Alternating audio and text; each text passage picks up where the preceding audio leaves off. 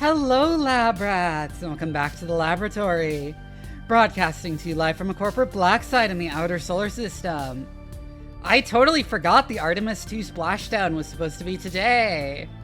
In like an hour. I should stream that. I should totally stream that. Fuck.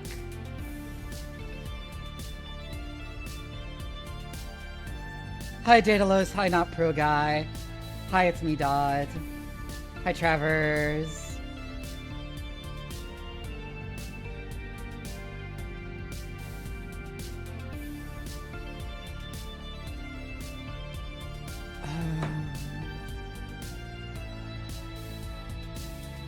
Okay.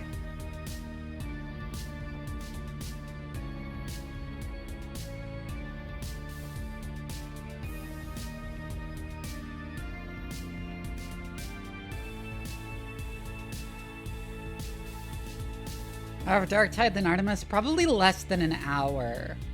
You sound frazzled, busy day? Yes. Very much so. Oh.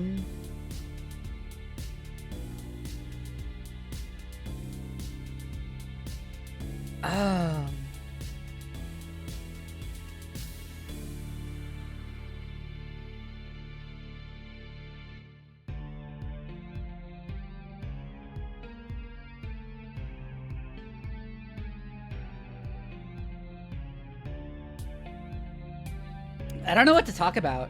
Fuck. Oh yeah, I read up another thread on fantasy world building agronomy. Oh, it's about elves this time instead of dwarves. Because I decided I might as well finally read some more research on agroforestry, and I decided to put it into a thread.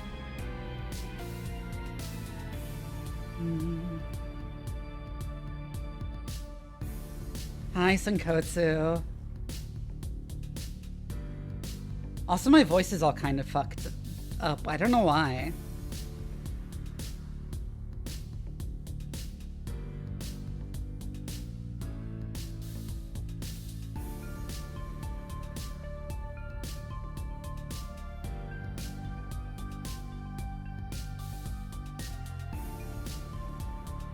You made jam? Neat.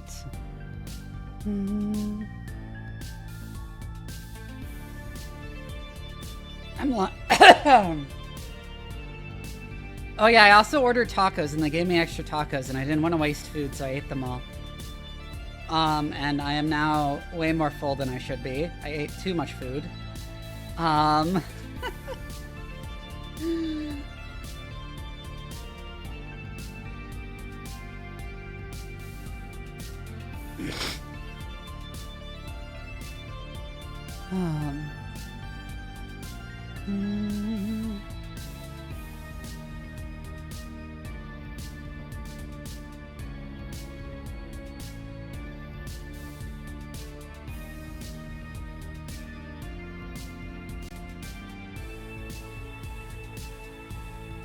Game is booting up. Let me set up my captures.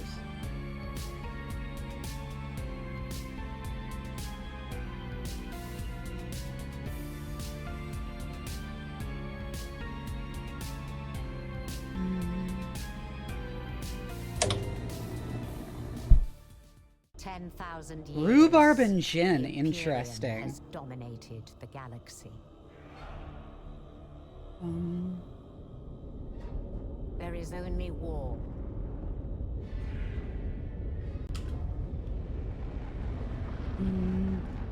Every human soul, from the most. My nose is so clogged too.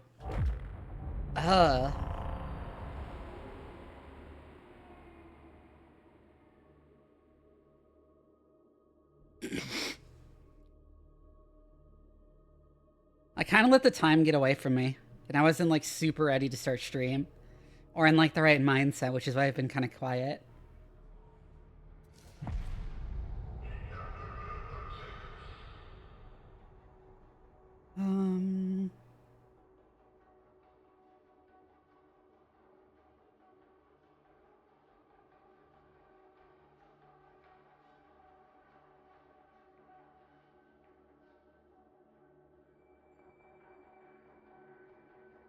Having surgery done on your eyelid. Ooh.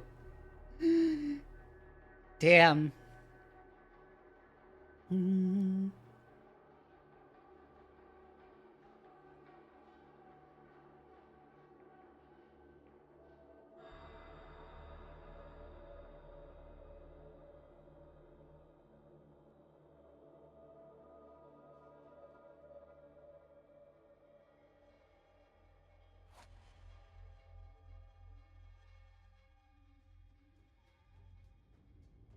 Okay.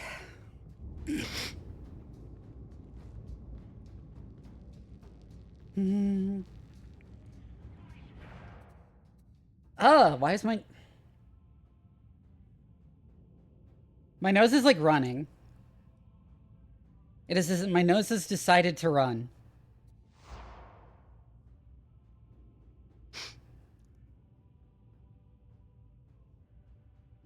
I think it was because of the spicy salsa. Anyways, here's my Fat Shark friend code. Pasted in the chat for anyone who wants to friend me and who hasn't already friended me. And you can just ask to join the party. I'm not doing like a queue or anything. For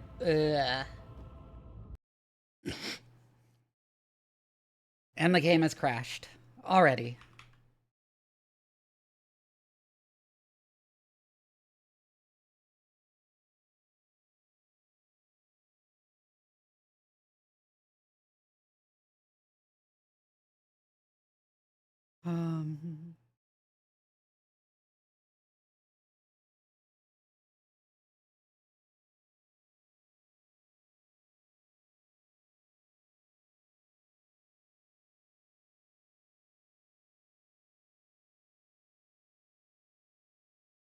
Rogue Trader character, neat.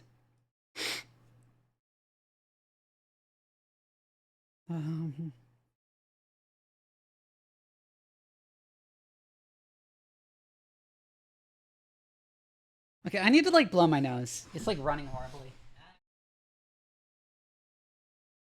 I would have done this before stream if it was doing this before stream, but it just started running. What the fuck?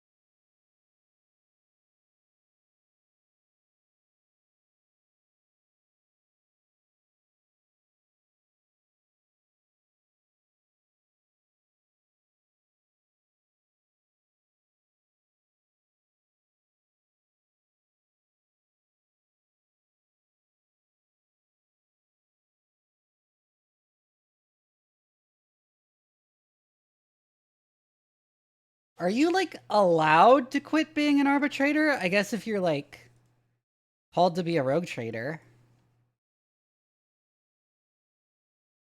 Anyways, I blew my nose and it's not helped as much as I hoped, but it did help.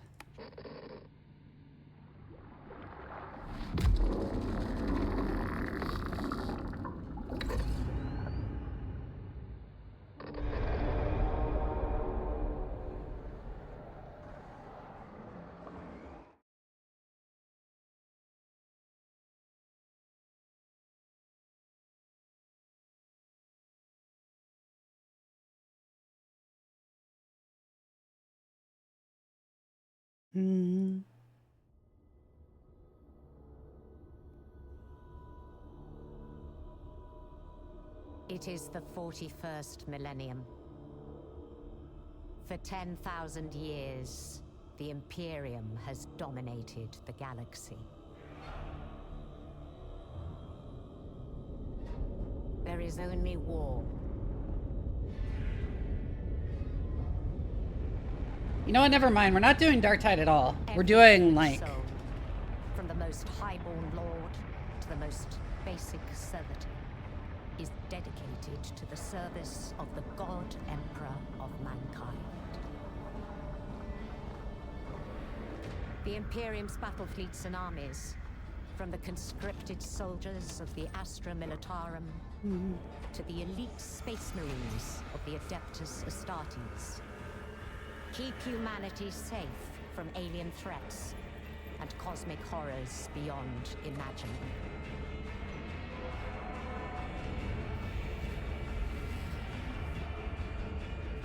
But there is another war. But yeah, we're just gonna go straight to watching the live coverage of the Artemis 2 splashdown. I know it'll be in a while, but...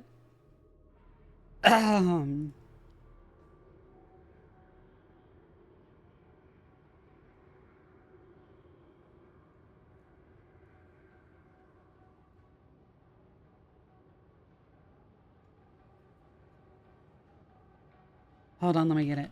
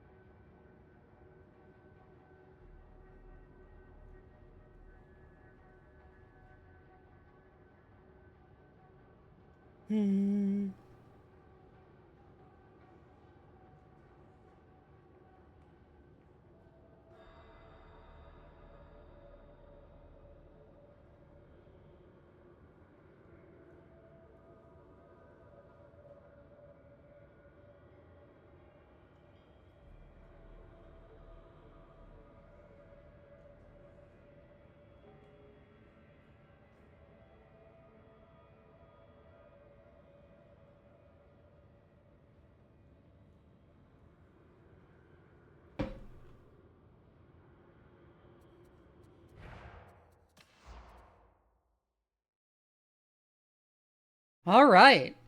I am actually not familiar with what the plan for this is. Because I have been so busy, I kind of forgot to follow a lot of the Artemis 2 news. But there's no audio, let me fix that. My day really has, I would say my message to the crew has sort of changed over the past 24 hours. As we're leading up to today, we've been building up the excitement and motivating the team for the training that we've executed. But really over the past 24 hours, now I'm trying to get us to slow down a little bit. Trust our training, right? Don't believe all the hype. We'll do Darktide after this is over. Let's trust what we've done to get to this point, and if we do that, we'll be successful today. And also part of the big success is obviously the coordination between NASA and the U.S. military. How does it feel being able to support the human space program we have? Yeah, I mean, since 1959 with Mercury, Gemini, Apollo, the history between NASA and the Navy has been in lockstep. But like any other skill, if you don't practice it regularly, that skill atrophies. You know, I also pinged the fellow streamer role on my Discord to see if anyone wanted to join. Really, with this ship over the past year, we've constantly trained and working for this moment right here. Building up the hype, but to get to this point today. Let me go read about the plan for the splashdown. Working with NASA, the Air Force, the medical team, dive team.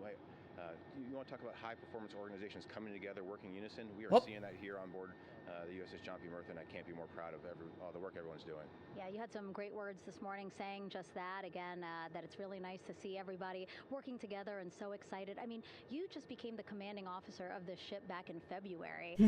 How does it personally feel for you to be a part of this historic moment today? Yeah, I mean, first and foremost, I'd say any opportunity to command any warship in the United States Navy is a tremendous honor, is a pinnacle of any naval officer's career. That being said, as my change of command was approaching, and I realized that Artemis was going to be in the window here, to say that I'm humbled and honored to be here is an understatement. What really just excites me is the opportunity to see this crew who has been training so hard over the past year plus. I am also putting it out on my Discord. what inspires me, listening to NASA and the ownership and pride they take. They make my crew better. I think we're making NASA better together. That synergy is something that I'm happy to see and hopefully take forward with me in my career. Yeah, it's all about partnerships. You couldn't do it without you. Did y'all hear about how they couldn't, like, they had well. early in the flight, they had 2 instances of Outlook up on one of the computers, and neither of them were working, and NASA had to SSH in, and they still couldn't figure out what was wrong with it. Here in Mission Control, the entry team of flight controllers led by Rick Henfling and Jackie Mahaffey serving as the spacecraft communicator. We have just handed over communications links from the Deep Space Network that we communicated with the crew through from the time of the translunar injection burn back on April 2nd. We've just handed back to the tracking and data relay satellite system as we prepare for the crew module service module separation that will take place just Hi, Dear Grumpy. from now. With the Earth looming in front of Integrity as it barrels back for a splashdown of the Pacific just 50 minutes from now, we're just 5,700 nautical miles from splashdown. Toilet produced a burning smell twice. Oof. The comparison from the Artemis 1 entry profile. I mean, space toilets being horrible is, like, pretty expected, honestly. A layer of protection for Integrity's heat shield. The Artemis 1 entry had an entry range of some 3,178 nautical miles, a very long downtrack, and a very longer period of exposure to heat loads than we're experiencing tonight. It also had that skip entry profile that we discussed earlier, dipping into the Earth's atmosphere, then back out, then back in. It was about 20 minutes of exposure. Integrity, Houston, comm check on TDRS. Yeah, one of the main focuses of the Artemis 2 missions right now is having higher delta V efficiency than the, like, straightforward trajectories they used for the Apollo missions. By, like, using aerobraking and stuff. So that they can bring more cargo to the moon, because the objective of the Artemis 2 missions is to eventually build a moon base for research. The Artemis 1 entry had the vehicle. The update on GPS, we haven't seen it track in yet.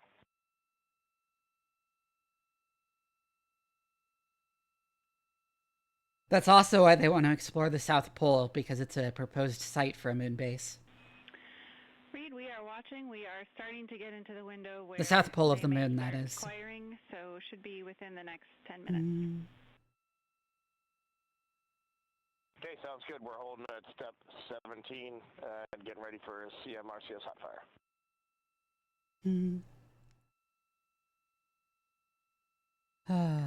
And that exchange indicating that we are expecting to acquire data from the GPS system on board. That'll be a navigational tool that will basically tell Integrity's computers that they're on track down the center line of the corridor for the entry interface that will lead them to their splashdown point.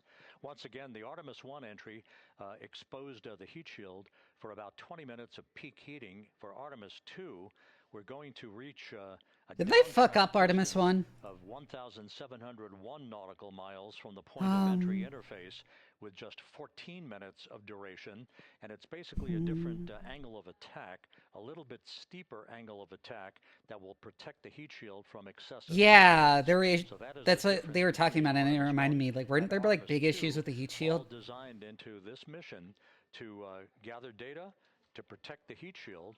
Since the Artemis 3 mission and beyond will have a different designed heat shield that will allow that skip entry type of profile to be resumed for all of the future missions coming back from the South Pole of the moon. Oh wow, they're using aerobraking to slow down from very fast.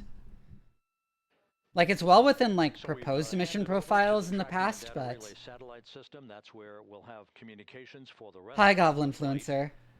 Just to give you some time hacks here, we're 13 and a half minutes away from module service module separation. And just 17 the South Pole, because of, like, the curvature of the moon's surface, has a bunch of mountain ranges that obscure the sun, such that there are parts of the South Pole that, like, never actually see the sun, and are much colder than the rest of the moon, and it's believed those places actually have like ice, like water ice. Which is interesting because your primary rocket fuels are oxygen and hydrogen, which you can make from electrolyzing water. And ideally, you could make basically a rocket fuel factory on the moon, so that a mission to Mars could launch from Earth, go to the moon, refuel, and then go to Mars. And once again, a dueling box view of some of the assets. Once again, my allergies are killing me. Operations today. The integrity, cabin configured, all crew suited and seated. Houston, copy. That confirmation from Reed Wiseman aboard Integrity, as you see the assets being deployed to the splashdown zone. At the time of splashdown, we expect the John P. Murtha to be about 5 miles away from Integrity. I thought Apollo was significantly slower when they did re-entry. Sure that the vehicle is in the water and upright, and that it is in a good configuration system-wide for the recovery teams to begin to approach the vehicle to erect that inflatable raft. 2 minutes to CM RCS warm-up hot fire. We're ready. That call from spacecraft communicator Jackie Mahaffey indicating that we're 2 minutes away from a quick burst of the reaction control system. Thrusters. Hold on, I have other places to post this. Prior to the separation of the crew module from the service module. Despite my space enthusiasm, I'm not the kind of person who, like, throughout this flight, usually watches these things live. I just figured I probably should. Described for that service module have been executed on time and without a problem. There is the European flight control room that has overseen the manufacturing, the design of the European service module. They deserve quite a bit of credit on this mission for not only propelling the Integrity and its astronauts toward the moon, but also conducting the fine-tuning. It's faster within the expected range. Yes, that's what I was saying. Spot on down the middle of the corridor, trajectory-wise, to bring Integrity down for its splashdown in the Pacific just 44 minutes from now. That is within the, like, proposed speeds for air deceleration.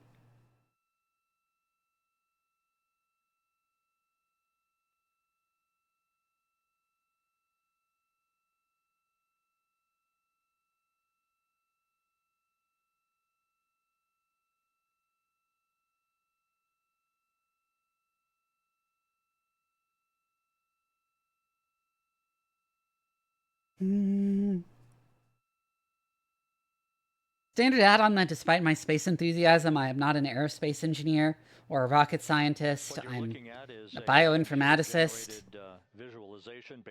So, like, the only difference is that I'm skilled enough to read scientific papers. Between me and your average, like, ordinary space enthusiast.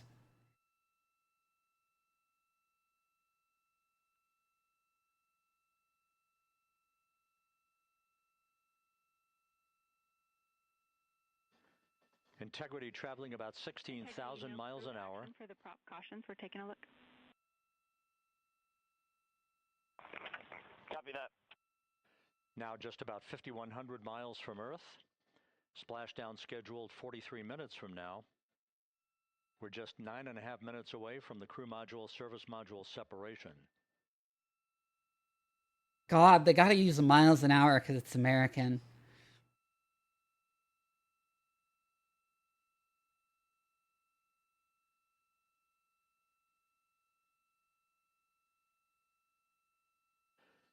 We are confirming. Integrity, we are assessing details, but NASA is so inconsistent about the units they use. It drives me insane.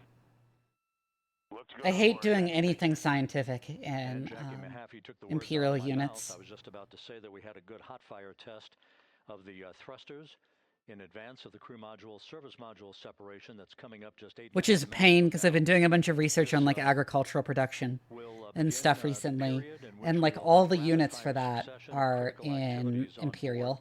That will lead to entry interface just 28 minutes from now, where the vehicle will enter the Earth's atmosphere at an altitude of 400,000 It's like, feet. please stop The giving me time units entry of pounds interface, per hectare. 6:53 and 30 seconds p.m. Central Time.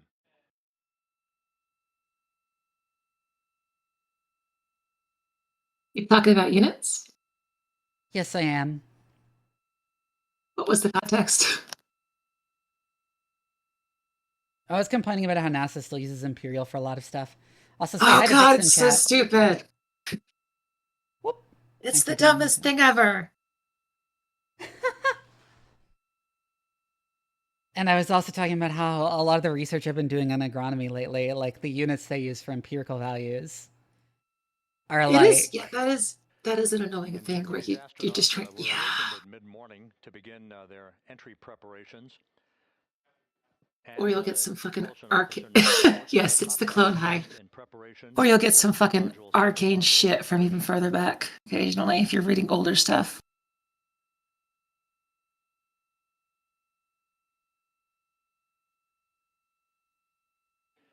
We're now inside 41 minutes until splashdown.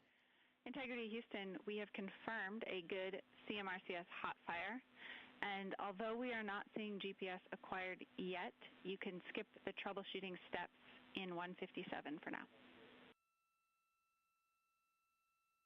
Integrity copies. God, do you remember that time that they lost a fucking Mars orbiter because? Oh, I watched Lockheed... that oil field unit shit, and that is like that is oh incredibly god, yes, that was so cursed. It's so bad. I was unprepared for how bad it was when I saw the title. Then I watched it, and it was so much worse than I could have imagined. Will reach a peak speed of 24,661.21 miles an hour. GPS, we at least have GPS 1 looking good. Mud weight, which is actually a measure of density. We're confirming. Hi, Trifle. Hello, Trifle. The guidance, navigation, and control officer here in Mission Control confirming that we have good lock on GPS data. We are on a communications link now through the tracking and data relay satellite system. Now, following splashdown, we're going to lose that link. NASA time unit, 1 NTU equals 2 weeks. What? I haven't heard this one before. I need to hear about this one. Hold on, what? Integrity, confirm we do see good GPS. In Rain Keen! Oh, Jesus Christ! Especially GPS 1 is accepting in nav channels 1 and 3. Because everything takes 2 weeks. Oh, of course. That GPS data is basically telling Integrity's onboard computers its position relative. Oh, that reminds me. You know, I would almost respect measuring in Rankine just out of spite. GPS has to account for time dilation. Yes. Yeah, the velocity of the GPS satellites relative to the Earth is high enough that they experience significant time dilation. And since they determine where they are by simply inferring it from how long they've been in position, because they orbit at a constant rate, that means if they didn't account for time dilation, the positioning would be off, and they wouldn't give you the correct position.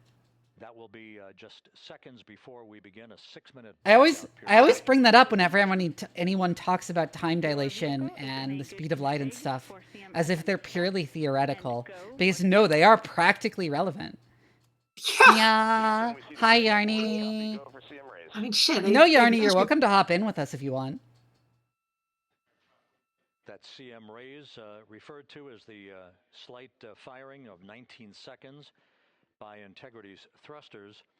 I mean, with a change they've measured fucking. Oh, in my Discord. I don't know if you're in my Discord. End of the vehicle, so that it's tilted a bit upward. If you're not, I'll invite you. Final angle of attack. I don't see anybody. Enters the Earth's atmosphere Yeah, I don't think you're in. I thought you were, but I think I'm wrong. Invite to server. As we reach a point downrange from the start of entry. I've sent you the invite, and then I'll give you the role that will allow you to hop in the live chat with me. If you want to. And we can talk about why time dilation is real.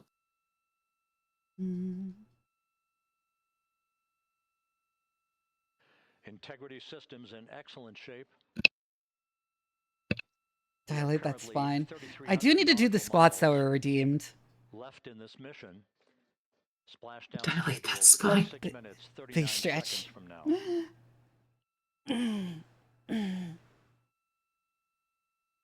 Integrity Houston, for the 2 enabled prop cautions, what happened? Need to make food? Okay. The were firing multiple pressure sensors on each of the strings, diverged a bit from each other. Those limits look to be set pretty tight. We think it could happen again when the thrusters fire in the future, so we are going to suppress those messages. We concur with suppress, not inhibit. Yeah, there is a chance this goes horribly wrong. That exchange between Jackie Mahaffey yeah. for tonight and the stream ends up being like indicating Challenger disaster historical document. Systems are in good shape. I think that was in the back of everybody's minds when we were watching A weird morbid reversal of Challenger, exactly. Although it would have happened for a completely different reason than Challenger did. Yeah.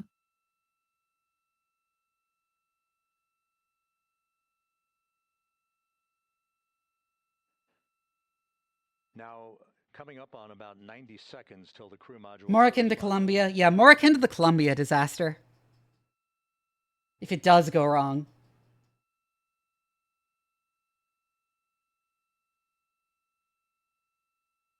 I mean, my footage wouldn't be shown on CNN because, like, this is just the official NASA stream.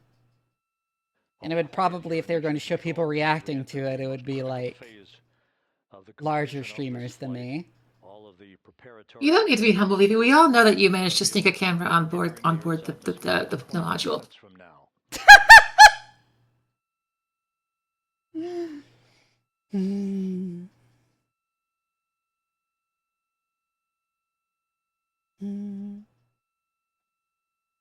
Challenger was really egregious too because they were told about the issue beforehand, but they had deadlines to make. I think one of the engineers had contemplated holding the entire mission control at gunpoint to stop them from launching. Yes.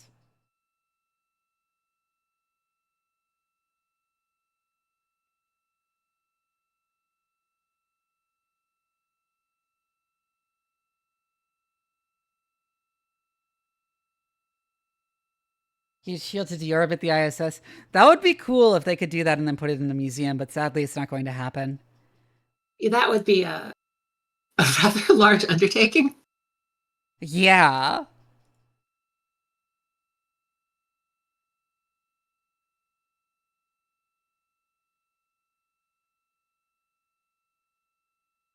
Going, I told you so, usually a lot of people, yeah. That can honestly apply to any disaster, just about. There's usually some little tiny thing that someone was like, hey, keep an eye on that. And they got ignored. That's how it usually works. We have confirmation of crew module, service module separation. And a great view, albeit momentarily. Houston, good time. Oh, separation. Houston copies and concurs. The European service module. What do they use for separation motors nowadays? Job well done. Let me do my squats. No action for the 4 CDH cautions. Those are SM related, not applicable. Jason. Integrity.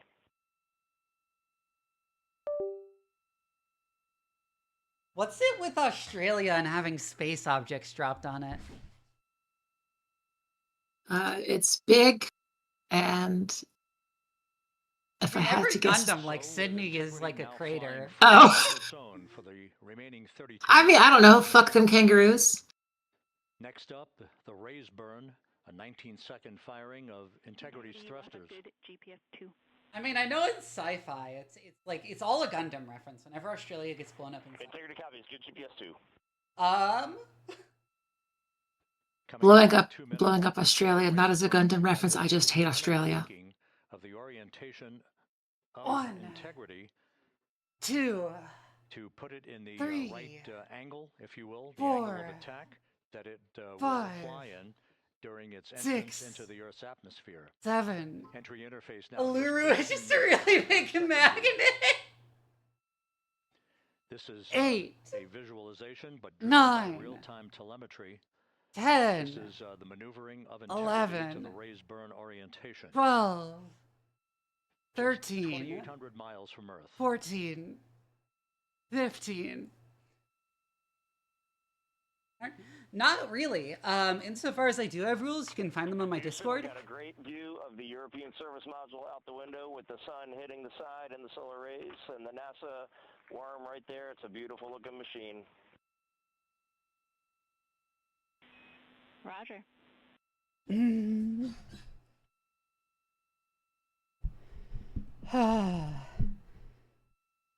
Ludes are indeed encouraged. Maneuver to the raised burn orientation, 1 minute away from the raised burn. Look, considering the number of things I've contemplated drawing of the two of us, like, yeah, Yeah, the have a woman in fair the bit of call latitude. right here is an NSFW artist, so. Yeah, pretty much.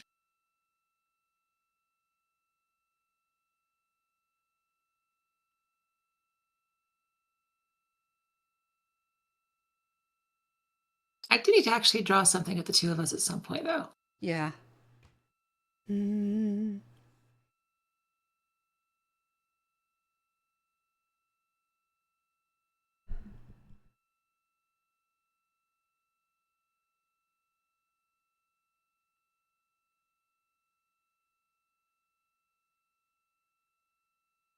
Clone sex.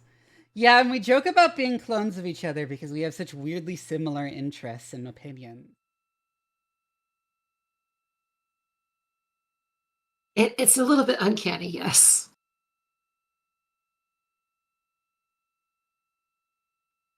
Like, we semi-frequently finish each other's sentences. Burn is underway. Finish each other's sentences, or one of us will say some like weird quirk that we do, the other will also have that exact same weird quirk. What else? Someone will ask for an opinion on something. And we will say the exact same thing. Yeah. Integrity. Good. CM raise burn. Your flight path. Sometimes we just kind of take fuck, what's the thing I'm thinking of? Passing the torch and explaining some fact of biochemistry to somebody. Our trajectory for a splashdown in the Pacific 29 minutes from now is set and will not be amended any further. And we have the right angle of attack to mitigate any excessive heat loads on the vehicle during entry interface. Integrity Houston, a heads up about comm coverage. When you perform the 180 roll for the first minute... It's usually closer to one of us will say something horny and the other one will echo the exact same thing 5 seconds later. We copy. Yeah, true.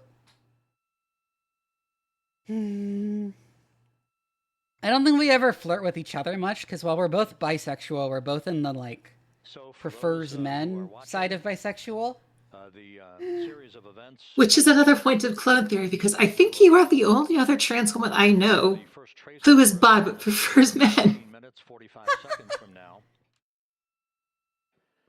6:53 and 30 seconds is what is pegged for entry interface at an altitude of 400,000 feet, traveling at approximately 34,800 feet per second, range to touchdown or splashdown 1,701 nautical miles. 24 seconds after entry interface, we will enter a 6-minute blackout period. What even is a nautical mile again? With the crew, this is expected. It's a 60th of an arc second or something like that. Hold on. Due to the collision, if you will, of the velocity of the spacecraft with the friction of the Earth's atmosphere. I think it's... That 6-minute blackout is... Oh, it's 1 minute of latitude at the equator. That's what it was. Right. PM Central Time. During that period of time, I always get confused because it doesn't really have anything to do with miles per hour. That Yep. comes just short based on unofficial data from the Why was I flight thinking of dynamics arc monitor seconds? right now will come just What is short wrong with me? of the velocity record set by Apollo 10 of 24,709. I mean, nautical miles are used in metric, aren't they? Yeah. They're especially useful for for aviation too, because you're In fact, the measuring how. conversion to meters for nautical miles is easier. A minute and 22 seconds into Yeah. interface. That, and because it's a measure just based on the size of the planet you're on. Yeah, it's a perfectly it's a very rational measurement to use. Like using nautical miles for aviation stuff is not just an American thing. There's an actual good reason for using it. Yeah, when it comes to navigating like really long distances, they actually are important because like it's an actual measurement system based on the fact that Earth is in fact a sphere. At which point we'll start deploying the series of parachutes to slow integrity down to an ultimate splashdown velocity of just 19 miles an hour. We see the same, waiting for the 180 rolls. Most things are lifting bodies if you try hard enough, I suppose. Yeah.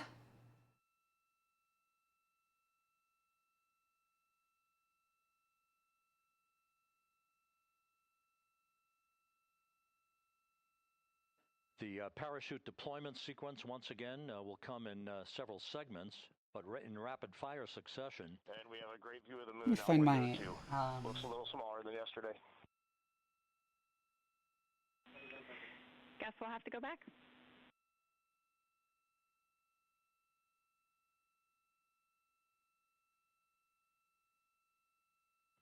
Reed Wiseman and Jackie Mahaffey exchanging discussion on a... Gotta be intense. Apparently they'll be decelerating at about 4 Gs. That will be completed with splashdown just 25 minutes from now. 3 forward bay cover parachutes, which is enough to kill someone with a heart condition. Off the top of the vehicle. Then 2 drogue parachutes will be deployed to slow and stabilize the crew module during its descent. Followed by... Oh yeah, 4. Okay, how long does the 4 Gs last for? Parachutes from the forward bay. The final sequence will have 3 main parachutes deployed. These will be 116 feet in diameter. Anything over 3G can kill you if you have a weak heart. And depending on how long it is. Well, sustained. This is sustained Gs. Yeah. Exactly. Anything over 5 Gs will knock you out unless you're wearing a specialized G suit, which the pilots, of course, are. And then even with a specialized G suit, you can't go above 10G. You can theoretically do over 20 sustained, like up to 20 sustained, not over 20 sustained, up to 20 sustained. If you're in like a liquid breathing setup, but I don't know if that's ever actually been tested. Actually, liquid immersion, I remember reading this for some reason. Liquid immersion, you can go up to 20. I think if you're actually doing like a full liquid breathing, you could theoretically sustain hundreds. Oh, yeah. Liquid immersion is up to 20, and that is tested. Liquid breathing is even more, and we haven't tested that. Integrity is because we can't find, because the trick is to find something, a liquid you can liquid breathe. Liquid breathing sucks, and they only got as far as testing the actual liquid breathing setup. That, and you need to find a breathable liquid that has a similar density to water. Otherwise, you still get the issues of compression and such.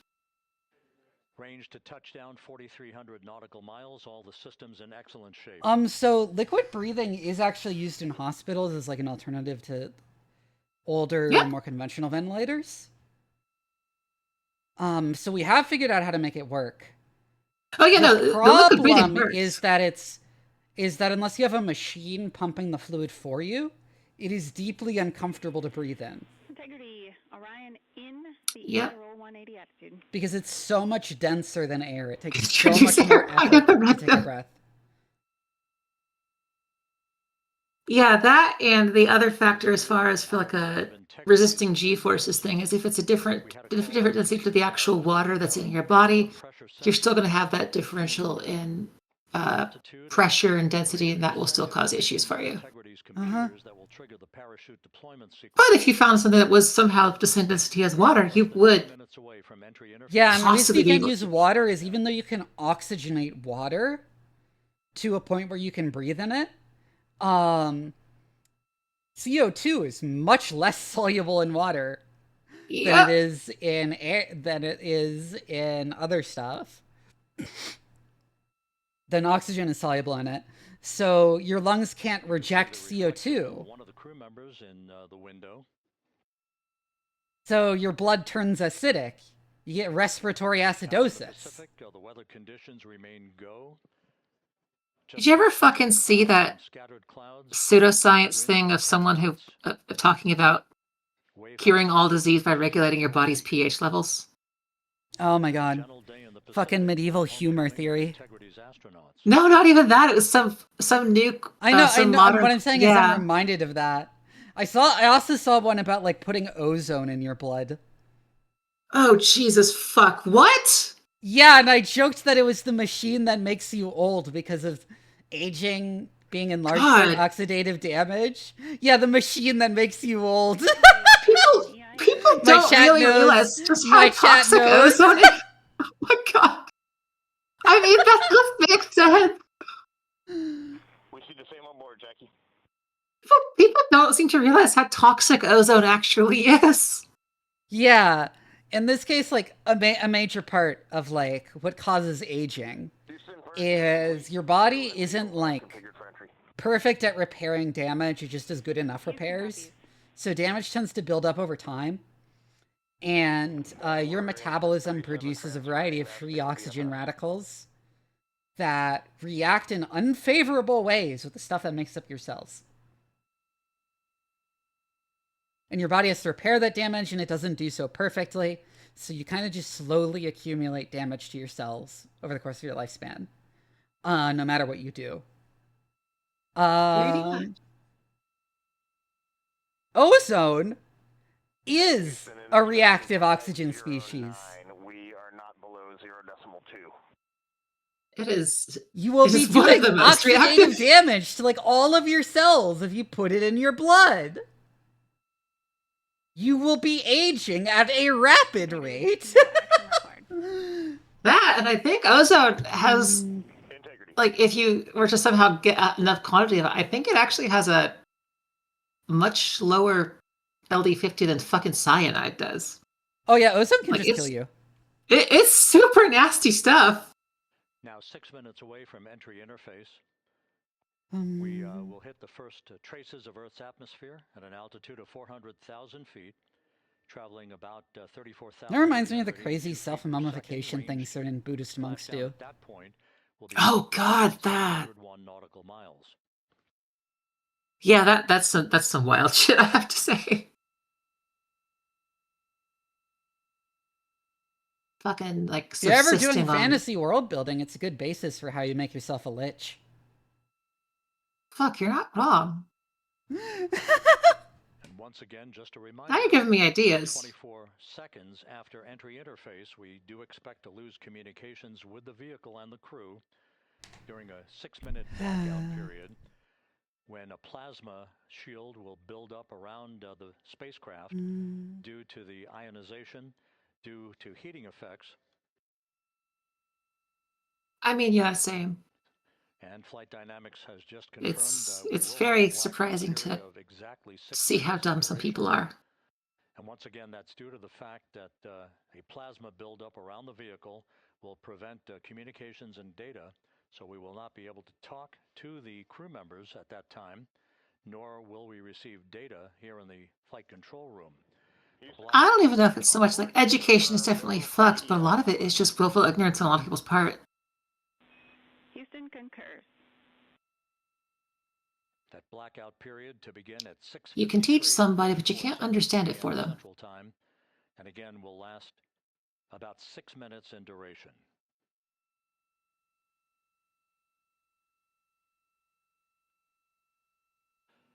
We're 4 minutes away from entry interface.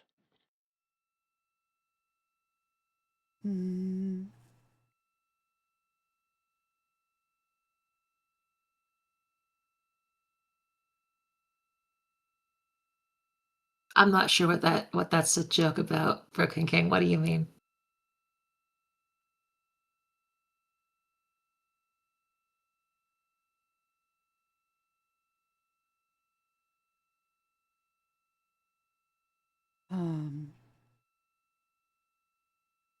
Well, time for re-entry.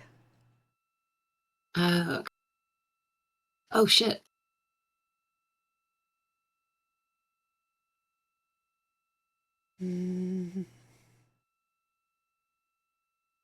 I get the reference, it's broken. No, you're not. This isn't a case of being old. This is a case of me living under a rock. As it crosses from southwest to northeast across the Pacific Ocean, 3 minutes from entry interface. Sorry, I'm just experiencing deep awe and wonder. Too much to make a joke. Yeah, it's 15.5 minutes till splashdown. Fucking love rockets, man. They're just so cool. They're so cool. And the recovery team is on station and in position, as are the airborne imagery assets that we hope to receive imagery from as Artemis enters the Earth's atmosphere and through parachute deployment.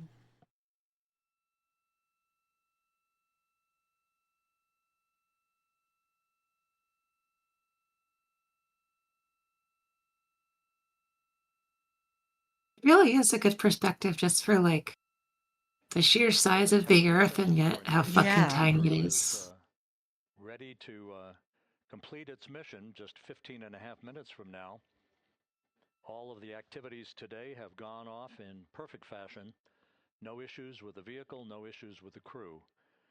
And the weather at the splashdown site is go.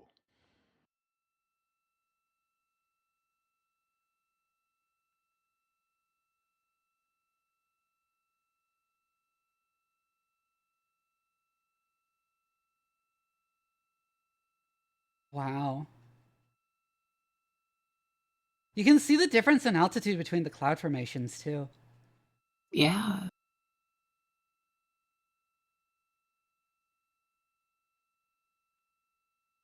Coming up on 1 minute until entry interface.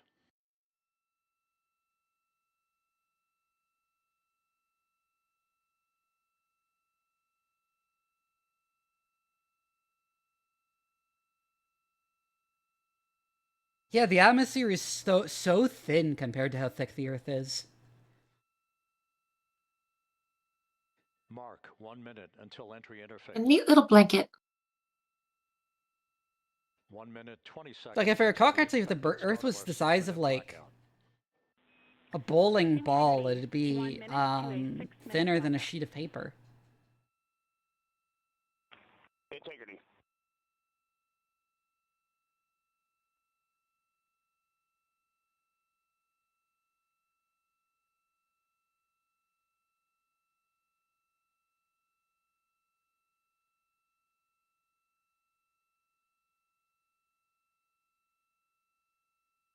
Yes, you can, Jason, and still the moon is only about a light second away.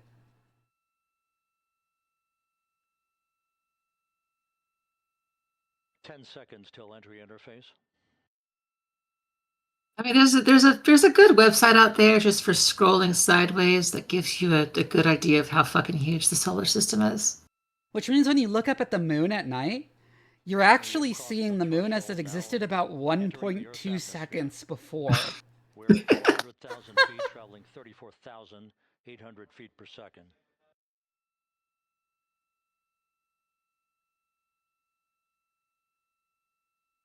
I could say that's because it's how long it takes the light to travel. But it's not... It doesn't really take time for light to travel. It's not quite how the physics works in relativity. And as predicted, we've entered our communications blackout. This will be a 6-minute blackout period. No voice, no data from the crew. Oh, yeah, the plasma created by atmospheric compression around the re-entering capsule is opaque to radio waves. Peak heating on the vehicle, where temperatures will rise so they can't to communicate. 4,000 to 5,000 degrees Fahrenheit. This is the true test of our trajectory. Hmm. And from the G5 aircraft in the vicinity of the splashdown zone, this view of integrity. So that pinpoint of light shows the vehicle. God, yeah, when you're out in like the middle of the wilderness. I remember going to Yellowstone and staying there and looking up at the night sky from Yellowstone. Since their launch back on April 1st. And it was so amazing.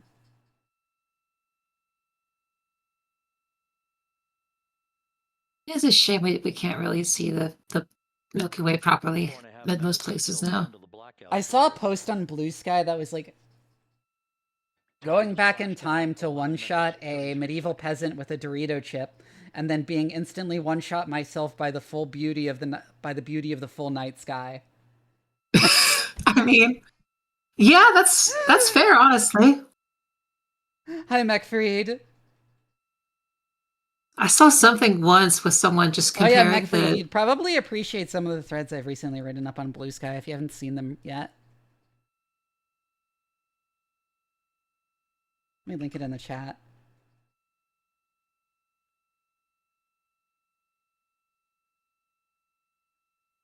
The landing and support officer reports that the P3 has acquisition. But yeah, like if you've actually seen the full night sky without light pollution, it makes a lot more sense, especially why like minutes left in this blackout period.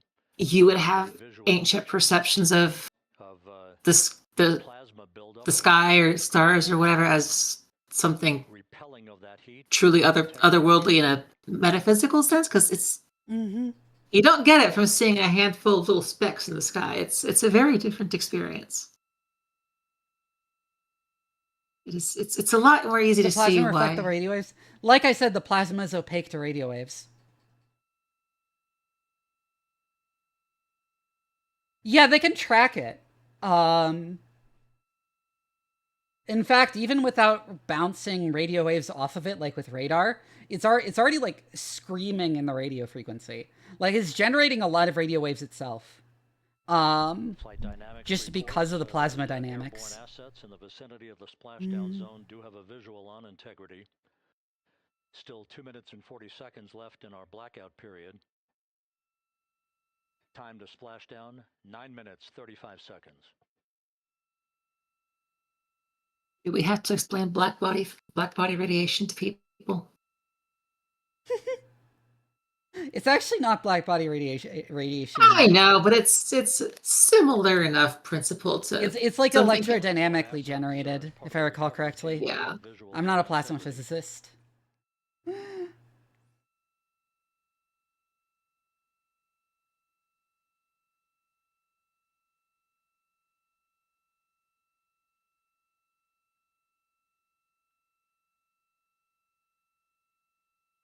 And the WB-57 flying in the splashdown zone also has a visual. And the Navy helos also have visuals.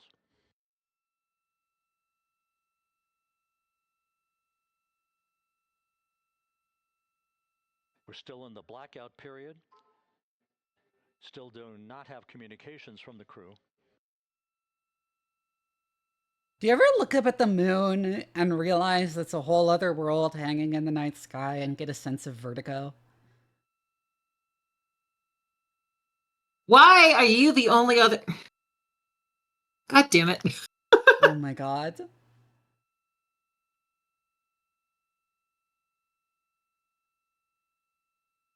And there you have it, folks. More clone theory. Imagine what it would be like in a future that has like enough bases on the moon for it to be visible. For like the lights to be visible. Wait, say again? Imagine what it would be like looking up at the moon in a future that has like enough people living on the moon that the lights are visible. Oh fuck, that's fuck. Now I kind of want to paint that.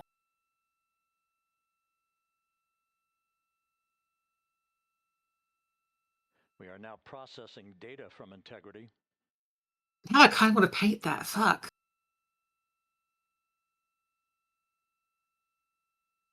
As long as we don't end in the Gundam timeline.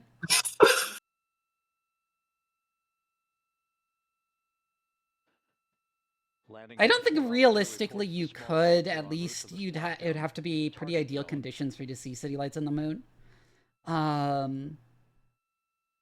You can't normally see city lights from on Earth from space.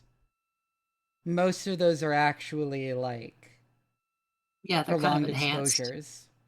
Yeah.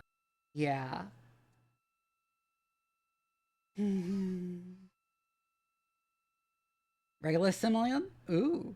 They're just building gigantic lasers in every moon city just so you can see it from the Earth. Just for that purpose. Feet, our trajectory is perfect. We're getting intermittent views of integrity. Still waiting to establish voice communication.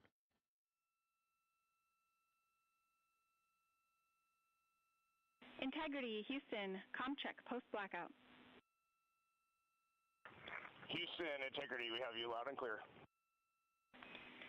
I'd say, like, without light pollution, at midnight, when the moon is dark, you'd probably be able to see it. No action for the enabled internal camera controller fail. Big cheers from the viewing room here in Mission Control as voice communication reestablished with Commander Reed Wiseman. Ooh? For America and a waiting world, Integrity is 5.5 minutes away from coming home.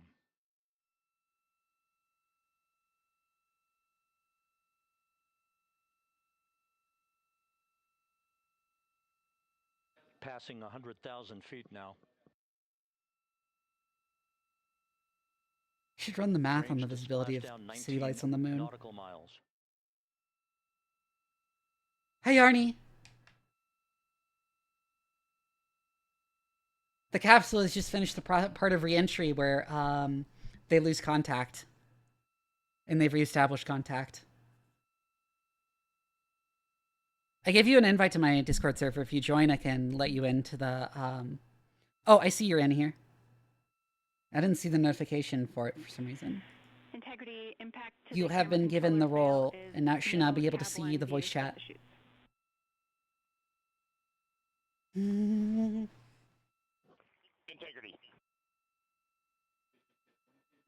We're processing good data through the GPS system.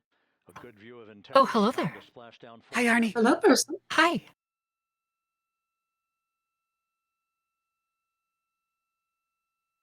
And a view of Integrity from the WB. Oh, that's a cute avatar. What? Who? No.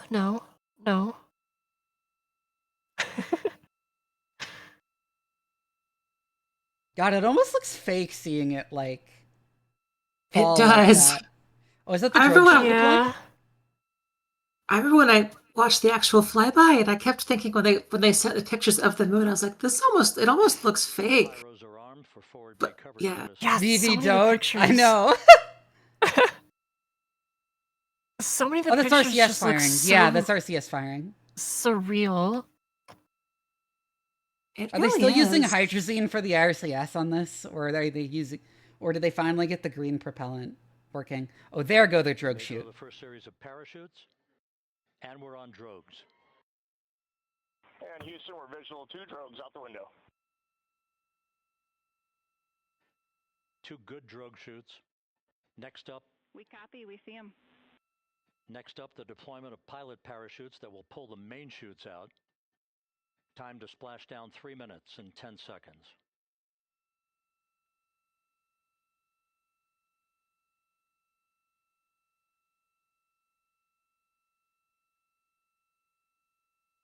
Perfect descent rate according to flight dynamics. Good rates on 2 drogues. We see the same on board.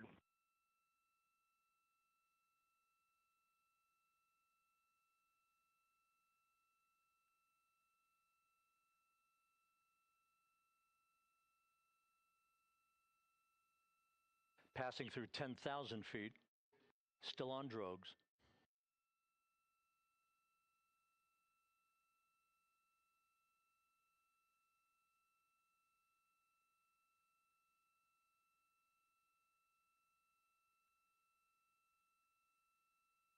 Main chute deploy. We're at 5,000 feet.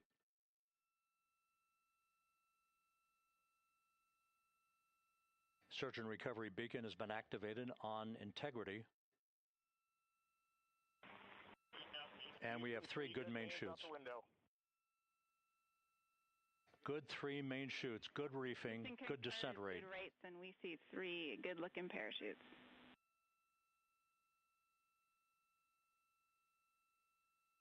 Woo!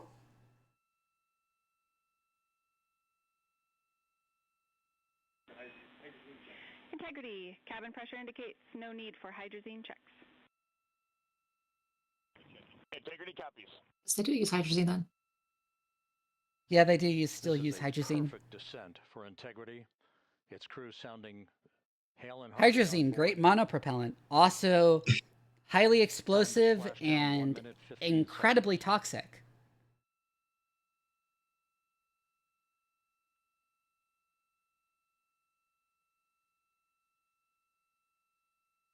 Wasn't there one space mission where the astronauts died after re-entry because of hydrazine leaking into the cabin? I think that was a cosmonaut. Yeah, I think it was Russian. Yeah, it was Soviet. There's also that German rocket plane that melted its pilots. Fucking comet. High test peroxide and hydrazine. Oh, yeah. Kept melting all of the Nazi test pilots, which good, that is what you're supposed to do with your Nazi test pilots, but... Yeah! Based. You should melt your Nazis. By the way, it wouldn't just melt you, it would turn you into, like, liquid soap. Also, I can be trusted with explosives. Because it would bond with your, Oh. it'd bond with the fatty acids and form soaps. Soleil, thank you for the raid. Somebody give Soleil a shout out. Hi, we're watching Artemis 2.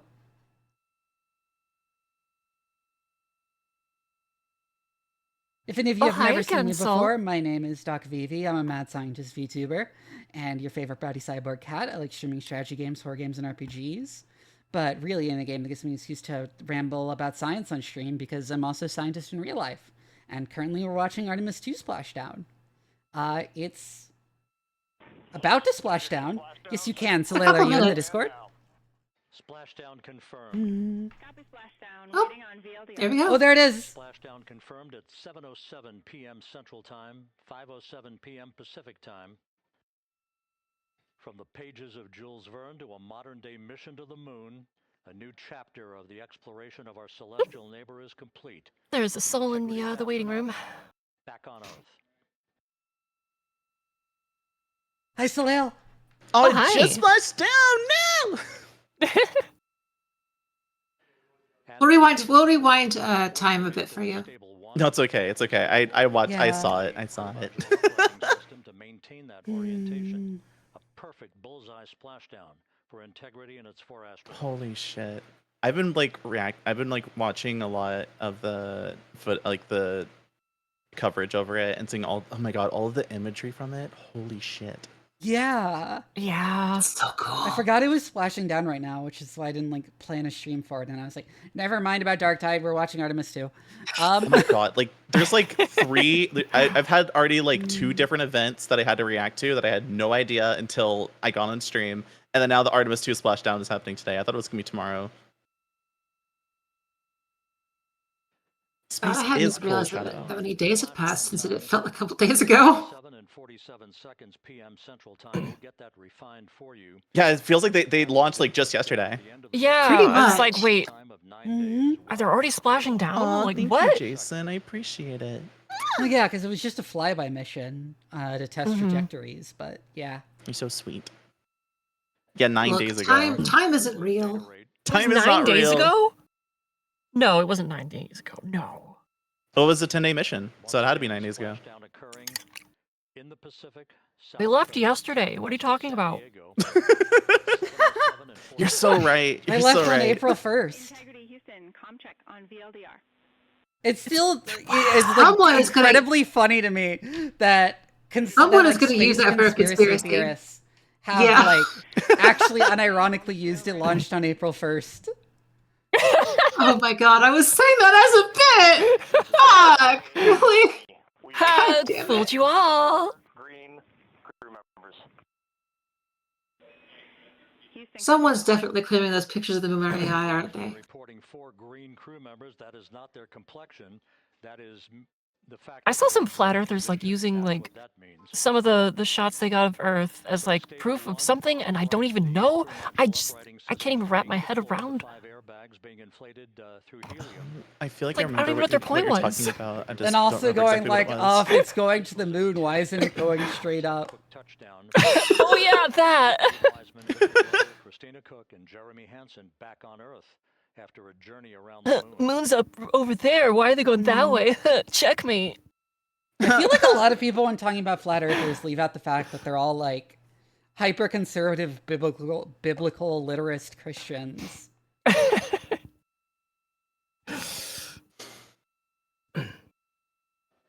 And like that's the actual reasoning behind it is they think like the forces of Satan want to convince you that we're not special in the universe.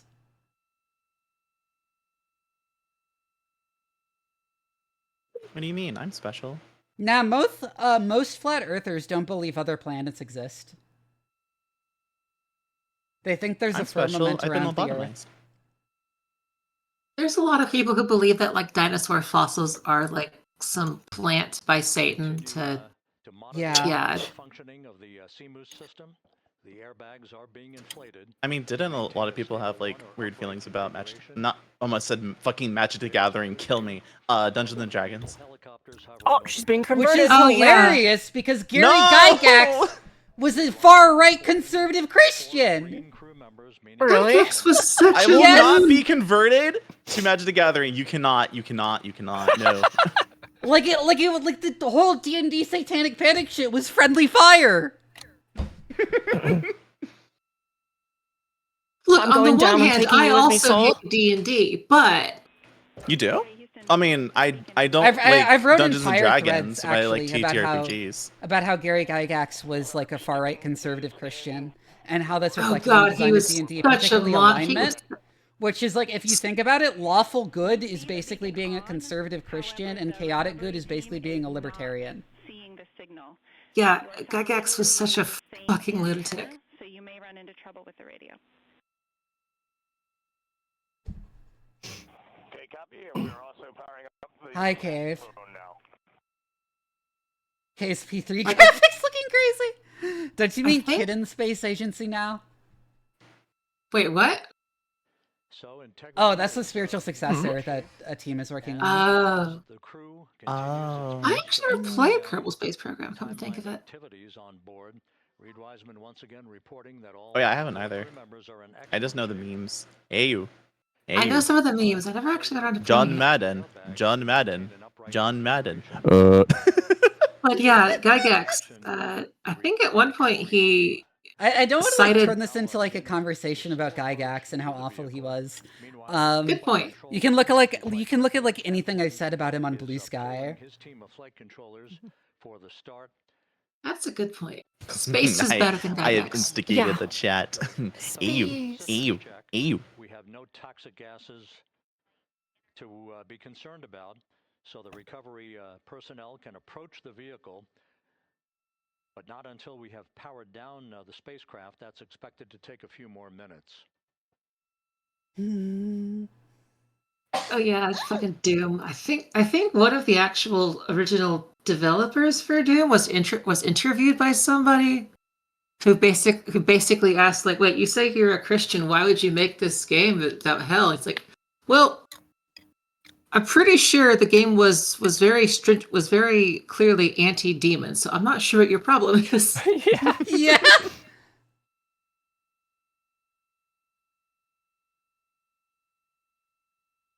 Integrity back on Earth. Do you realize you kill demons, right? Yeah, that was exactly. It was And that was apparently his response. He was like, "Wait, why do you think this is bad? The game is about killing demons." What do you mean? What do you? It's so fucking weird. Reed Wiseman indicating some trouble with the SARSAT phone on board. But that's not an issue. What is more important is that the vehicle is solid. No issues as we begin the power. Conspiracy theorists have like gotten even stupider somehow. Because nowadays they're like humans are actually carnivores, and like the Jews convinced you that we're omnivores to like weaken us. Oh my god! What? What? I haven't heard that one. I haven't heard this one. And you shouldn't eat anything other than meat. God. This has to be related to the fucking raw food people, doesn't it? It is. God damn it. I mean, in fairness, I can't really eat a lot of. I can't really eat a lot of vegetables. Weird texture and taste preferences and stuff. And so, unironically, I do end up just eating a lot of meat. I can only eat vegetables if I cook them because my family will always flip into a fucking mush. Well, like I can't have things like salads. I can't really have because it's just a. Okay, there is one thing I need to tell you about Gary Gygax, which is someone brought up. Bone Velocity brought up like the Lee Gold story with Gary Gygax. So Lee Gold, I can't remember what her role was, but she was an important person in the early TTRPG scene. Gary Gygax had business dealings with her without knowing she was a woman, and the first time they spoke on the phone, Gary Gygax heard her voice and was like, "You're a woman!" And then Lee Gold said something, and Gary Gygax was just like, "You're a woman!" And then Lee Gold said something again, and Gary Gygax was like, "You're a woman!" What? Oh my god! And he just kept saying that until Lee Gold hung up. That's amazing. You're a woman! Oh, you're a woman! Forward bay cover being pulled off the top of the vehicle by a series of 3 parachutes. Then the drogue chutes were new vocal stick. The 3 main chutes slowed the Oh god! velocity of Let me know how to vocal stem with reverb, please. Thank you.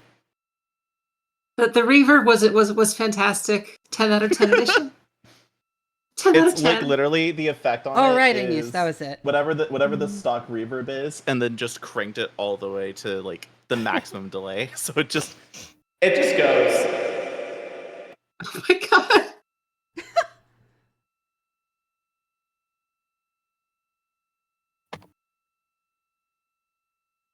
God, it's crazy to think that capsule has been around the moon. Integrity, Around the moon. Yeah. Because we've only been like there and back. And sat phone, we'd like you to command an additional 15 minutes for a total of 30-minute power down delay. Someone actually like put this really well. Because people are like, why did it take us like what has been like 60 years since we first went to the moon? It's like there was just so much that went our way the first time around that we actually went to the moon too early.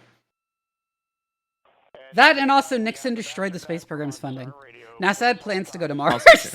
Yeah, like the actual answer here is. I know one of the theories was that they lost the blueprints for to be able to actually go to the moon, and they haven't been able to like get the right stuff thingies to make it happen again. We absolutely could have been to Mars. But we absolutely could have been to Mars by now. This is more of a funding issue than a technical capability issue. You know? I was gonna say like that seems a bit more plausible than the other. You can go back to the 15-minute power down.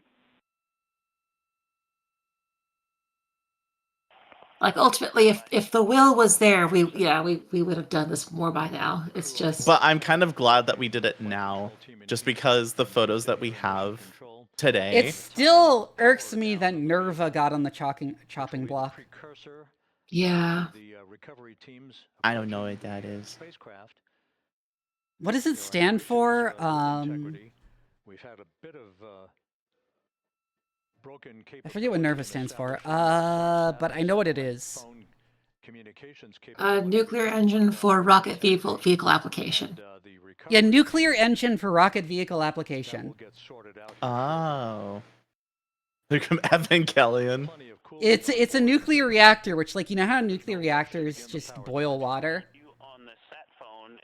I can just hear the Genji chair music in the back of But my yeah, head. you know how a nuclear reactor for like power just like boils water to spin a turbine, right? Mhm. Nerva basically was the same tech, but it boiled liquid hydrogen into hydrogen gas to propel out of a rocket engine. I do Is love it bad that I nuclear don't rockets. actually know how like nuclear fission works? I mean, without getting into the complexities of nuclear physics, which I'm a nuclear physicist, but I mean, you split the atom, you generate heat, a lot of heat, and you can use that heat to do things. In this a power plant, you're boiling water. In this case, you are turning More liquid hydrogen into technical, but hydrogen. still easy for a layman to understand explanation of nuclear fission. So, atoms vary in how stable their nuclei actually are. Okay. Lead is the most stable. Things lighter or heavier are less stable. If I recall correctly, I might be a bit off. I think it's more that lead is just one of the heavier stable elements in the decay series for a lot of super dense elements. Actually, it might be iron. It might be iron that it is. Well, okay, iron is actually, also stable. I just got reminded. I know how it works with like a nuclear reactor for energy, right? I think Where it's like I think specifically for But lead, what I it's was just going to that get lead to is is, the okay, so things lighter than iron, I think it's actually iron, and things heavier than iron are less stable than things like in that range. It is iron? Okay, Cave is an actual physicist. Okay, I'll trust him then. So this means that if an atom were to change towards iron, it would become more stable, which means it releases energy. I was gonna say, because it's like I don't know the proper terminology, but it's stuff hitting other stuff, and it hits stuff so hard that it creates a bunch of energy. Anyways, and then things like it's the a rods function of binding energy, which is where- what's actually keeping the nucleus together. You can think of it like a when think it's of it more like playing stable, it Jenga. needs It's when like when it's Jenga. more stable, it needs less binding energy to hold it together, so the excess energy is released when it turns into a more stable element. So the one thing I didn't know this is about how radioactive was- decay happens, is those nuclei are unstable enough that they just sort of decay on their own and emit radiation as they turn to a more stable state. But however, with stable nuclei, or like relatively stable, because uranium is unstable enough to undergo decay on its own. It just takes a very long time to decay.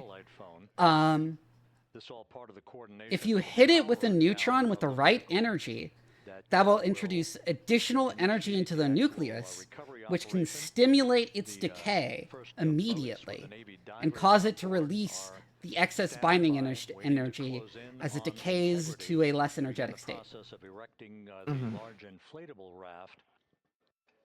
So a more Pretty much stable- that, yeah. And I didn't know how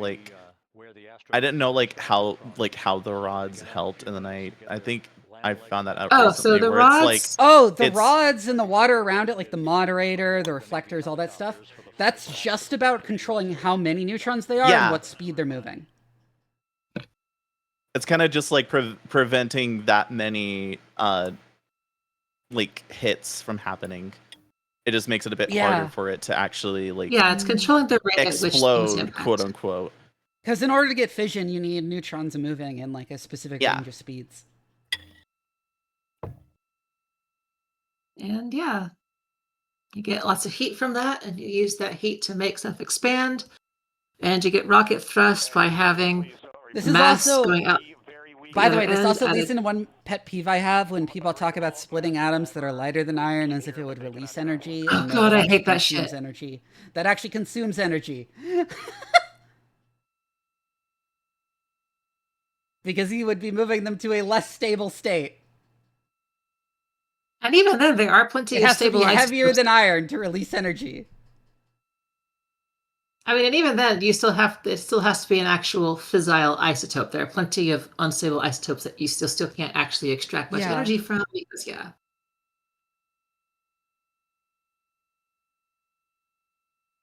Yeah, the reactors that are prone to runaways have like something going on such that The positive void The coefficient. more nutrients, the more I just said nutrients. The more neutrons that are released, the more neutrons are likely to be released. There was a Which channel I causes a saw runaway that had a really good process. animation for Chernobyl. Actually, Most modern designs have like positive void coefficient. I think it is. I think it's negative void coefficient. I don't remember. I don't remember which is which. I think it's negative void coefficient. The term used is inherently safe, which is to say they as they get hotter, they release less neutrons, which cools them back down. Instead of causing a runaway process, it inhibits itself. This is Mission Control, Houston. While we stand by for the establishment of communications between integrity. I'm finding that video. I remember seeing that did a cool animation of the what happened with Chernobyl. There it is. Where Megan Cruz is standing by with administrator. Yeah, I've seen that one. It's a good animation, yeah. I should give you VIP.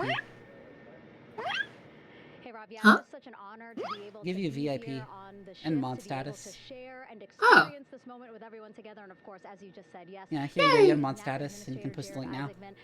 Hooray. How did you feel getting to witness this and seeing? I'll have to NASA watch at that its later. best? Oh, I mean, I'm honestly, I'm still at a loss for words. I mean, you know, like the child. I wouldn't describe the Artemis missions thus far as NASA at its best. To see this and then Huh? as NASA administrator, I just couldn't be more proud of the entire workforce. Wait, what? They've had a lot of issues. The effort, the late night Oh. work across the country that contributed to this. Artemis 2 got delayed so many times. Artemis 1 had like heat shield failures that people were worrying might kill the astronauts in this one. Got everybody. Hey, what do you guys think? We just brought some astronauts back from the moon, huh? Unbelievable. Thank you. Yeah, so grateful to the Navy, the sailors.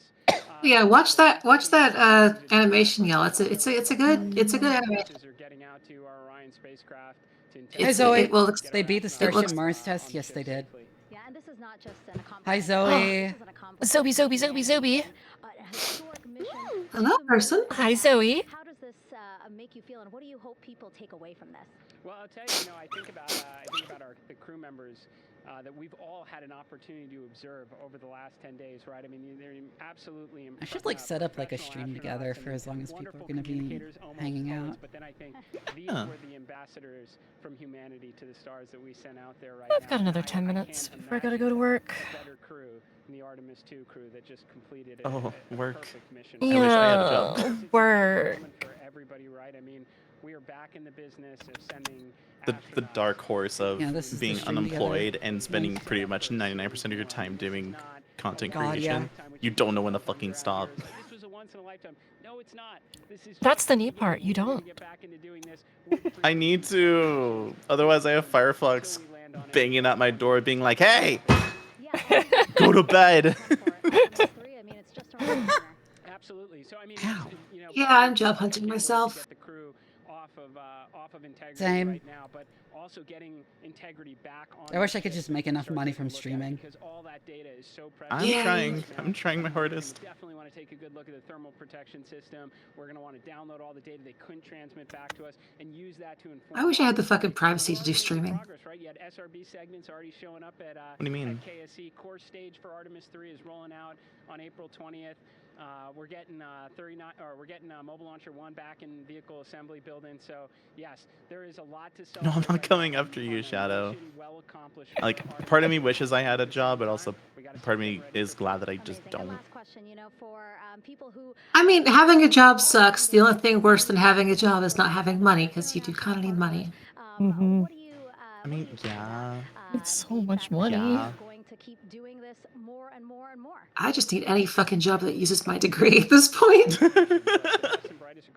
I sent you something, Jason. It's like I don't want to work at a Starbucks or something. I would like something that uses this biochemistry degree I worked hard for. I mean, I've seen the heights and the depths of me working as a 9 to 5 person. Working as a what, sorry? I've had, so like obviously I started working in like convenience stores and stuff, and then I worked my way up to working at Accenture for like I think 5 years. And then me being let go because I couldn't find another contract to work on. I love how all the remote jobs have like dried up and I'm fucking disabled. I know. Yeah. I literally literally the lowest I hit was I moved last March to Seattle. So that like the day after I signed the lease for the apartment, I got my 2 weeks notice. I got like a 2-week notice from my company. Oh my god. And I had a choice of like, do I move or like do I stay here or do I risk moving and hoping that I get a job? And I went with I said fuck it and moved out anyways. Tried my damnedest to find a job and ended up not finding it and having to move back. But in doing so, I got like way more confident in being a content creator, and I've just said fuck it. I'm going to commit to never ever getting another like 9-to-5 job ever, and I'm just gonna go all in on being a content creator and just hoping that it works out. Hi, Alchemist. I hope it works out for you. It's been going a lot better. I mean, obviously, That's I've joined VTC now, and I've been working with Firefox even before I joined VTC in the first place. And things are looking up a lot more. It's just a matter of time. Well, if there's any advice I can help with, feel free to poke me. Don't shoot! I'm with the science team! I personally don't know right now, but I'm always happy to like go through. Okay, that zoom in terrified me. I thought it fucking exploded. Oh no! It did kind of look like a low-budget explosion, SFX. Really gotta pick better transitions, guys. You gotta pick better transitions, guys. That was terrifying. Michael Bay asked moon landing. Chat, please clip that. Please clip that. Oh! What if we had this sick explosion as a stinger transition?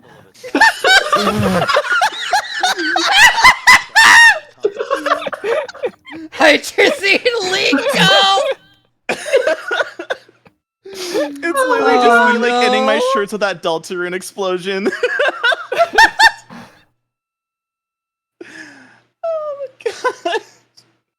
Oh my god. But to answer your question, I melted the astronauts. To answer your question, Yarny, I'm happy to talk with you about ways I can improve. I just don't really have anything in mind. We could literally do what Wainwright and I did and just do like a channel audit, just like go through some shit, and then you can like point out some things like you should like work on this or work on that. Yeah. That's like the best I can think of. From the hatch of Orion into that inflatable raft before they're hoisted aboard 2 Navy helicopters. I'm not gonna stop thinking about that zoom in. A variety of different configurations. Each crew member will be hoisted in sequential fashion, in alternating fashion. 2 crew members for each helicopter before they turn around to head back to the John P. Murphy. Oh fuck. Once on the deck of the ship, they'll be anyway, Soleil, do you play Darktide? Comprehensive medical exams. But Reed Wiseman has reported several times that the crew is in excellent shape. Because I was gonna play Darktide tonight.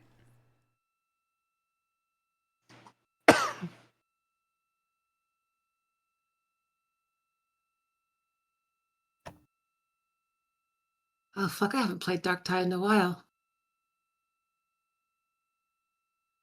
So just to recap, it has been some 26.5 minutes since the splashdown of Integrity in the Pacific. The vehicle is in excellent shape. It performed like a champ all the way down through the Earth's atmosphere. All of the vehicle functions were checked off in excellent Someday I'll have the privacy to stream and I'll make a model for myself. Splashdown occurring at 7:07 p.m. Central Time, 5:07 p.m. Pacific Time. But in the interim, I have this picture of myself. So, but I need to go finish rendering. Fuck, I forgot to do that. After a bit of a tussle to try to establish a communications link with the recovery. Oh, thank God, Alchemist did it. Thank you, Alchemist. To run through I was clipping it like shit. This doesn't look good at all. We've handed over mission authority to the I didn't get the full thing, but like the Alchemist did it. Thank you. In the Pacific, and the recovery team will be approaching the vehicle shortly to erect the inflatable raft called the front porch. I wish the default for the clip button wasn't just like 30 seconds. Yeah. If I could set it to like 5 60 minutes and then seconds. just cut it down later, I'd be so much happier. Should be 60 seconds. No, I need like 5 minutes. I mean, you could do that in OBS. Well, I mean, it's more for like just the just keeping it on Twitch, because I don't really use the replay buffer on OBS because I end up just grabbing the VOD as a whole, anyways. Plus, my setup is very complicated.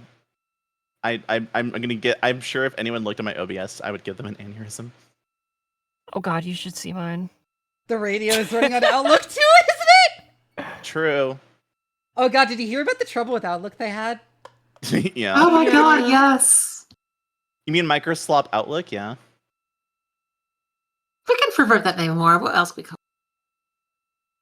Micro Dick Slop. I was gonna say Microsoft Outcock, but sure, that works too. Yeah. Oh my God. I ate too many tacos, Jesus Christ. I want tacos. I ordered tacos earlier, and they gave me like an extra taco, and they gave me like 2 extra tacos, and I didn't want to waste food. I just share. What the anything fuck? all day. Shit. I'll take them. Yeah, I was gonna say like share. What the fuck? Yeah, I'll No, take I some ate tacos. them. I ate like 5 tacos. There's this place near me that has like some of the best bean burritos. I used to order like fucking 3 of them. My stomach would feel like shit, but I'd be so happy because they just taste amazing. Whose taco did you eat? I hope mine. No, what? I'm sorry.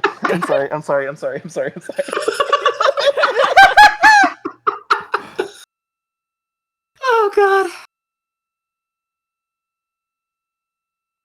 I didn't even think about that. That just came out. So did I. What? Stop!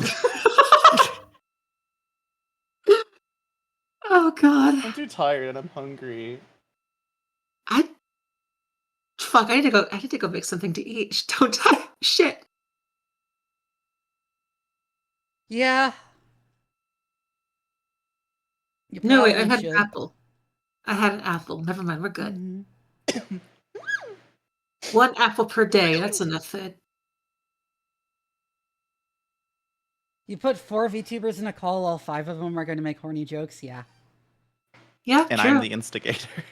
Wait, I'm not even a VTuber. So, well, yeah, hopefully someday. Well, you have plans to be. Prage. After talking to hey, they're picking up the astronauts. So we have a bit of a refinement on the splashdown time for you. Their computation shows a splashdown time. Join us. 7:07 and 27 seconds p.m. Central Time. Join us. Join us. Central Time. I promise not to accidentally go and fall asleep this time. Join us. It's okay. Join us. That would equate Join the dark side. Mission elapsed time of 9 days, Anyway. 1 hour, 32 minutes, and 15 seconds. Fucking big ass head. Okay. Yep, I got that big ass head for that big ass brain. But anyway. Once again, from flight. Make it It's a big, extra really small. expensive, so big you go. Boom. 7:07 and 27 seconds. It's on BB's. Oh, I accidentally put him on my tail.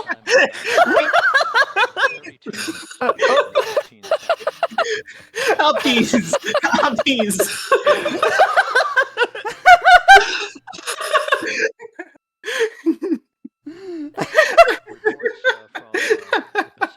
capture, true. That the recovery team in communications with the crew Oh my god. integrity. As excited as I am for Splashdown, I am going to miss my emotional support moon pictures. Oh no, I've been. Oh, okay. Do you want to know what my favorite photo has been by far?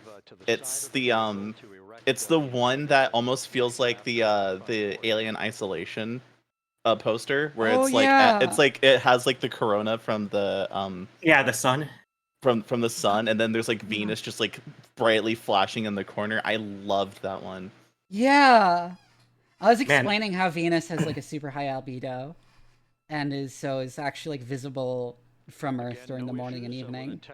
I also have a high libido. Super high libido. I also have a high libido. Actually, it's not when it's close to Earth. It's when it's like 90 degrees to Earth that it's most visible. The video I guess the actual goddess Venus would have a high libido too, so it works either way. I mean, I've heard people like Hank Green saying like this was like a lot of the photos that you see that are like very perfectly made is not just because we did this mission. It's that it was just very perfectly timed. Mm-hmm. Like the one where I don't know if it's like all 3 planets were aligned, but it's the one that had Mars in it. Was like a perfectly timed. Was just like we managed to launch this at the right time where Mars would have been in that picture. Yeah. What you're looking at is one of the. Well, anyways, I gotta run to work. Goodbye. See ya, Yarny. And I also have to just Bye. I needed to unwind Have a as good well. one.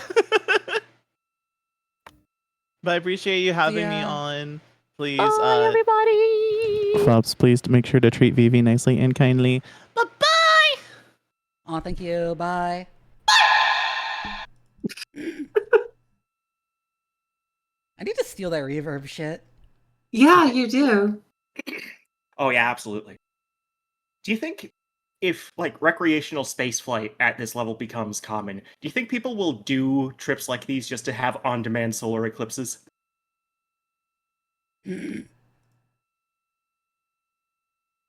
Just it'd be like a sightseeing thing.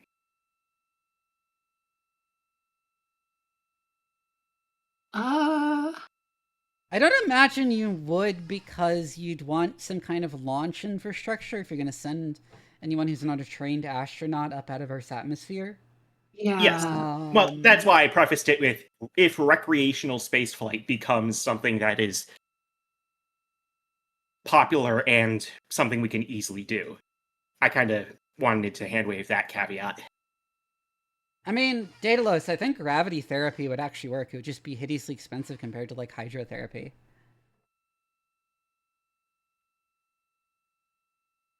We do love buoyancy.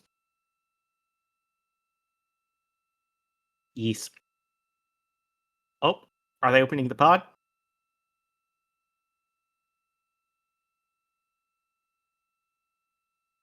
Smart pad on my Rodecaster Pro 2. Okay.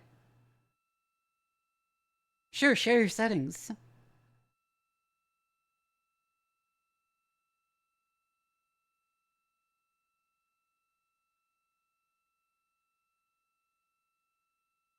I had an orthodontist appointment for the first time in like 15 years today.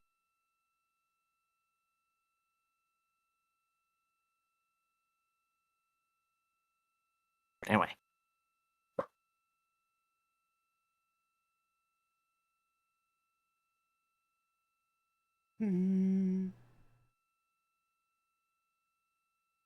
I don't, but, like, it's just worth noting.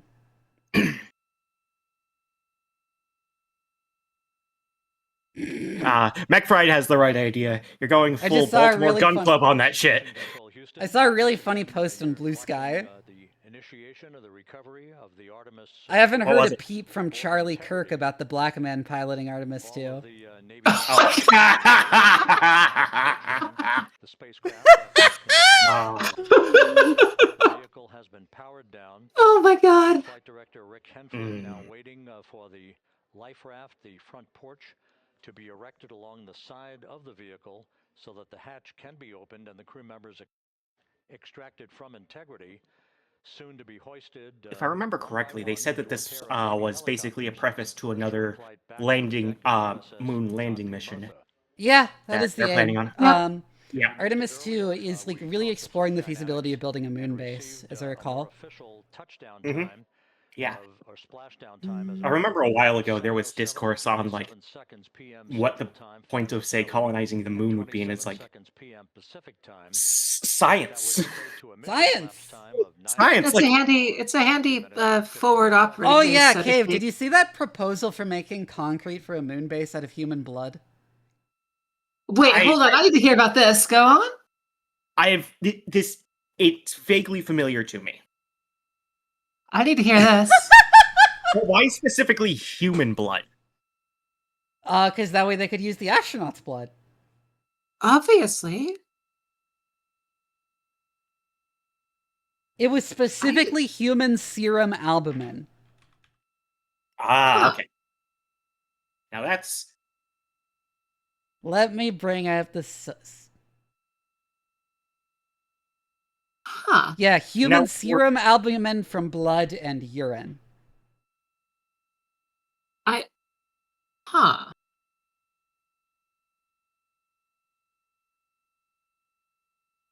I mean... Oh yeah, the article. Blood, sweat, and tears. Extraterrestrial... Bleh. Hold on. Blood, sweat, and tears. Extraterrestrial regolith biocomposites with in vivo binders. In vivo binders. In vivo binders. I can... Yeah, I'm posting it in the chat, and I'm going to bring it up on... I'm reading through this now. I found it. This is... The proverbial phrase, you can't get blood from a stone, is used to describe a task that is practically impossible. I can see the regardless of how much logic. force or effort is exerted. This phrase is well suited to humanity's first crewed mission to Mars, which will likely be the most difficult and technologically challenging human endeavor ever undertaken. The high cost and significant time delay with delivering payloads to the Martian surface means that exploitation of resources in situ, including inorganic rock and dust, regolith, water deposits, and atmospheric gases, will be an important part of any crewed mission to the Red Planet. Yet there is one significant but chronically overlooked source of natural resources that will, by definition, also be available on any crewed mission to Mars. The crew themselves. Oh my god! Okay, so in this work, we explore the use of human serum albumin, a common protein obtained from blood plasma, as a binder for simulated lunar and Martian regolith to produce so-called extraterrestrial regolith biocomposites. I In can essence, see the logic, HSA produced by astronauts in vivo could be extracted on a semi-continuous basis and combined with lunar or Martian regolith to get stone from blood, to rephrase the proverb. Why get stone from blood when we can already get stone from kidney? Employing a simple fabrication strategy, HSA-based ERBs were produced and displayed compressive strengths as high as 25 megapascals. It's actually... Huh. For comparison, standard concrete typically has a compressive strength ranging between 20 and 32 MPa. The incorporation of urea, which could be extracted from the urine, sweat, or tears of astronauts, could further increase the compressive strength by over 300% in some instances, with the best performing formulation having an average compressive strength of 39.7 megapascals. Recovery personnel now pulling up alongside of integrity. Okay, I may have forgotten if they told us how much they would need and how much of that they could extract from blood in a safe manner.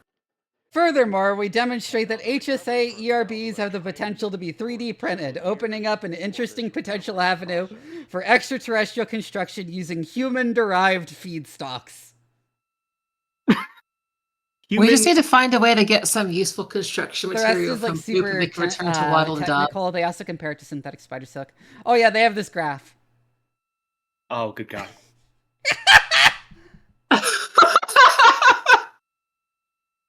Okay, we need to find a way if we can get something useful for construction from feces so that we can return to Waddle and Daub.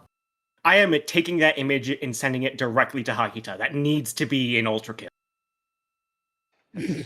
I don't know why this is killing me. The last one where it says, ERBs with a natural spider silk.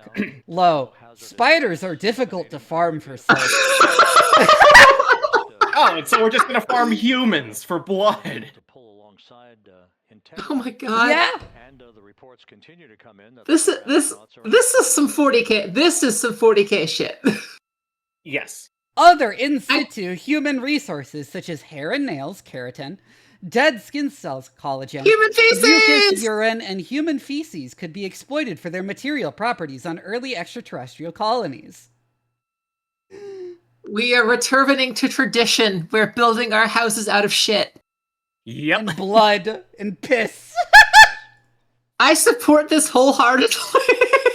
Pissing, shitting, crying, bleeding to death. All to support the moon mission.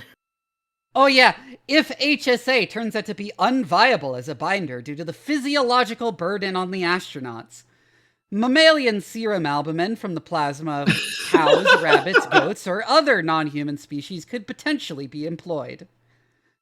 We demonstrate that bovine serum albumin has similar properties to human serum albumin as a regolith binder, suggesting that the serum albumin from other mammals would also suffice. Oh my god, this is. I love how they kind of. Yeah, continue. This is the most beautiful thing I've ever read. This is one of my favorite scientific papers. I tell people about it every time it's How relevant. did I not know about this? Yeah, I have heard of this before, but you're the first. This is the first. This has it time all. I've It's just an actually absolutely seen it. ridiculous premise, a really dry humor, and results that actually meet with the hype. Because this is good concrete. They made good concrete from human blood and Martian regolith simulant. Okay. This is amazing. I love how their conclusion wasn't that, we can probably also use other mammalian, what was it called?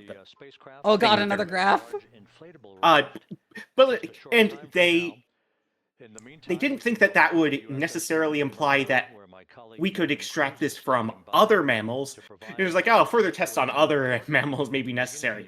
First and foremost, we gotta consider making this out of specifically human blood. Hey Rob, yes I can hear you. Thank you. Yeah, we're back here on the bow.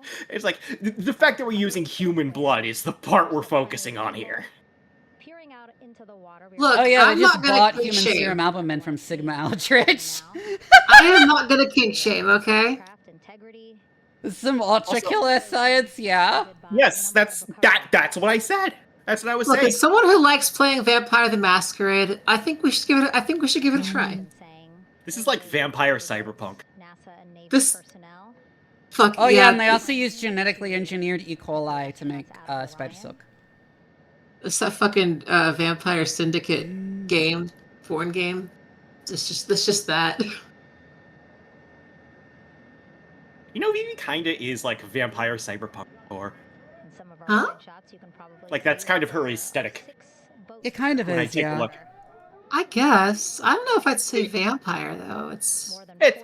It's more connecting the random thought I had about vampire Oh, cyberpunk. oh yeah. That does kind of fit Following Vivi. the earlier work where we investigated the adhesion properties of BSA and recombinant spider silk on glass and other transparent substrates, it was hypothesized that bovine serum albumin could act as a binder for silicate-rich particulate materials such as sand or extraterrestrial regolith. A literature search revealed that extensive background work had already been undertaken by Loftus et al., who have evaluated the material properties of BSA-based ERBs, also termed biopolymer-bound soil composites, in depth. In production of bovine the production of bovine serum albumin in situ on a space mission would likely be problematic. Either a cow would have to be transported along with the crew, and their blood plasma periodically harvested, or the BSA could be produced recombinantly, i.e. synthetically, through a bioreactor. If the latter option were to be employed, it would be more sensible to produce a protein with superior mechanical properties or otherwise greater utility than bovine serum albumin, such as synthetic spider silk, squid ring teeth proteins, muscle adhesive proteins, or barnacle cement. However, human-derived HSA has significant homology with bovine-derived BSA, and since humans would already be present on any crewed spaceflight, there would be no need to take additional animals such as cows onto the mission if the blood plasma extraction method was to be employed. Therefore, we set out to investigate the material properties of human serum albumin-based ERBs. This is fantastic. Yeah, the cow is the problematic part. The cow, yeah! I love the idea of, like, transporting a cow to Mars to make concrete out of its blood.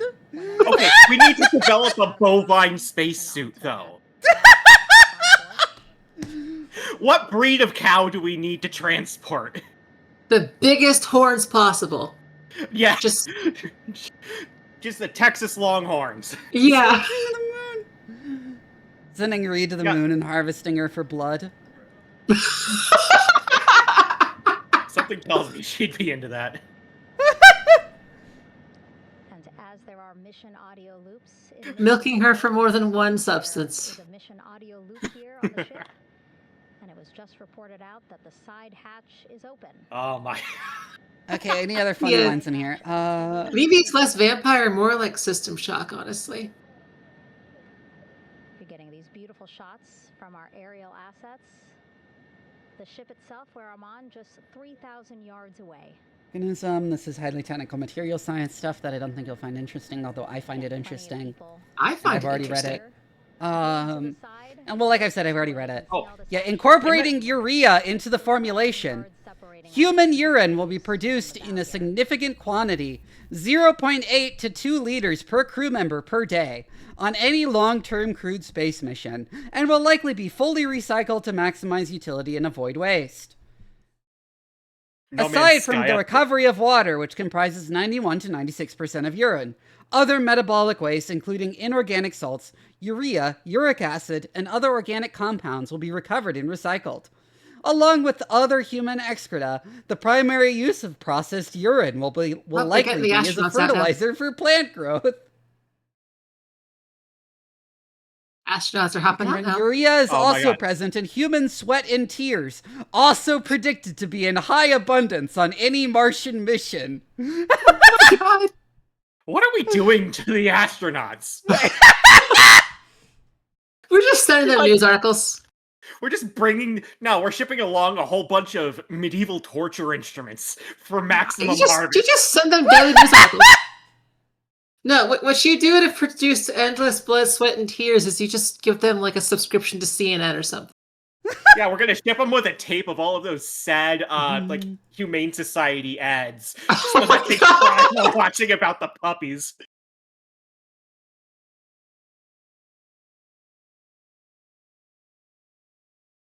No Man's Sky update where you can harvest your own blood win. Also, they're just Taco Bell.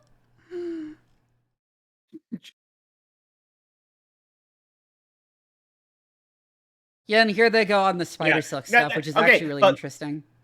The beef in the tacos can be used to harvest the cow. By the way, if you want to know why they're talking about all this stuff and not using normal concrete, it is because normal concrete does not actually work on the moon or Mars. Believe it or not. Normal concrete's binding mechanism is dependent upon water, which would be pulled out of the concrete, and it would crumble.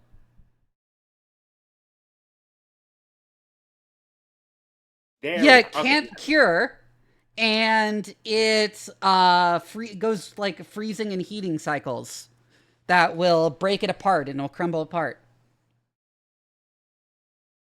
The material science here is actually really interesting. Yeah. Yeah, but I don't think this'll have to read get this past later the tonight. ethics board. Vehicle that will enable Look, we'll just train a few flat earthers. Just use them. Before they're hoisted into two hovering Navy helicopters. Oh god. 2 crew members for each helicopter for a short flight back to the deck. Look, I mean, the concern is about hurting people, so If you just send flat earthers, you don't need to worry. Systems operated flawlessly throughout the course of the approach to the Earth. That's hilarious, actually, bringing a flat earther to Mars just to harvest their blood to make concrete. I can finally contribute to society. A mission that spanned more than 94,000 miles from the vehicle's launch from the Kennedy Space Center. I don't think they mentioned that there. Maybe deep in the technical sections, which you don't really want to look through. Engineer a flat earther so that they just replace their entire gut microbiome with engineered E. coli to produce extra serum albumin. Like, I do think that it would be probably a lot more ethical and easy to be able to just, I don't know, manufacture it artificially. I mean, yeah, they did end up suggesting just using bioengineered E. coli. Yeah, that's the actual answer. Is just add some DNA, some E. coli. E. coli is our little bitch. We can make it do whatever we want. But I'm more fans of the sulfur-based concrete proposals. But I love that their first thing... Look, unless those are deriving the sulfur from like human farts or something, it's just not as fun. I love that they did wind up suggesting at the end that it'll probably be artificially manufactured. But I love how they lead with just they knew what they were doing. Not themselves. You gotta write a good headline. They knew what they were doing. Yeah. I support it. This is how you get lay people to read science. As we mentioned at the God, there really does need to be like just some job where you just like get someone who actually understands science, but is like fun to listen to, and you just have them talk about scientific discoveries. Science communicators. Yeah, I know, but but usually they don't employ people who actually understand science. They just employ people who are entertaining because they don't care whether what they're saying is true or not. Exactly. You get there was this one guy in one of my when I was finishing my degree. There was one guy we had in our classes who he can have completely unrelated to anything. Epic is working on a Disney extraction shooter. What? I'm sorry. Trajectory enabled flight controllers here to have a full 24 hours to Epic Games is working on a Disney extraction shooter. What the fuck? They would commit to flying to the moon. Snow glows white on my AK tonight. Not an enemy to be seen. Yeah, it will be a shooting game along the lines of Embark Studios' hit Ark Raiders, but with Disney characters battling enemies until they can reach an extraction point.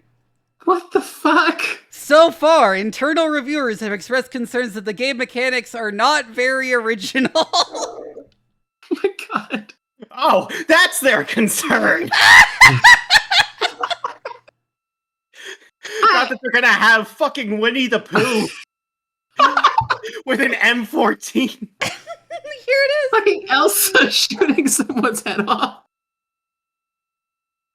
Oh my god. Like, oh my god, Cinderella just blew. Oh my god. Blew gunning down Donald Duck for a common lip.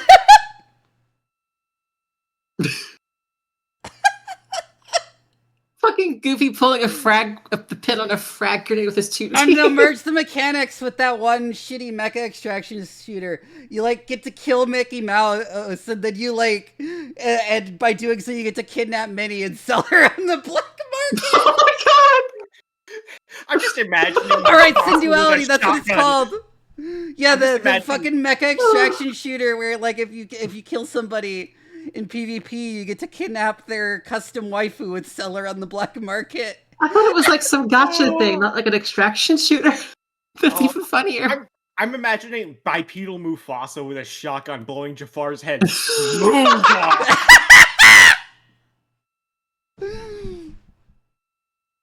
You're executing it down, Bill!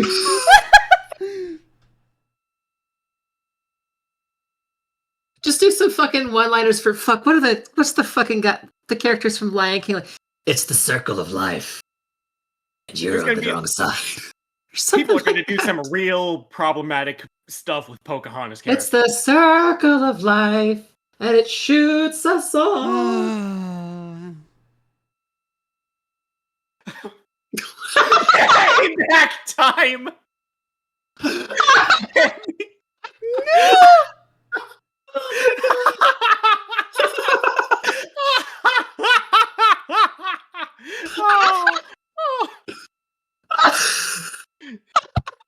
Tinkerbell shoving. Oh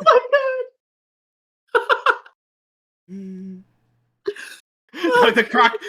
The crocodile has a gun. That's what Captain Hook fears. Oh god. Your fairy dust is gunpowder.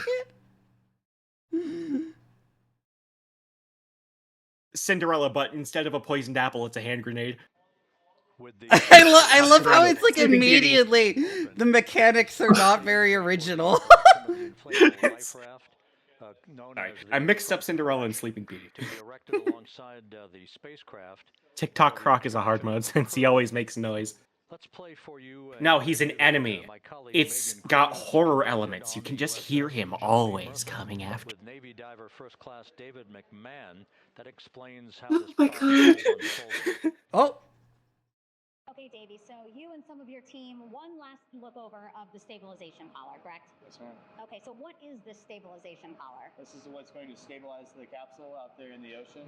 What's the over-under on Frollo specializing in fire weapons? So this will help prevent any unnecessary occurrences from happening, stabilizing the capsule and the astronauts inside. So basically this is a float that'll go around Orion. I'm assuming that what they're doing right now, these are the lines that will attach the collar onto Orion. Yes, I did. That is correct. That is absolutely correct, the Broken King. That will secure the inflation device before we inflate it.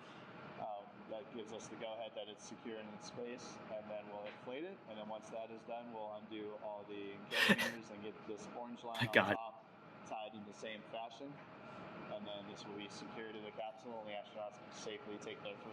Add on cast to bait the R-34 artists. Oh my god. We should definitely be able to handle this in under 10 minutes.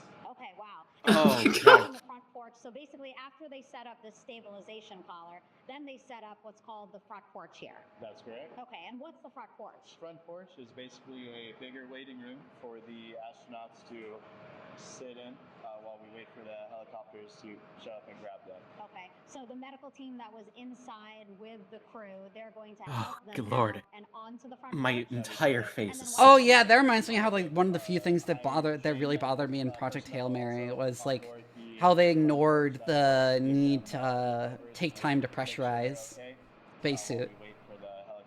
Because he keeps like putting on the spacesuit and taking it off in like the heat of the moment.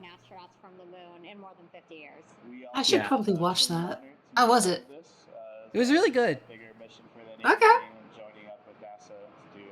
They leave out some like really important stuff that leaves like things that appear to be like really confusing when you think about them without the explanation.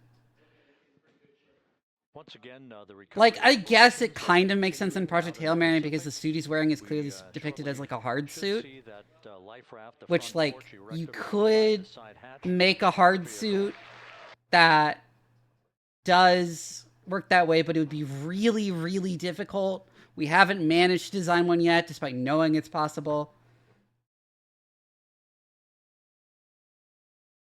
A number of flight controllers have come into the flight control room to receive congratulations from entry flight director Rick Henfling, but we're going to stick with our operations. There's also a really funny scene that's clearly intentional fuck up where he uses a centrifuge unbalanced.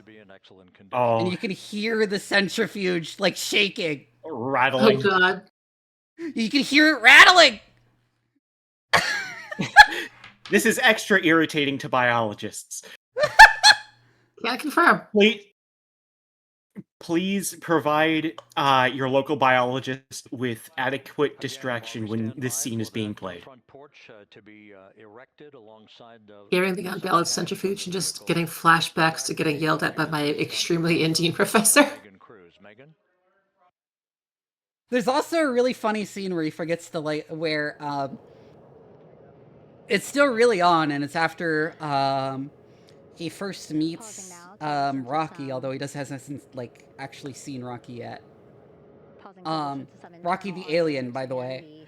Operations team here on the ship. And Rocky sends him like a capsule as like a message. It seems like currents. And he like forgets the part about like not smelling chemicals, because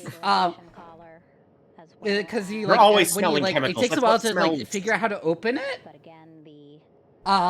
It turns out he just didn't realize that they use the opposite way for like screws. Yeah. And when he realizes that, he just opens it immediately and then gets a face full of hot ammonia, and he's like, "Oh no!" and runs to the castle. It's a small centrifuge, but yeah, you can hear it rattling. That's amazing. It's clearly supposed to be an in-character fuck-up. 4 divers, Navy divers, all with medical training, each assigned to an astronaut. Meanwhile, I'm just over here playing with my lenses. Making sure that Okay, they're Vivi, I have a question. feeling good. Why do you have Auntie as one of your tags? What? Because I Why do you have Auntie as one of your tags? I do give Auntie vibes. A little bit of discomfort. Again, these astronauts just traveled like- back to Earth at 25,000 miles an hour. It's an interesting little subgenre of mommy vibes that you're apparently going for here. If you think you get carsick. Yeah. I figured vibe. I'd like try switching around my tags a little bit. Auntie vibes. Like, for me, Auntie vibes is, That's funny, but also infuriating. Auntie vibes is having my aunt explain to me her new Himalayan salt lamp that releases negative ions. Yeah, or like... Oh god. Yeah, the Because centrifuge the light- scene is really funny too, because it's clearly a gag for like people who know how to use a centrifuge, like biologists and that. Where it's like, it shows very clearly him putting in 2 sample tubes on the same side of the centrifuge. Oh no! And then turning it on and turning to Rocky, because they're working together at this point, and they do thumbs up at each other. Because neither of them know how to use a centrifuge. I reiterate, this scene is highly distressing to your local biologist. You can hear it rattling. That's amazing. I mean, I'm a biochemist, not a biologist, but I mean... What's really funny is the main character is a biologist. You just forgot. Oh, fuck. Really? How do you... That's muscle memory, though. I mean, he's been a high school science teacher for like a decade by the time. Okay, fair enough, never mind. And That makes he only sense. gets pulled in to like this because of like basically luck. That makes more sense, okay. Yeah, and he's not Walter White He kind is of a high failed school teacher. astrobiologist who gets the chance to save humanity. Even if they're fighting some currents out there on... Okay, that's actually pretty interesting. I'll have to look into it. Oh, now I want to watch this movie. That actually sounds interesting, and now I guess I'll have to go look into it at some point. Again, the goal, setting up the stabilization collar, And also make contact with an alien who is trying to solve the same problem he is, and they have to work together. in the front porch. Is the alien fuckable? No. Oh. He's like a starfish. Everything is if you're dedicated enough. Oh. He's like a starfish like made an out of rock who breathes an atmosphere of like hot ammonia. Ooh. They went for something interesting. Okay. And he sees with echolocation. So again, Hilo 1 and Hilo 2. Which takes our protagonist Grace a surprisingly long time to realize, given he has seen the inside of Rocky's ship and noticed it was in pitch darkness. Okay. Hold on, I spaced out there for a second. What, how does the pitch darkness relate to breathing hot ammonia or something else? The echolocation. Oh, the echolocation, yes. Because when he first tries to like find something they can like talk about with like math and like by showing Rocky a clock, Rocky doesn't get it. And it like takes him like a minute or two to like put two and two together of, oh, Rocky's ship is in complete darkness. He doesn't have eyes. That's actually interesting. Okay. I do wonder how you like. How would you have like readouts on? I guess you. Audio cues. Yeah, or just like. Or maybe you combine different. You basically categorize different. Oh, we actually see. We do see in the movie how the devices on Rocky's ship displayed, and it's by texture changes. That's what I was thinking. Yeah, some kind of texture change. Mm-hmm. Oh, it's basically just braille, but you hear it, isn't it? Yeah, that's what I would. Yeah. My Braille, first thought was actually like. The sensory... He has readouts that are like those like vibrating sand displays. Oh, interesting. Oh no! Hold on. No, a species that uses echolocation will probably just use like various frequencies to. Yeah, they also work that way by like just sound. You see at one point the inside of Rocky's ship, and there's like a CIC room where all the readouts are like strings that are thrumming. Have a good night, McFreed. It's really cool, actually. That's actually really cool. Okay, I'll have to.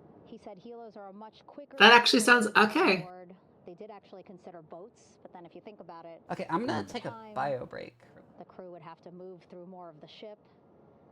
This way, the helos will give a more direct, quicker route to the medical bay. I've always wanted to go to space, but I could never be an astronaut because sitting in a pod like that and not being able to move around would drive me literally insane for this long. Yeah, it would kind of suck. It's like, no, I must stim. I will stim by prematurely exiting the pod. The recovery ship here. Yeah, or something like.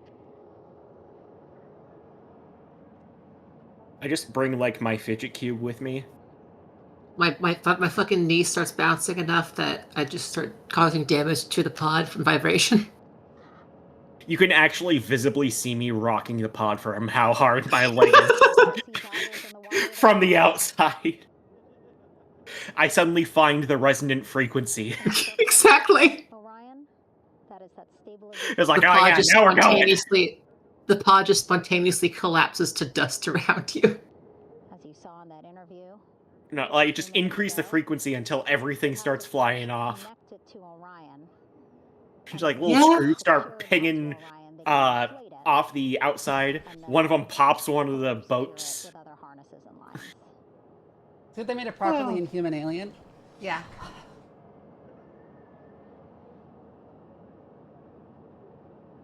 The interesting thing is, like, the idea of a completely blind animal is kind of interesting. You know what one of the most fun things about Rocky's species is? And this is plot relevant?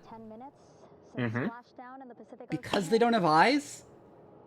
They didn't have a science of astronomy until they had, like, electronic systems? And, like, stars? And because of that, despite having extremely advanced engineering and material science, like much more so than humans, which is immediately noticeable from like the get-go because Rocky's ship is like 20 times the size of Grace's. Yeah. They don't know about relativity. Yeah. Oh, that's what I was about to say. It was like, it's awesome. Like, we are born on a planet lucky enough to be able to use a solar eclipse to prove relativity just because, I don't know, a miracle. But also, we are even sighted. Like, we this is an annoying thing because this is mentioned in the movie, but they don't go into it because Rocky, it's like mentioned that Rocky has like a bunch of extra fuel. This is a plot point. They don't explain that this is because his species doesn't know about relativity. So they didn't account for length contraction and time dilation. Oh, I love that, actually. Because they've straight up never done space travel before. They just brute forced it with their incredible material science. I love that, actually. That's amazing. And inflate that as well. Yeah, they just like, well, okay, we know there are some rocks out there somewhere. Go get it, Hoss. Yeah, they did the math with classical mechanics.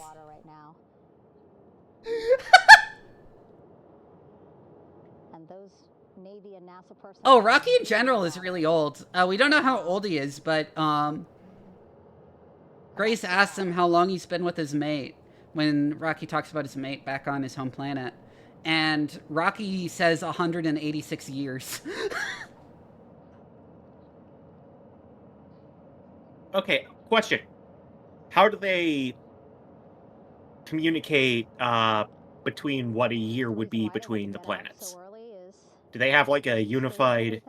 Oh, they like, spend literally the whole first start of it when they're communicating. It's time and math. Yeah, and so I imagine they'd probably use things like They do like a montage of them working through like math. Like kind of incompetently because neither of them are like expected to have to do this.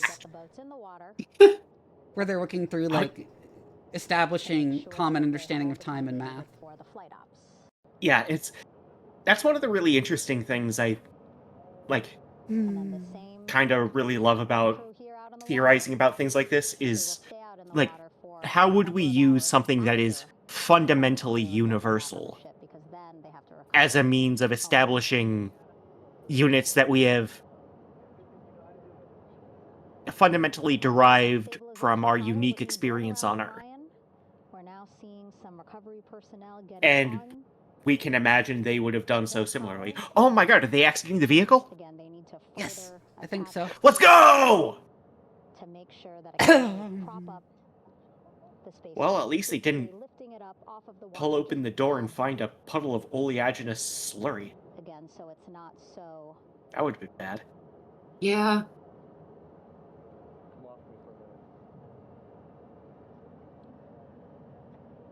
But oh my god!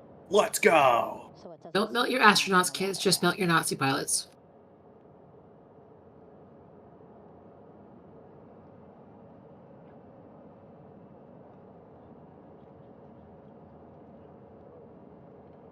Rocky is also just a generally really funny character, partially because of Iridians having like no norms about like personal space or privacy. In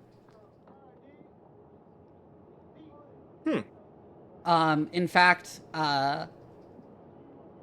they sleep in like piles. This is like actually kind of an important point that Rocky gets really bothered about the idea of Grace sleeping alone in his ship because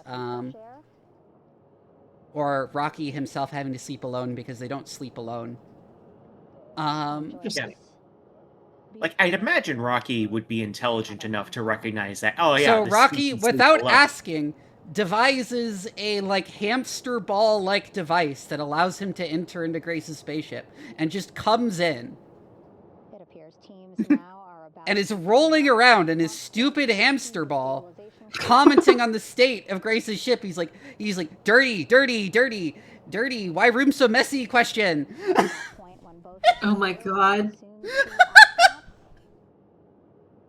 Rocky's weighted blanket would fix me.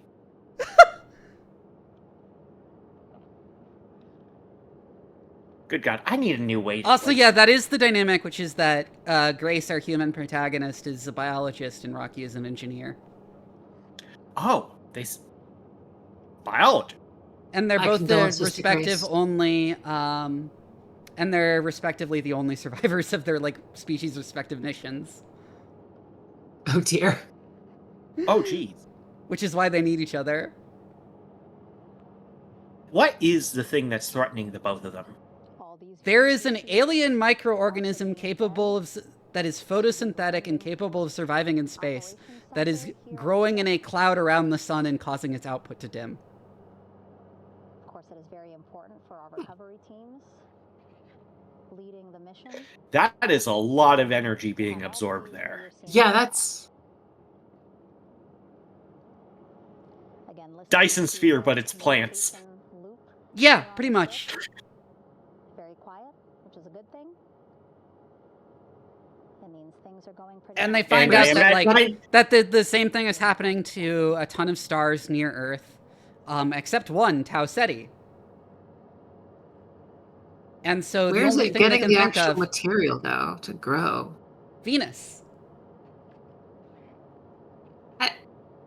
It has a photon Venus- drive. I don't think there's enough. The bacteria has a bacteria, whatever the fuck it is, has a photon. What? Yes. They explain it in more detail in the books, but it is using some unknown physical mechanism to convert between light energy and neutrinos, and some unknown mechanism of retaining neutrinos in its mass. What the fuck? Yes. God damn. Okay. They also end This up using it makes as me fuel unhappy. because of this absurd energy density. Okay, so I guess we need to look into the book. Which is what lets them send a near-light mission to Tau Ceti for the plot of the movie/book in the first place. It looks like they are now getting ready to... I'm just imagining, like, okay, how close are they to the surface of the sun, and is there enough literal physical material? They are inside Mercury's orbit, but they're not like on the surface. Yeah, that was my thought. Like, I don't think there's enough physical material in Venus to actually meaningfully dim the sun's light output. Not just that, useful physical material. Yeah, like there's not enough of the elements you would need to create something. Like, I mean, something Venus's like- atmosphere is full of CO2. there's a lot of stuff in Venus's atmosphere. Yeah, but yeah. I'd still be skeptical that could actually meaningfully dim the sun's light. Like, well, I mean, if you it's had it dimming it by focused- 1%, which is enough to cause mass extinctions. Oh, okay. Maybe, true. Maybe, True. yeah. Okay, I can see that working. Okay, Because that's but then, enough to drop Earth's temperature by 15 to 20 degrees.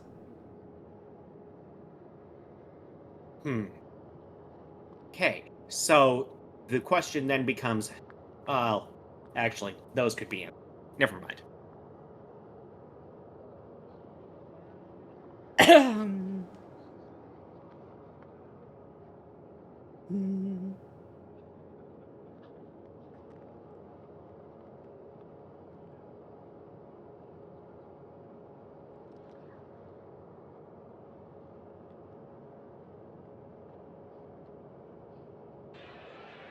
They also don't quite explain the astrophage's mechanism of, like, storing light as neutrinos in the movie.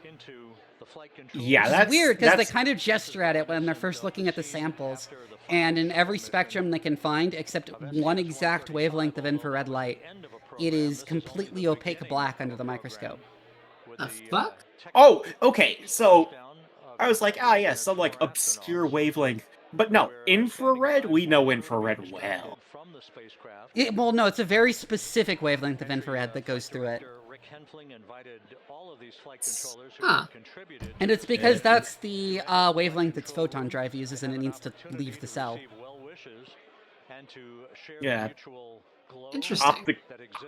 Optical physicist here. Unless we're dealing with, like, several significant digits into the wavelength, where we would be able to identify that. Oh, they figured it out pretty quickly. Okay, cool. At least it was the wavelength that we figured out. I can understand not understanding how they get to the photon to neutrino thing, because neutrinos are weird, and that whole shit is fucked. And that's definitely an area where some unexplored element of physics could be explaining this, at least at present. But yeah,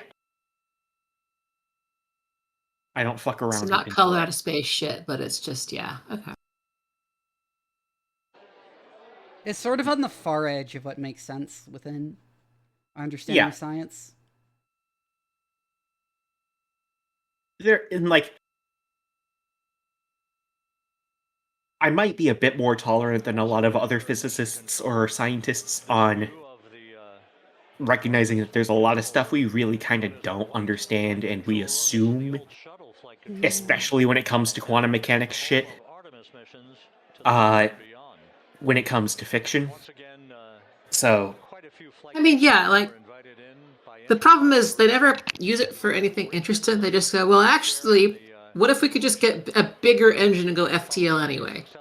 Because we don't understand things, obviously. That's what they usually use it for. Also, the thing about the astrophage is the way they first notice it before they notice it's like reproducing enough to dim the sun's output by like up to 1% over like decades. Is that they notice that in the very specific wavelength of light it uses for its photon drive, there is apparently a line between Venus and the sun that is visible. Huh. That's not how that works. That does confuse me a bit, but okay. Well, the light is getting scattered. Wait, actually, scattered by what? It's empty space. I guess like the sun's light interacting. I think it's just that it's not super efficient at directing all the light in one direction, if I recall. Yeah. And also, no, I'm actually going to come back on the fact that, no, I actually don't think there is enough material on Venus to dim the sun by 1% year-round. We're talking about developing a sphere around the sun. There'd need to be some geometry done here to see if there is literally. I guess you could go with the Tyranid I could look and see if someone answer. has done the math on this. You could do the Tyranid answer of just like it's consumed the many other planets beforehand, and now it's consuming Venus or something, I guess. Well, then it would need to bring enough mass to do so. Yeah, exactly. Which would it's implied it's been spreading across the stars more or less by accident? Huh. Well, it would still need to come like it's an invasive species. Yes, but it would still need to come in a large enough mass to provide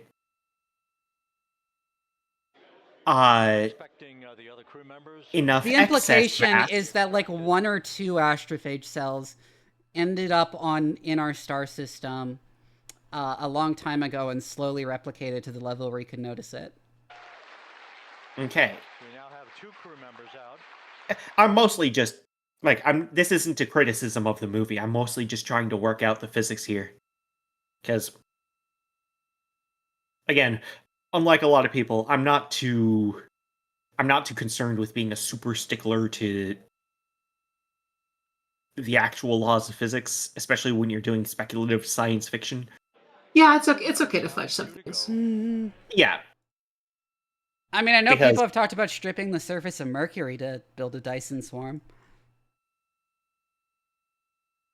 Why? But why? For energy. How much energy do we fucking need? I know. Typically, it's proposed to make antimatter for interstellar missions.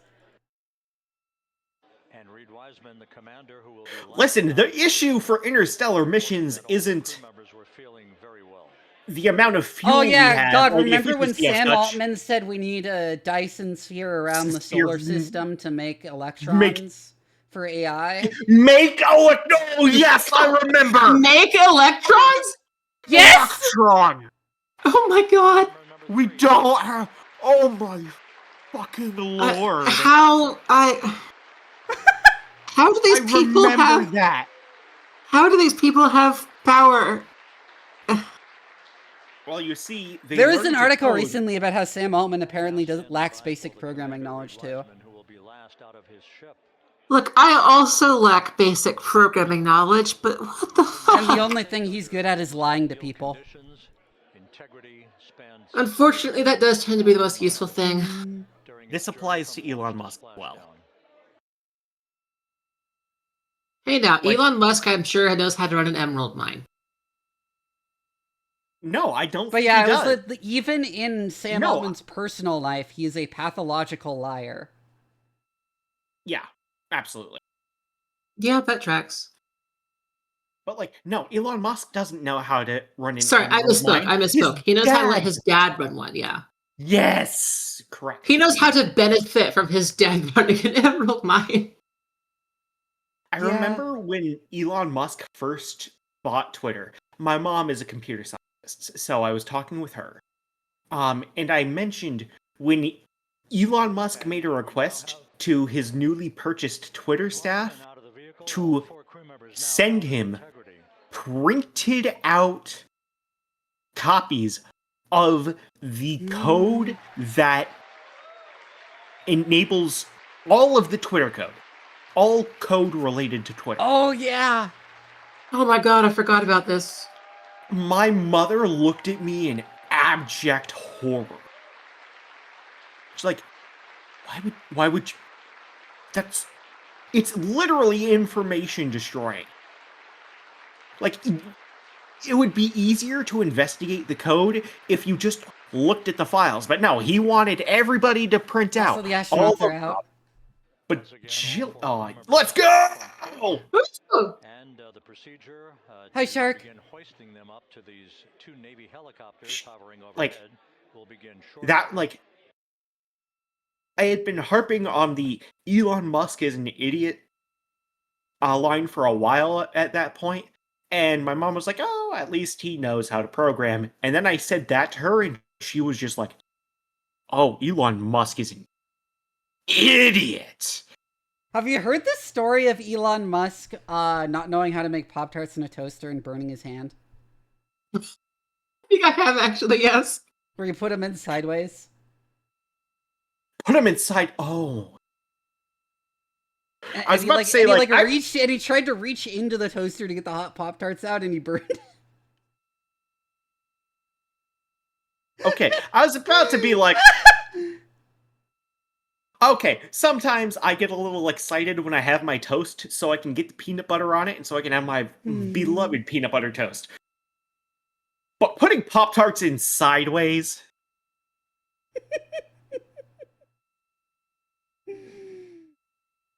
like, the entire design of the package orients itself to let you know that this is a thing that goes up to down.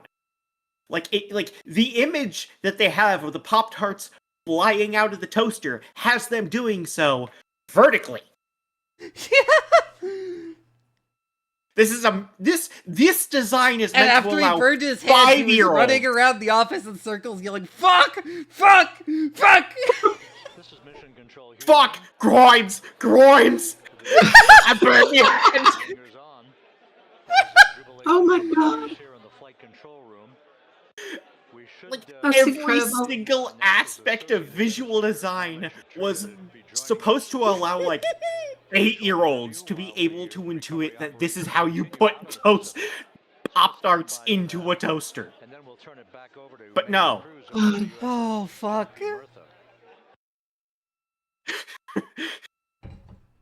Oh, I love busting out the Grimes line. Oh, it's so good. God, I hate I hate everything.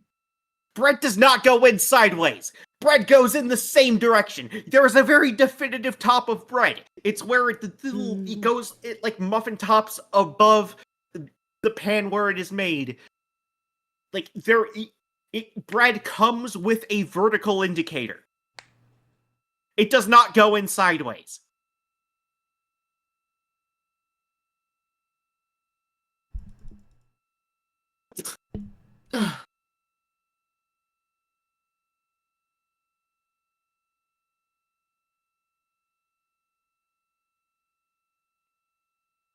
Okay, I'm using vertically as to mean the point that goes up is pointing up.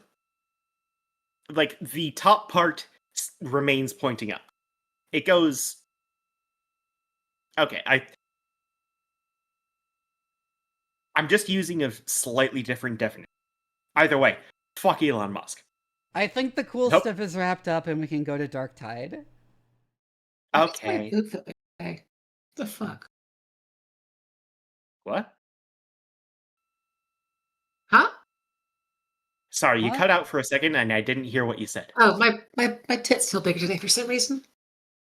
Your what's? Okay. I was just noticing it. Oh, okay. She notices things, chat. Oh, man.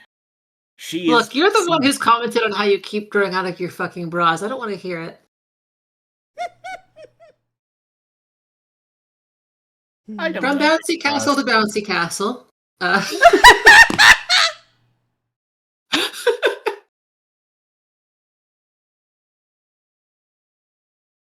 I love bouncy castles.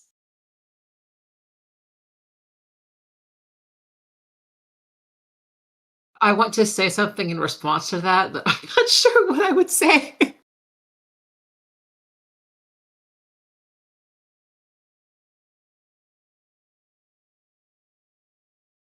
They're cute and fun.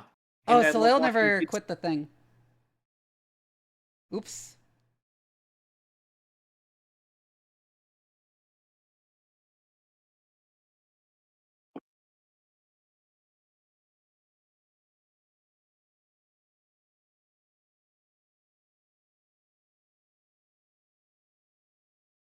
Oh my god.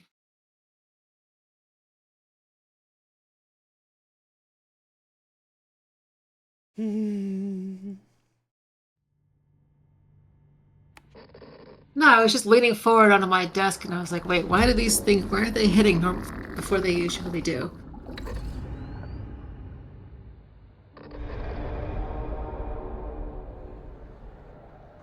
Congratulations, I guess.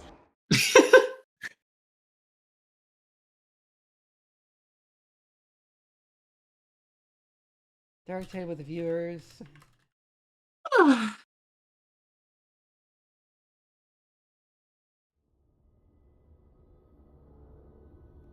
I like how the moment we actually stop watching the thing, I start yawning. What the fuck? 41st millennium. For 10,000 years, the Imperium has dominated the galaxy. Wow, you're as tired as your avatar looks. Does it look tired? Yeah, it does look a little tired. It's just a Really? little, like, well, at least the PFP that I'm seeing. Yeah, I didn't. Does it look? Huh. Vivi, looks does a it look tired? Vivi, not as tired as you do. You're a little hunched No, I was forward. asking Vivi, your her eyes are a opinion. little drooped. Oh, okay. No, like I don't know if I see it, but huh. Vivi, your opinion? Sorry, what? Oh, I was commenting on how Vixen's PFP looks a little tired. Oh yeah, it does kinda. I actually don't see it, huh? Oh no, I went on the ride for a little bit again. Tailtrifuge. Okay, once again, anyone can join if they want. Yeah, I just say it like Darktide night. it looks a little like you're leaning forward. You kind of got your eyes a little like not necessarily drooped, but kind of more closed than someone who's fully awake would be. Maybe You're kind it's of just got that the neutral PFP expression. itself, then. Huh. Yeah, I'm talking about the PFP. I don't. Yeah, I'm not I don't think looking it at has the model. same look with the full picture, but I need to go finish rendering it. Yeah, and I was referring to the PFP specifically. Yeah, I get you. Because that's all I can see. I still don't know what's causing my allergies to act up. Because the allergen levels aren't that high, so it's probably something in the house, but I don't know what it is. Perfidious spring. Mold has jumped up. Perfidious spring. That wasn't like on the site before, but yeah, mold is apparently getting higher. Ah, that makes sense. Hi, DJ. I just believe that the spirit of spring wants us to drown in our own sinuses. I've only got one allergy, and it is to llamas. To llamas? Yes! Funny enough. Of all the things. Okay. Anyways, who wants to join me for Darktide?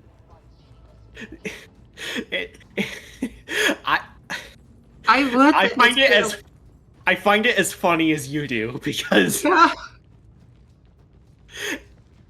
and okay, I need you to guess how I found out.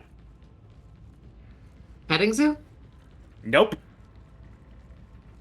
No, it's alpaca wool that people make. I don't know, trip to Peru or something? Nope. The way I found out is my local Renaissance fair had, like, that my family would go to every year, had a little, like, kiddie fencing. They'd put you in all the protective gear, like,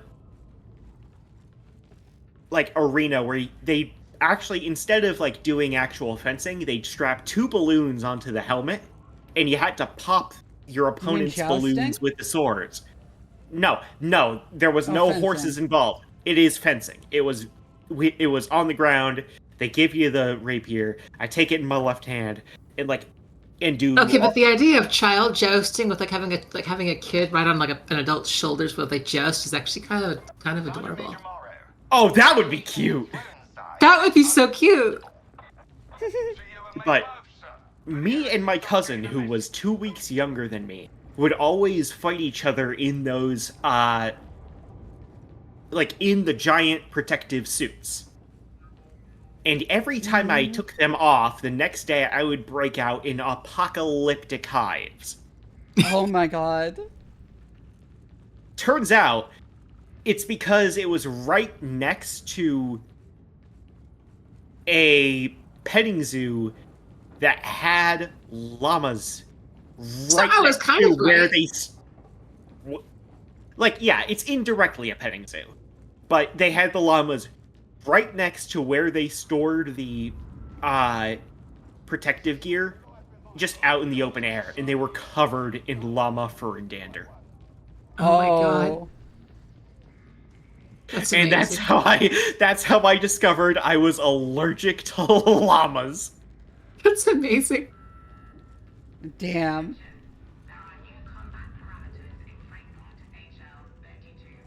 Yeah, I would hop in Darktide, but it's been a while since I played it last. I might end up just slowing you down anyway. So.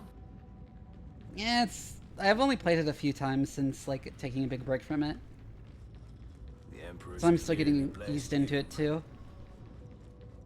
Oh, maybe then. Excuse me, I could use your assistance. Put the allergy suit on.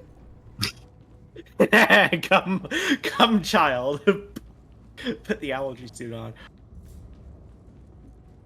I remember the allergy suit. Oh yeah, a reminder once again. # friend code, paste it in chat. Anyone is allowed to add me.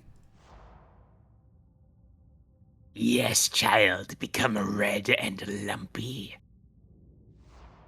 In service of the allergy equivalent of Nurgle.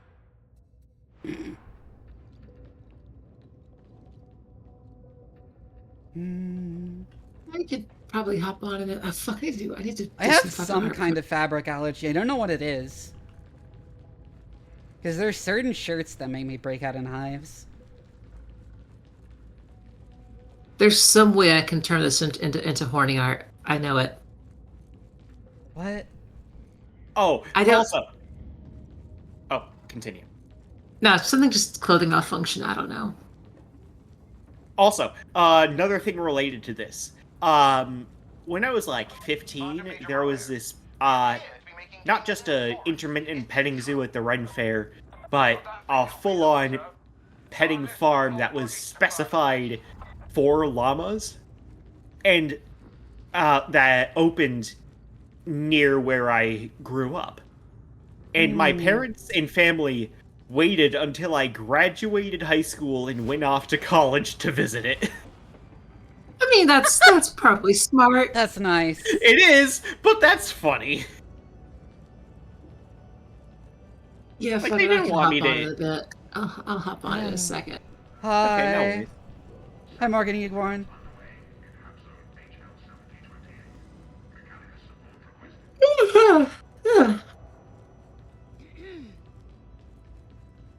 Damn, she's even more tight. Profile. Why am I so... I don't know why I yawn so much when I'm on voice calls. I'm tired as fuck too, and I think it's my allergies that are making me feel that way. My body's like, you're sick, go to sleep, and I'm like, no, I'm not. Maybe that's why I It's felt just like shit allergies. all day. Because I have kind of been drowning in my own secretions all day, so that could be it. Typhoon in T-minus 12 hours, what? Don't ask her what kind of secretions. Don't ask her what kind of secretions. Don't ask her what kind of secretions. Did you know your eyes use this, your like tear glands use the same mechanism as like your nipples do to dispense milk? I can imagine they're similar. I mean, yeah, it's just all So if you modified think sweat about glands, it, basically. crying is really just your eyes lactating.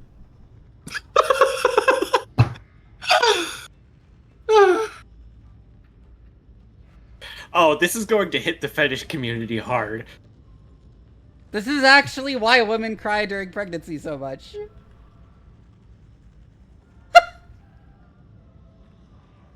And why women generally cry easier than men. It's physiological rather than emotional. I was about to say, like, I don't know. I think being pregnant would give me a lot more reasons to cry. I mean, when I was fresh on HRT, I got really emotional over a lot of silly things. So I cried so much until I got my current antidepressant, which causes chronic dry eye. Oh no. I'm actually not on any antidepressants right now. The funniest shit would be if the chronic dry eye is why they call it an antidepressant, because you just stop crying. Oh my god.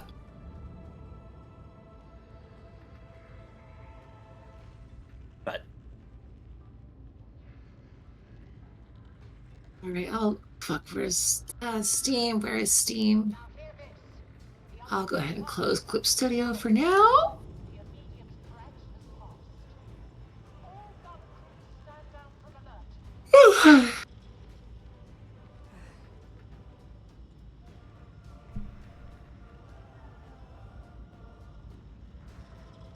Poor Whammer, Darktide. Yeah.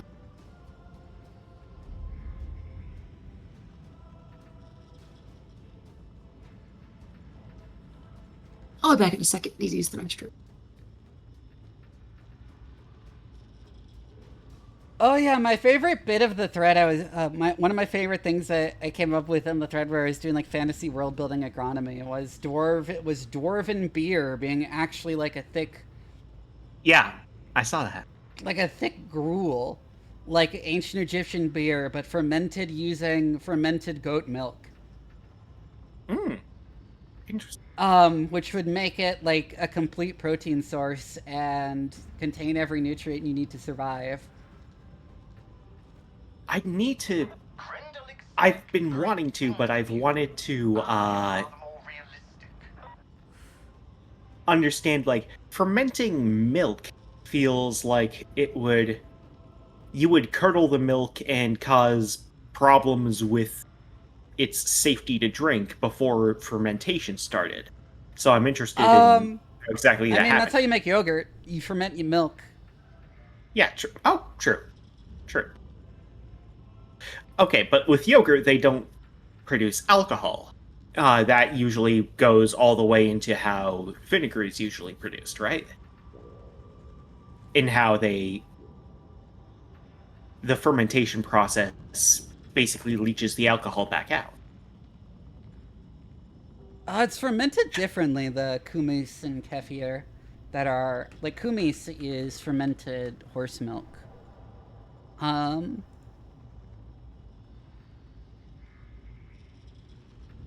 And it's slightly alcoholic. Well, a lot of things are slightly alcoholic. It's also, like, a natural byproduct of fermentation of any kind. If I remember. I'm wading into biology, even if it's pretty basic, so I might not get everything correct. Oh. But I remember I'm the oldest in my family, so I remember my mother being pregnant with my siblings, and she would fight anyone. Like, she is 5'4", like average build, and I remember Yeah, when she yogurt was does pregnant- actually have alcohol in it. It's just not enough to have an effect. Yeah. I looked it up. Funny enough, there are varieties of bread that have a high enough alcohol content Hi, XI, welcome in. to be banned as a result of prohibition, because prohibition forbade anything with a 1% or higher alcohol by volume content. So it literally banned many, many varieties of bread.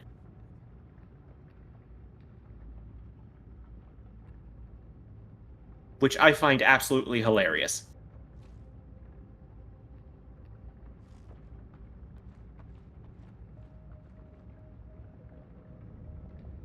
Where is Vivi?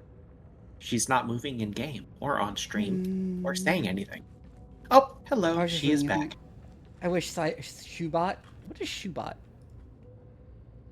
Shoebot wasn't so expensive. Oh, fermented camel milk. Wait, okay. Oh, camel. I thought you said candle, and I was really confused for a second. Because, like, no, that's still wax, buddy.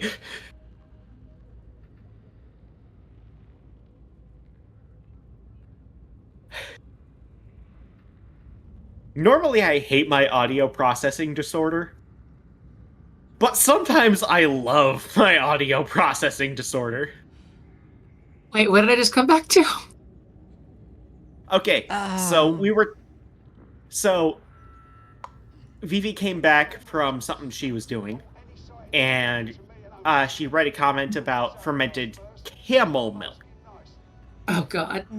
I have audio processing problems, and I thought she said fermented candle milk. And I'm thinking, damn, those are strips of wax.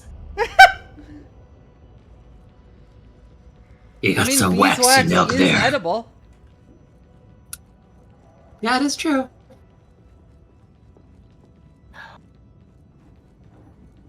I learned to hate the whole... Okay, this is completely a massive tangent because I have like 3 different thoughts that led me here. I hated the whole, like, do not buy a food if it has an ingredient longer than you can pronounce mood that existed while I was a child, and I hate it even more now. Yeah, same.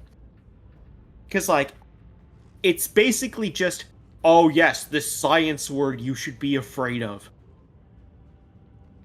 It's just... It's woo. It's woo. And I have stated it's earlier of the same in energy stream, as people who are afraid of MSG. Yep. My fucking MSG. mother is afraid of MSG. It drives me insane. You're Asian! She's white. Oh, that makes sense. Your dad is Asian. She married an Asian! Like, goddamn! Yeah, no, I will add MSG. She married a man that would inevitably introduce MSG into her life. Yeah, no, I keep trying to explain. It's just the sodium salt of glutamic acid. You're made of this stuff. It's why meat tastes the way it does! Yes! I keep explaining that. Like, we sourced it from boiling seaweed. No, it's like, it's, well, I just don't like it. It's not natural. It's like, okay. Fucking... Oh, okay. So, not liking the taste is fine. It's not natural. Fucking smallpox is natural. Yeah. Getting eaten by a tiger It's not is just natural. anti-intellectualism, it's also racism. Yeah. Yeah. Oh, absolutely. But and like the fucking people who will say if you can't pronounce the name or if it's like some scary chemical name, you shouldn't put it in your body. It's like, motherfucker, anything sounds scary if you just like if you're reading the fucking systemic name for it. Fucking like, I don't know, tryptophan sounds scary if you instead read it as 2-amino-3 1H indole 3 propanoic acid. Like yeah, like the eternal meme. Oh yeah, the MSG thing literally started with quote unquote Chinese food syndrome. Yeah, I think it was Chinese restaurants. And yes, it's so stupid.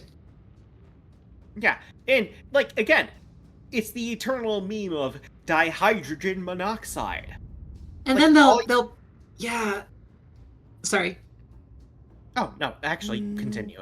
You had to. I was gonna say, and then they'll pull out some fucking study that claims to show like these toxic effects of MSG on these lab rats. It's like, you gave them half of their body weight in this stuff every day. What do you think is gonna happen?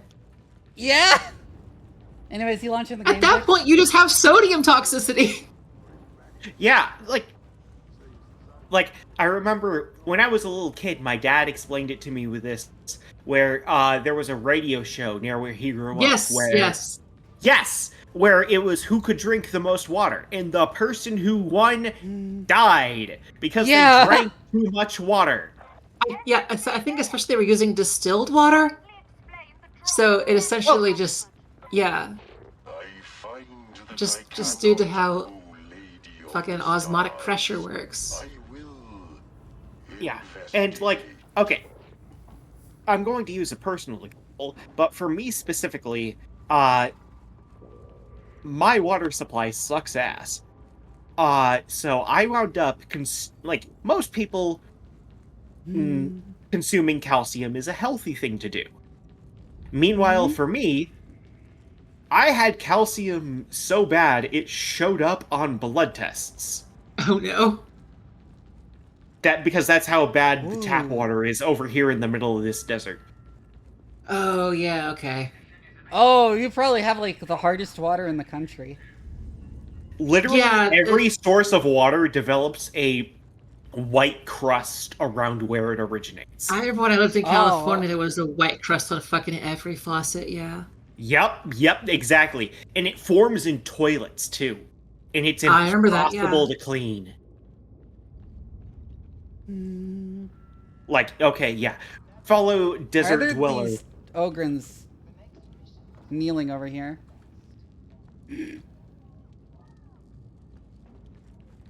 Because Daddy told them to. Hero of the hour. But yeah, fellow Desert Dweller has confirmed that I don't live in a desert now. I live in Georgia, but I used to live in California. Yeah. Yeah, I live in the middle of the Sonoran Desert at this point, and I grew up in Minnesota, and so I also learned that apparently at least part of the reason why Europeans get pissed off when you microwave water to make tea is because, like, if it's not hard water, you can superheat it and then it explodes when you pour it. Well, hard water isn't exactly a because most places in Europe have soft water. Well, it's not a specific line. But well, yeah, it's like it's more likely to happen if your water has less minerals. I've microwaved. Yeah, actually, no. Hold on. That goes there. Because, like, I mean, of course, it is also just a really inefficient way to heat water. They join you. Well, inefficient in energy or inefficient in time? Both? Yeah, just use a kettle. I actually got a Keurig machine to never put a Keurig cup in. And I just, like, use it Why not just buy an electric kettle? Well, because, actually, I didn't buy it. I got it from my parents when I was in the middle of a big hot chocolate phase. And so I would just get hot chocolate Keurig cups. But now I'm a big tea person, and so I use it to heat water for my tea. Just get Just make regular hot chocolate. Alright, anyone else planning on hopping in? Okay, I was in college at the time and did not own a car. Also, you should try making real hot chocolate with, like, actual, like... It is very good. Cacao mass melted in water instead of... I am too lazy to do that, but it is very good. Excite, what are you playing? Warhammer 40,000 Darktide. It's, like, Left 4 Dead-like, but Warhammer 40k. I don't think anyone else is going to join, so for now, we're just going to do another one on Damnation. Normal one on Damnation. I'm gonna die. Damnation! Well, of course you are. That's kind of inevitable. Inevitable. Yeah, but I am not as good at this game as Vivi is. I have not played it nearly as much as her. Oh, in-game! Wait, what? Hold up. What? Hi, Microlick. I accidentally fumbled the pronunciation of inevitable. So. Well, look, we obviously know that I will actually die because dying is a skill issue, but... Oh, hey, it's the trench warfare mission.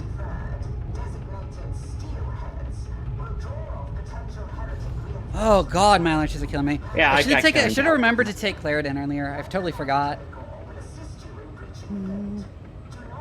Thankfully, I don't really get anything with my eyes for allergies.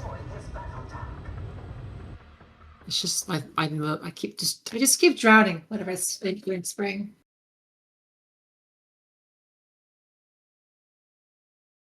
Waiting for other players. It seems that Knight Commander Dragor is punctual. Unexpected. Seeing this cutscene makes me think of the Helldivers theme, but sad. Report your status. This game's whole OST is brilliant. We await only your word. Yeah, the music is very good. Alright, I have not played this in months, I think, so I probably will fuck up. I still don't know terribly much about 40k lore. It's... I know the like stuff that you get just by osmosis through existing in similar spaces, and I also know the specifics that these are just basically criminals / heretics / whatever that are just being thrown into the gore-infested void. Oh yeah, there is a new game mode, though we're not playing it right now.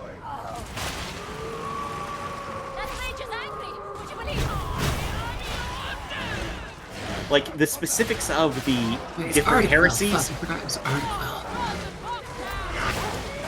Like, I know the kind of... Oh! I got the dog. Thank you. Bad dog. Yeah, the Eviscerator's great. Oh, shit! That was bad timing on my part. I got you. Thank you. I hit a dog out of the air! I'm watching this at a little bit of a delay, so I get to hear Vivi kill a dog out of the air, and then I get to be sad about it. Oh shit, I got shot by a sniper. Thank god I martyred him, so this is only beneficial to me.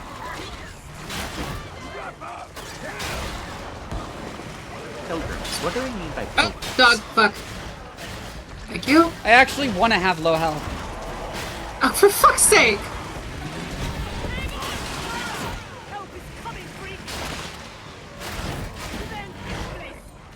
Oh, hello, sniper. This feels like... Whoa, okay. Shit! Okay, so seeing like the No More Angry Thoughts in the chainsaw-themed melee weapon gives me flashbacks to the Psycho class in Borderlands 2.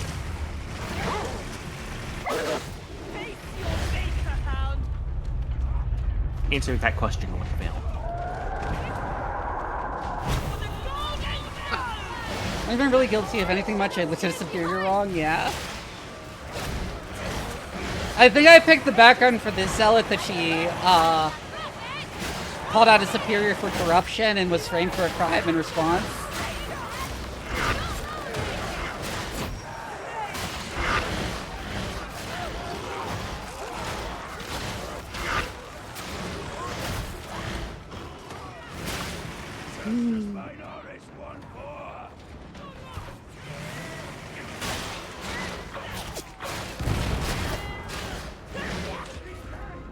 Fuck.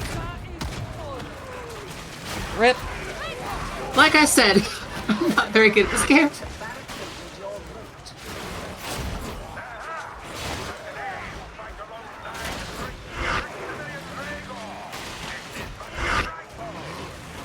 I love how this level is very obviously a way of I'm parodying World War I, but the trenches are way more free and clean than anything was in World War I. Oh, shit. That is a lot of guys.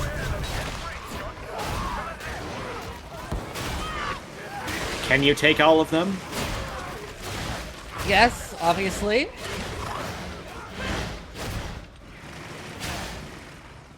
I'm operating on a delay, so I can't see what is happening in-game until a few seconds after. But, yeah, she did. Oh!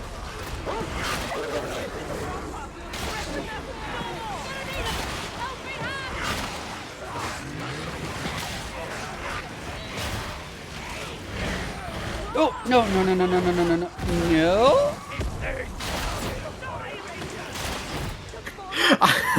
Okay, for a second, like, I know that joke was made like a billion times before Alec, but I'm just imagining a transhumanist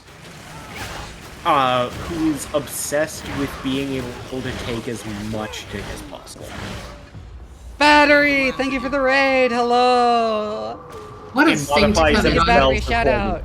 accordingly. Oh, modifies themselves accordingly. Come in. No, you don't. Hi, Battery. How are you doing? I hope your stream went well. Hello, Morn. Hello, Battery. Oh, Didn't hear the Jason's box back. burster at Hello. all. Hello, hello. Oh, there's a sniper.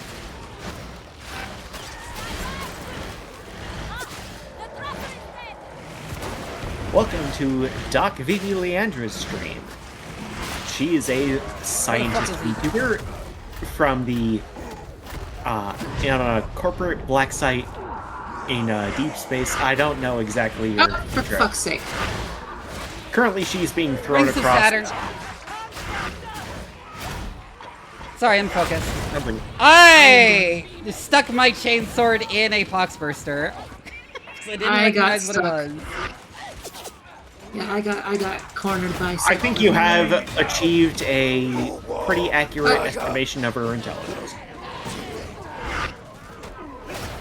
Just kidding. She's So now it's down to really the cop, smart. Okay? She's actually. Oh, it really was a deliberate swing. I just Really didn't cool. realize what it was that I was swinging at until the last second, and I was like, "Oh fuck!" ADHD mood.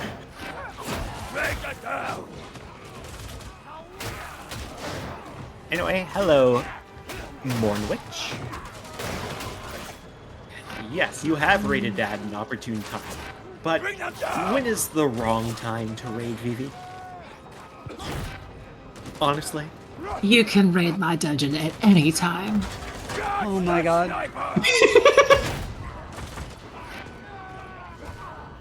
Look, I had to.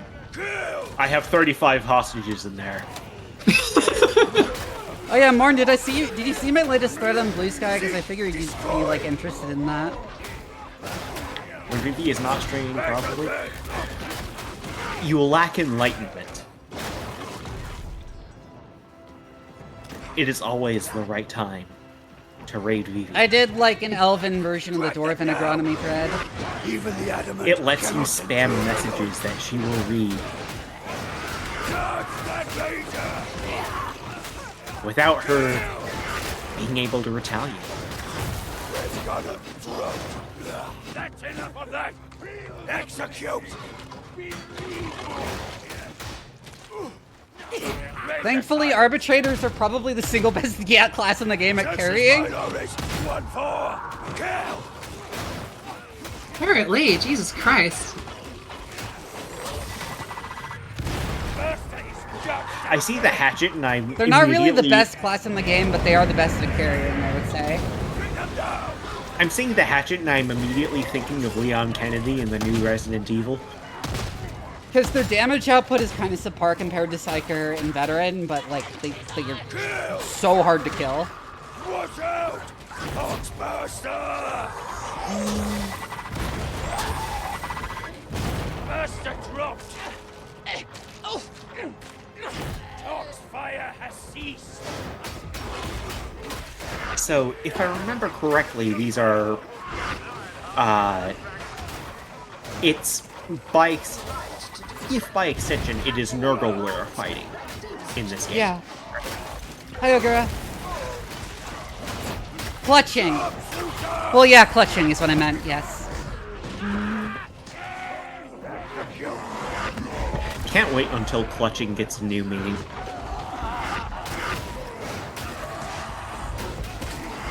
Hit the barrel. I don't know if my voice is in game, but hit the barrel.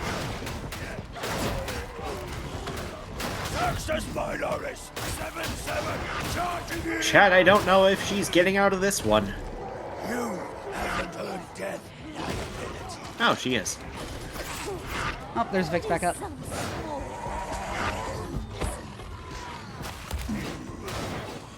Drag them down. Oh my god, Beast of Nurgle!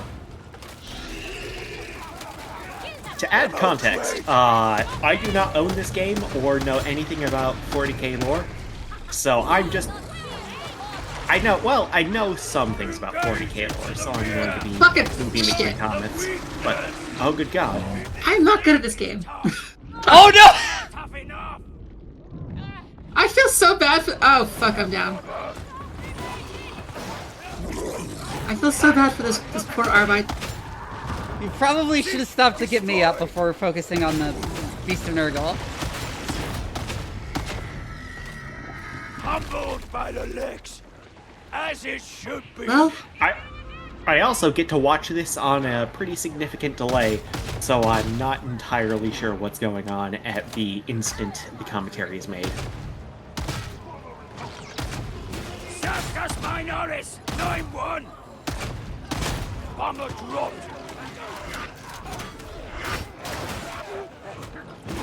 Judge the bomber. Bomber judge. Oh hey, he actually did the thing I was saying to do earlier, which is hit the barrel.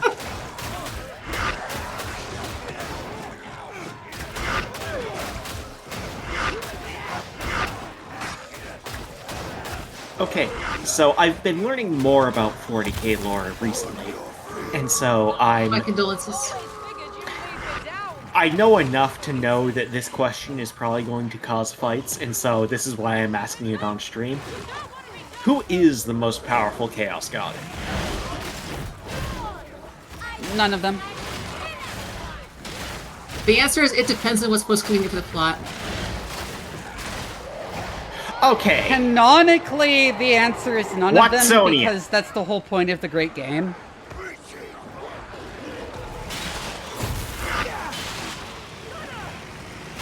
Okay, is that a Watsonian or Doyleist explanation? Because it sounds Doyleist. It's kind of both, given Chaos works upon the powers of narrative. Okay, why does Chaos start having narrative? Because the Chaos Gods are formed from congealed human dreams and nightmares? I'm mostly more thinking, like...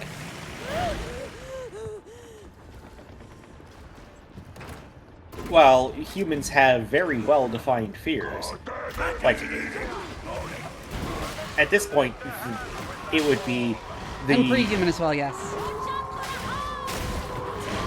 The strongest Chaos... One of the candidates for strongest Chaos God would be the Chaos God of Heights, because that's one of the fundamental fears that we see in infants. Well, no, there's only 4. Yes. like chaos gods that kind of encompass everything.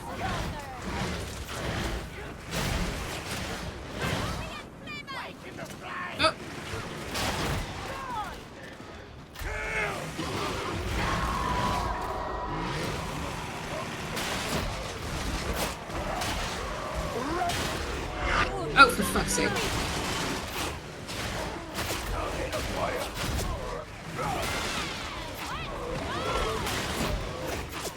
I hope my muscle memory for the fucking keybinds wrong. Ah, shit.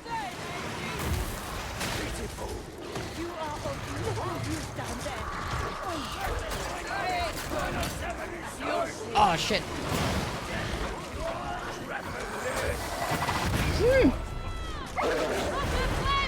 Thank God for the invincibility when I'm about to go down.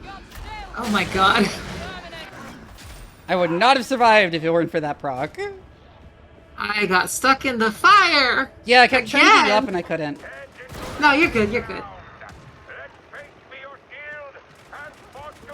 Okay. Okay, I'm going to... Okay, those dual pistols do look pretty cool. So, the questions I am asking are not, like, oh, why hasn't anyone thought of this? I'm pretty sure people have thought of this and I want to know the answer. So, Harmless Sharkle asks, if they're ever scheming against each other and they can't ever win, what is preventing mortal species, or any mortal species, any mortal force at all, from aligning with one to topple the others?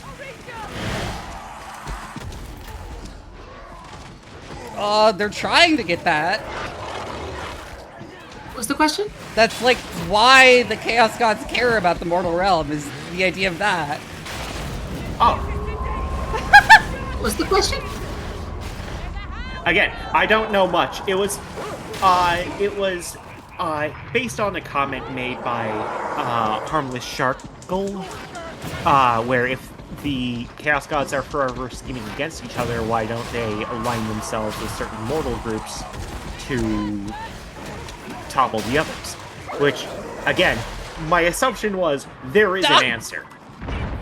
Yeah, that's what they do. Yeah, that's what they're trying to do. That's why they have. That's why they keep picking champions and stuff. That's why they care about the mortal realm at all. Yeah, that makes sense. I didn't see the Poxburster coming from that direction. Fuck. Oh, you're joining me again. Biobrick. We're gonna get carried by the Arbite guy a third time.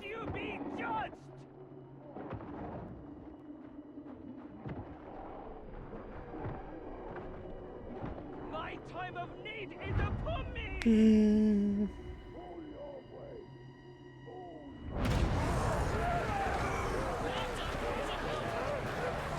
I mean, this is a hard mission. Yeah. I haven't played this in forever, so... I remember it being somewhere in the lore that during the Dark Age of Technology, Tzeentch was strongest because Nurgle and Khorne were weak.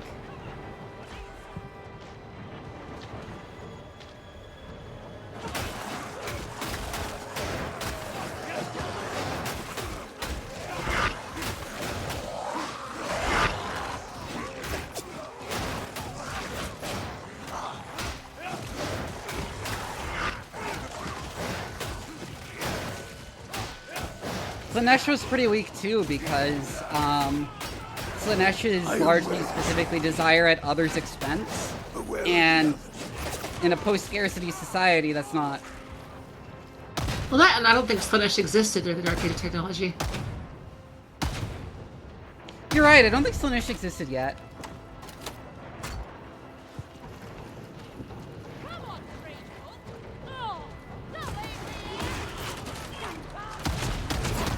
The Eldar were still accidentally cooking up Slaanesh at the time. Murder fucking. Kill that order! Order! Execute! Bolters are such silly guns. Yeah. The worm is prowling. Just like this teeny little dinky I love barrel my of, like, gyrojet with recoil defeating the entire point of a gyrojet. That's the thing that drives me insane. It's like, oh yeah, no, a human can't shoot an Astartes bolt with the recoil, rip their arm off. And I'm like, wait. So what's the gyrojet for then? Yeah! Like, I guess it would make sense to have, like, some kind of, just base charge just so it's useful at short range, but, like, come on, man. Tox flame is out! I need rescue! Sniper! Proud of that! It is both, and it's very silly.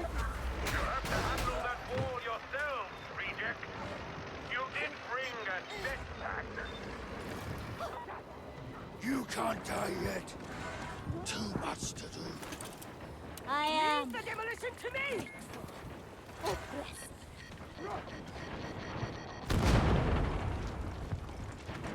I see you! Execute!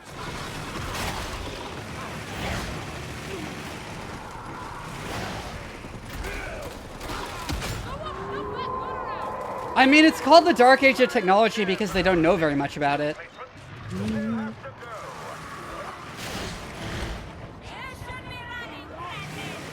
That's the same reason it's called the Dark Ages in real life. No, the actually, paucity of the sun historical went out for a sources. while.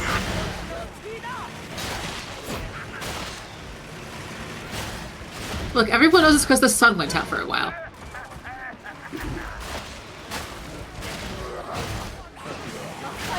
I have returned. I also got my NASA sweatshirt because I like wearing it.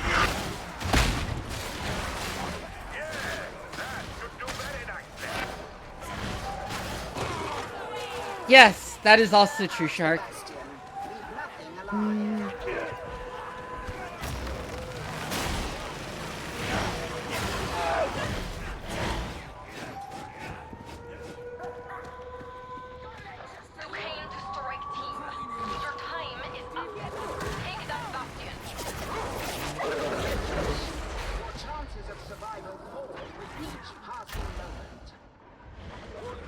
Oh, fuck.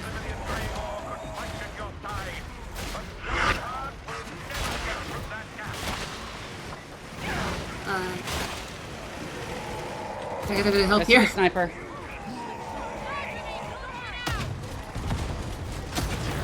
Got it. Okay, I'm going down.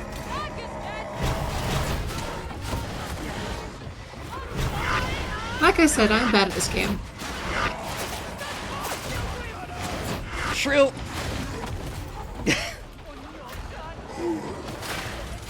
I'm having trouble readjusting too, though. In the end, it doesn't matter how good or bad you are. What matters is if you are fun to play with. I mean, to some extent, if you're really bad, you're not fun to play with, though. Oh, shit. Yeah, but at least it gives you some wiggle room. Fair enough. My god, I keep forgetting Oh, how fuck. silly the designs on 40k tanks are. They don't have suspensions.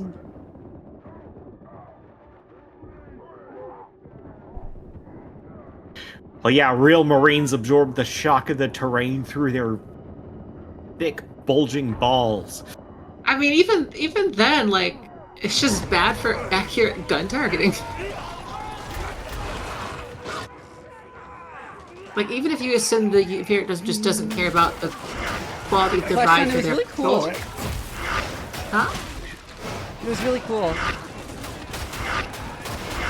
Oh, Like, smashed it. I imagine it's just gender. It went all something like basically everything with Artemis 2 went perfectly. Pretty much, yeah. Oh, Artemis? Yeah. So this is like what, the 4th or 5th time we've all been down with this thanks to this one guy? Yeah. Like I said, I haven't played a ton of it recently, so... Yeah, I haven't played it. It's just Leon Kennedy. I used to, like, casually do Havoc 20s, but...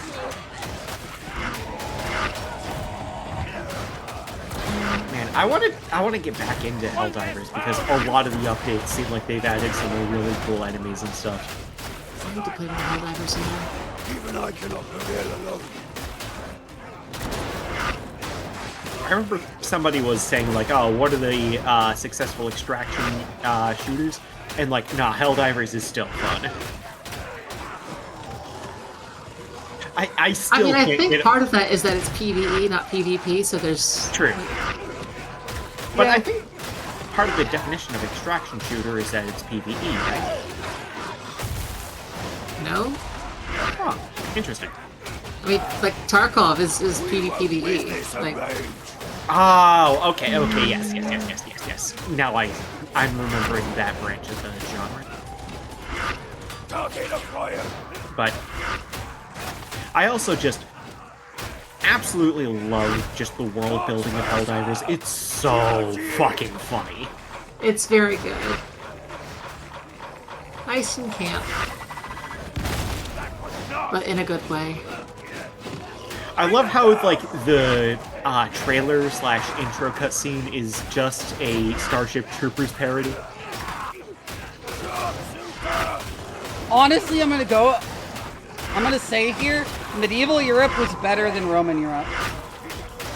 Well, duh. I mean, yeah. The Romans were awful.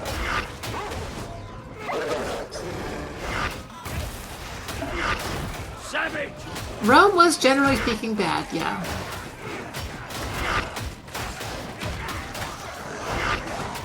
It's really funny how I flipped from the teenage edgy atheist Christianity ruined the Roman Empire to no, actually the Roman Empire ruined Christianity. That's pretty accurate, yeah. Fuck, that's the same arc I had. What the fuck, Vivi? The Roman Empire I find interesting in the durability of its institutions in the face of crisis. I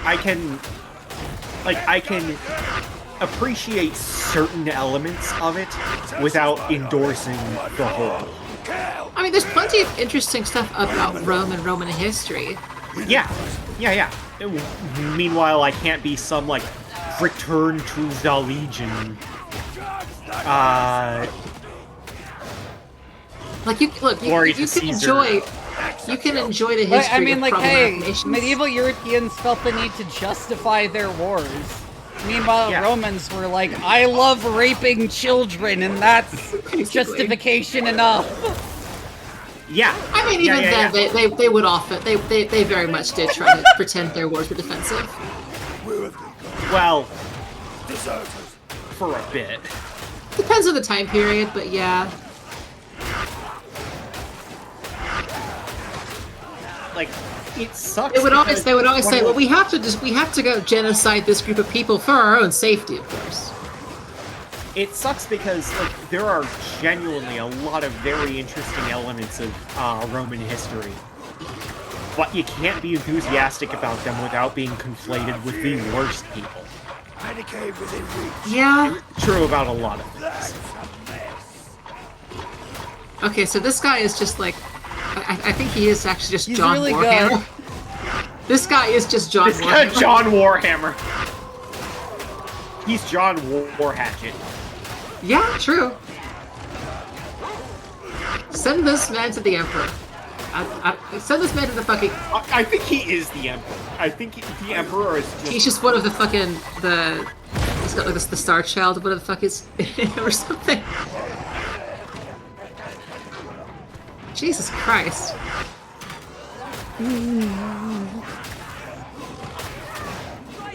The fucking Astartes missed one. Jesus, man. Send this man to the deep warp immediately.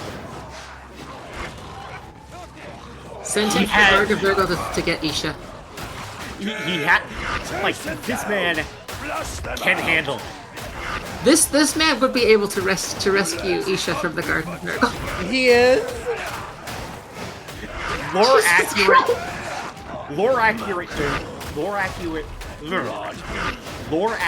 Doomslayer if he got dropped into the 40k universe. Jesus Christ, he just keeps going. Rip and tear. I mean, I've done Havoc 30 and 40. Actually, no, I haven't done 40 yet. I've done 30.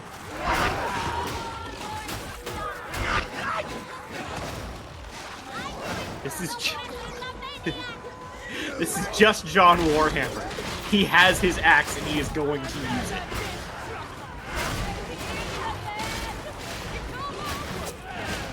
Yeah, recently. Because I took like a 6-month break.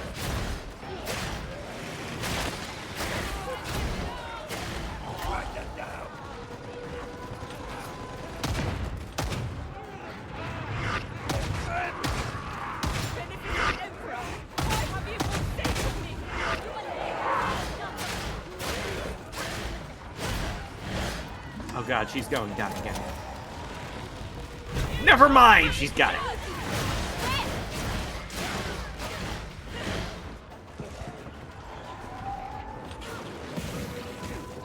Is there any Medicaid left? I am very low on health. I'm assuming the white bar is health. Yeah. And the blue bar is something else.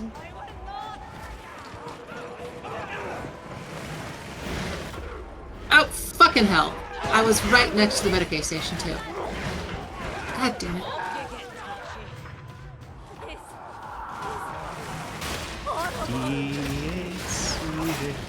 Part of your problem is you keep going off on your own. Yeah, I was trying to heal myself up because I was low on health. Yeah. Well, I guess the reason to heal it now.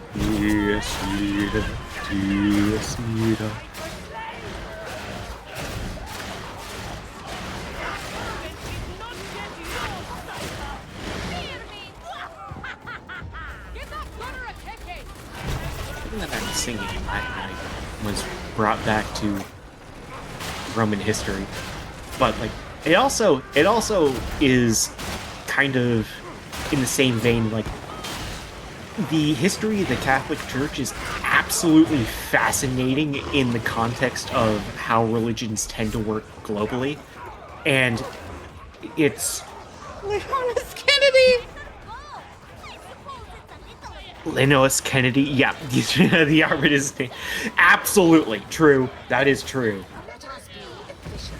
Signal for reinforcements.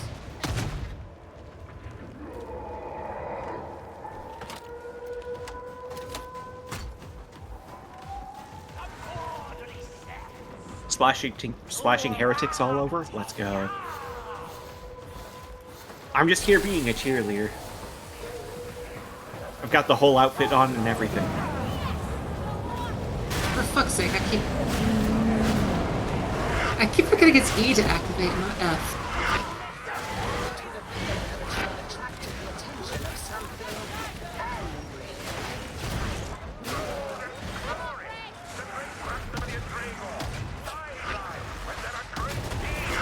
The fuck is the sniper? Oh, he's like in there.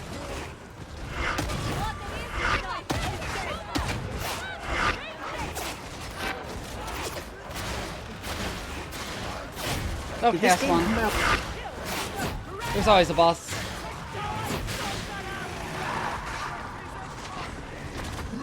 Mouth itches.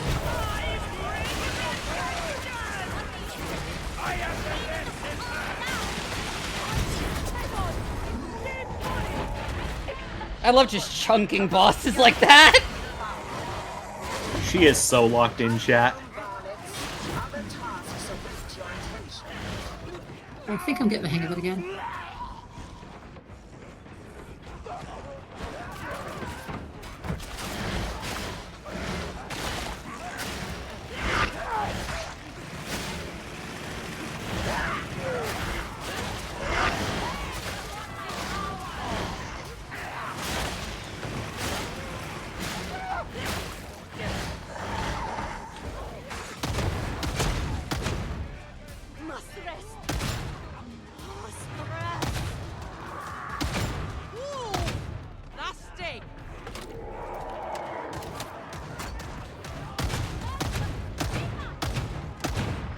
Who's left? Who's else has to... Come on, you two!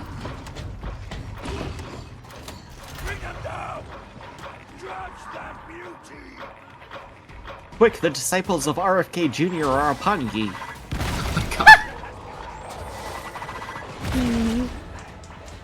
Okay, get in the fucking... Junior would be a Nergo cultist.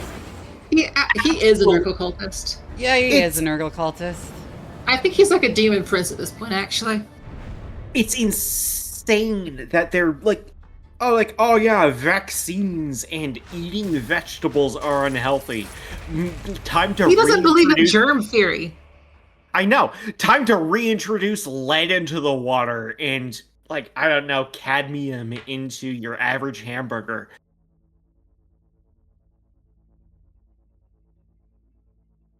It's like, oh yes, all of these regulations that were made to keep people from poisoning His Steam name is DoomGuy666. You know what? That fits. You know what? Yeah. Yeah, I think we just watched the Doomslayer play this game. That is the actual Doom guy. He's just taking a break from killing.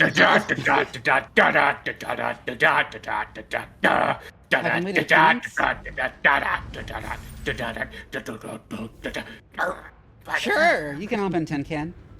I'll be back in a second. I need to go fluff some rice I set to cook. The thing that gets me is the fucking fluorinated water shit. Like, goddamn. Why are so many people so weird about this? Like, we just... Given the latest, like, right-wing health thing is that artificial vitamins and minerals are bad for you. They're gonna... I bet RFK is gonna, like, try and ban vitamin enrichment.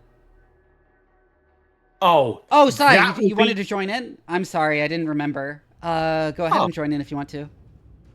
Oh, banning vitamin enrichment would be a health crisis. Yeah, I was gonna say, and we'll have people dying of pellagra again. Yeah, I was getting the code. Here we go.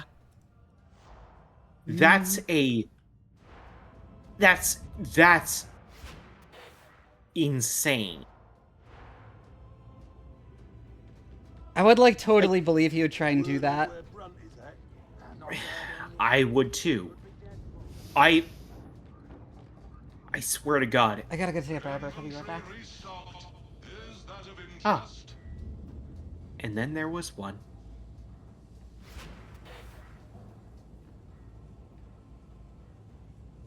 This entire administration is built upon a complete misunderstanding of how sickness and disease work. Their dismantling of the CDC and replacing actual tracking of bacteria, viruses, and infectious disease has been replaced with completely unscientific bullshit about nutrition and whatnot. Like, all of a sudden you get, I don't know, polio from not eating enough cow. Not cow. You're not eating enough, I don't know, Cornish game hen? Meanwhile, they are dismantling actual public health services that have demonstrably benefited everyone on Earth for over a century, like mass vaccination. Well, the important part is it means your health is your fault. Yeah. And therefore, it's a waste of resources, public resources, to spend any money on helping people who are sick. Because it's their fault. Oh, this shit. I think there is one more element that I think is horrible. It's that it is the idea that parents own their children rather than that is are such a persistent responsible brain for worm them. in the US, and it's so fucked up. Like, parents should... I am of the firm belief parents should not be able to decide whether or not their kids get vaccinated. Absolutely, yes. Absolutely. I think if you really refuse, I think they should just vaccinate your kids, and if you really refuse, they should take away your kids. Yeah, 100%. absolutely. Yeah.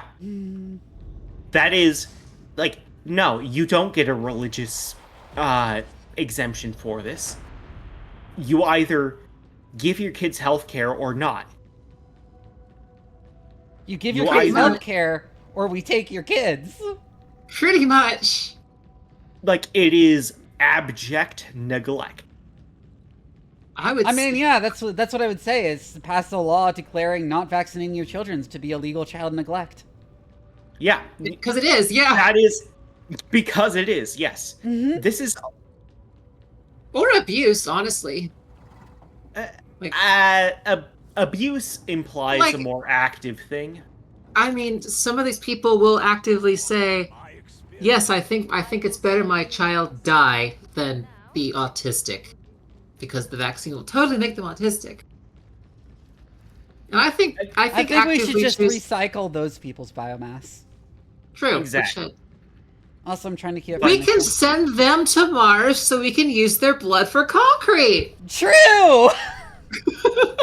Exactly. We found a use for them. You show me Thunder. Oh. Oh yeah, Morn, you weren't around for when I was reading out the fucking... Wait, was Jason referencing it? The concrete made of blood study? Engine 6, I wish to harness your expertise in the matter of...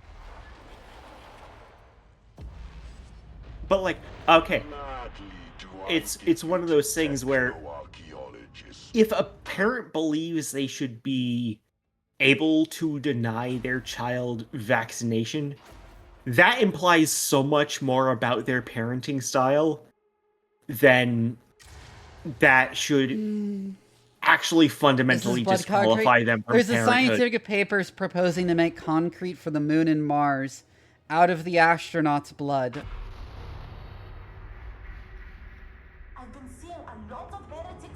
Also, yeah, Tin Can's not here. I assume he got disconnected. You should be able to rejoin? Why is the game not being captured? What the fuck? Oh. Someone mentioned Wakefield. I don't think Yeah, it's the serum albumin in their blood specifically is a binding agent. Mm-hmm. Also, yeah, Wakefield should be shot.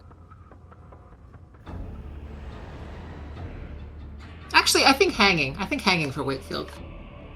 Hot Firing take. squad. What Hot the take. fuck is happening? The cast report is Wakefield 2. What the fuck is happening? What's wrong? Drawn and quartered.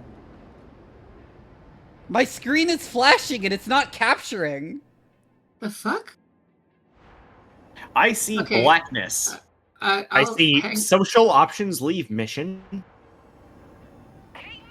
Yeah, what the fuck? I see Vivi running around. Turning the... this game capture on and off seems to have fixed it. Okay then. Yeah, it wasn't black for me, and it also wasn't normal. It was like flickering. It was very strange. Very strange indeed. I should make a fucking hive ganger and try them out. A scum, whatever the fuck it's called. Yes. Drawn and quartered.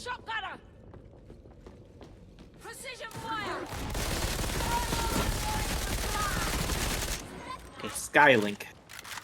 Okay, for a second there, my brain was reading that as Skirlink.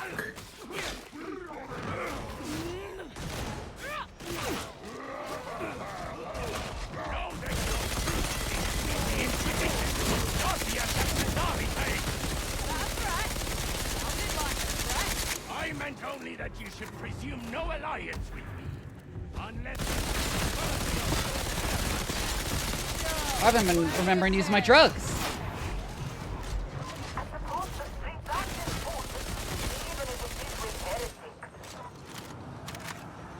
I love how my drugs make my gun shoot faster somehow. Remember, kids, just say yes to drugs. Just say yes to drugs. They manage to accelerate the firing mechanism. Look, that's the Emperor's drugs. I won't hear you saying any tech heresy.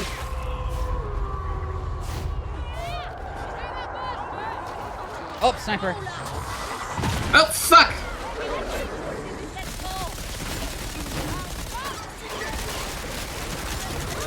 Oh shit, oh Jesus, I got sandwiched by 4 of these fuckers.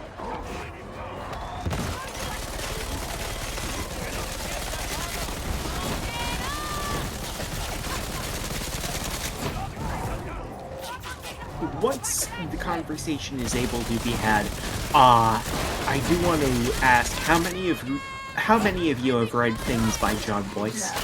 Woo! Oh shit, Trapper! Ah! Oh fuck!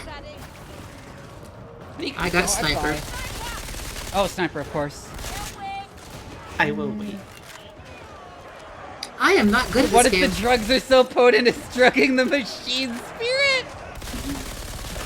That would honestly fit for 40k. The machine spirit being like, yeah. What if, like, this blunt is the first domino between Order and Dominoes? Yeah.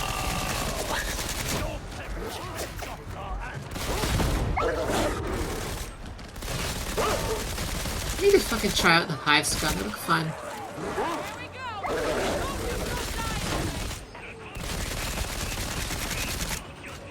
I'm not supposed to be alone. Oh, I'm way out of...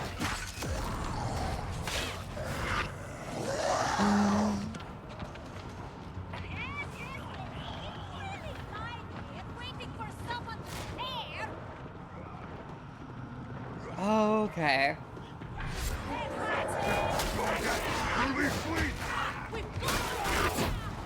There we go. I gotta kill him and leave. Your duty's not done.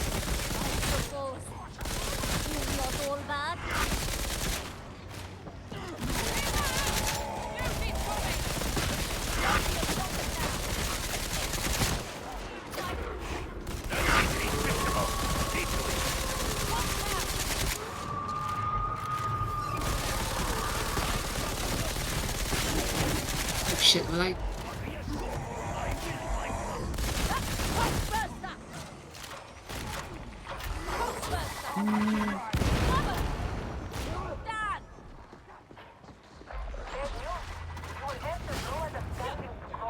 I'm not to show it that time. I'm approving.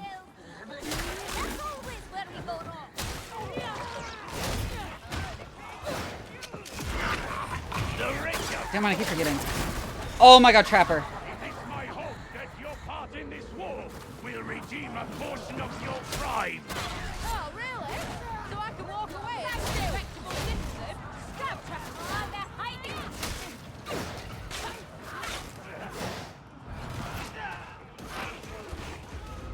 Oh, for fuck's sake!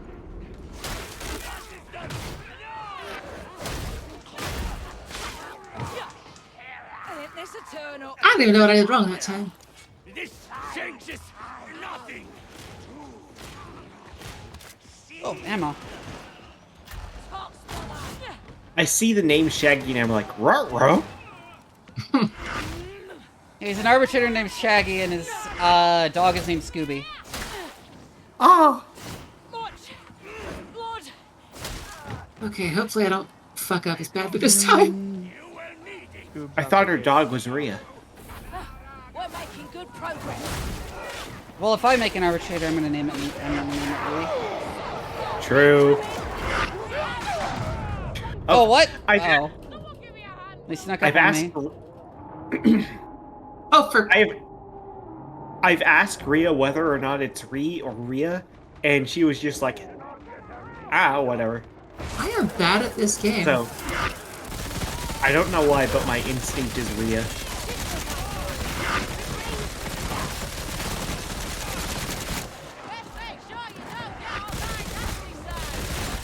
The shot color permanently? Probably. Me when I want to electrocute the puppy.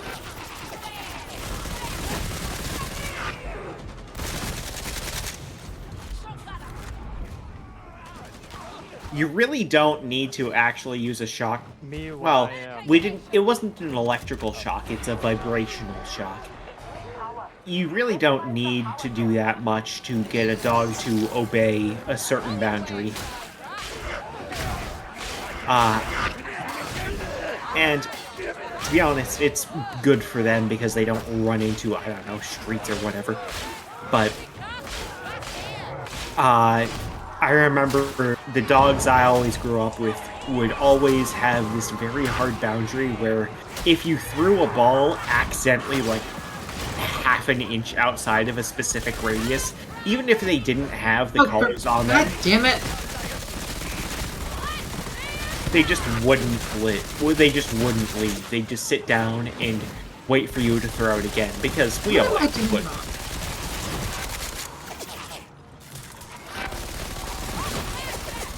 They were just like, oh, it's outside the area where I should catch it.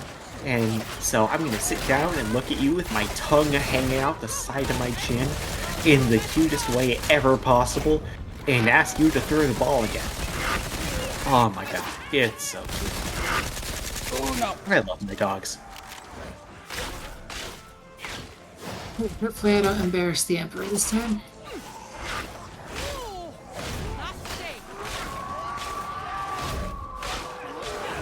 The Imperial Century of Humiliation has begun.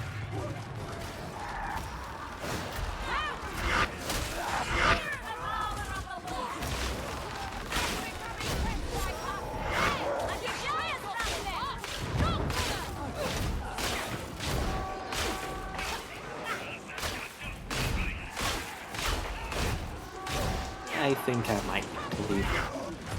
I think I'm just losing energy at a pace that is not sustainable. I had a ton of fun with you all. Yeah. I had a ton of fun with chat. Yeah. I enjoyed having commentary. Thank you all for hanging out with me. I will be hopefully back and having fun again some other day. I can clear him fast enough. Goodbye. Bye. He's gone.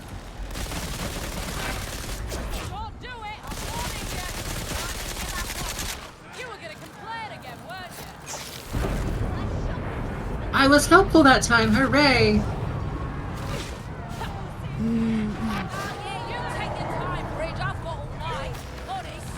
Corbin Sunpiker, no! I mean, it's a funny ass meme, but no, he did not use the shot caller. I do need to point that out.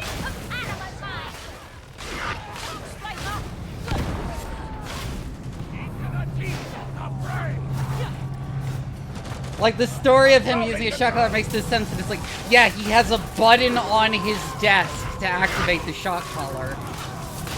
That's how that works.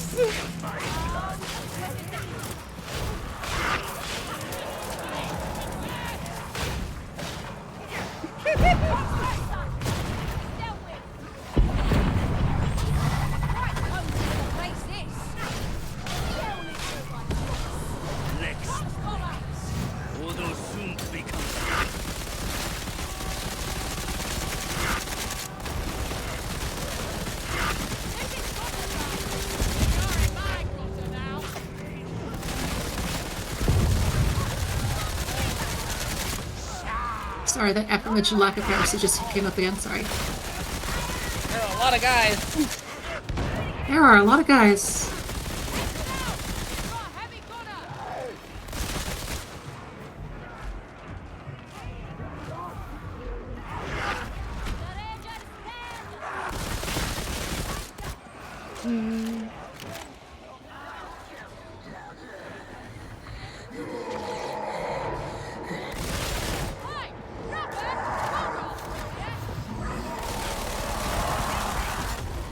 Oh my god, I grabbed. Okay, grabbed. And thrown into a fucking... Stop!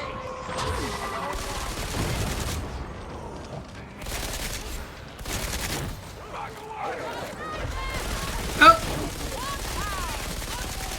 I've been thrown between two mutants like they were playing catch before and I was yelling, STOP! STOP! Oh.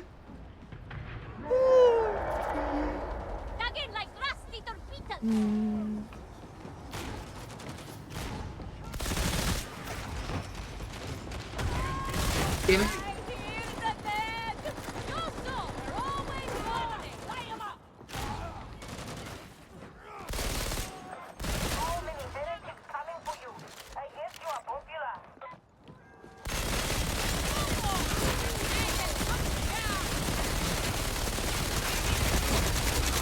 Did I just jump off the ledge? Oh, but there is no to fall. Oh, for fuck's sake.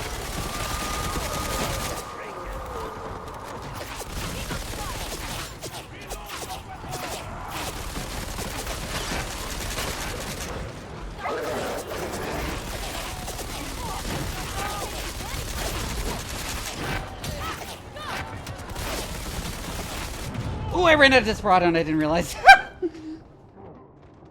Damn it.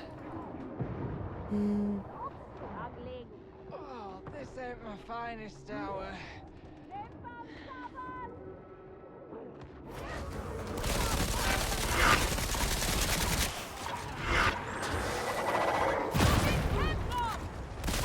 Satisfactory performance.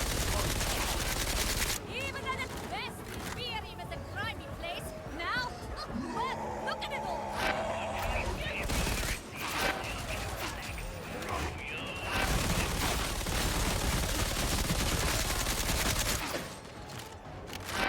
Woo!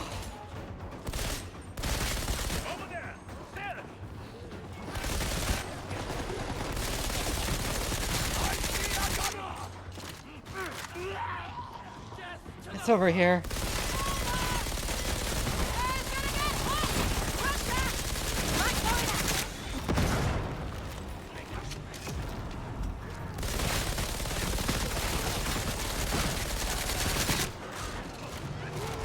They're in cover.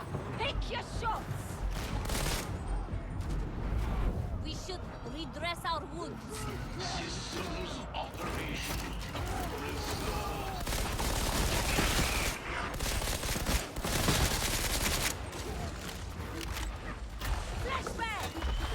Oh no! That's not a great time for me to run out of ammo.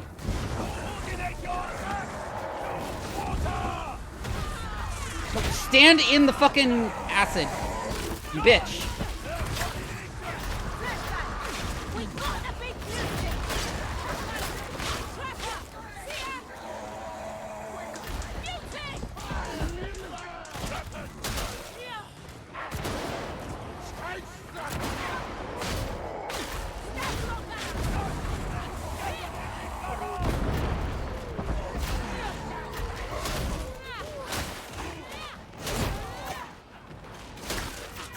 Superlative strike.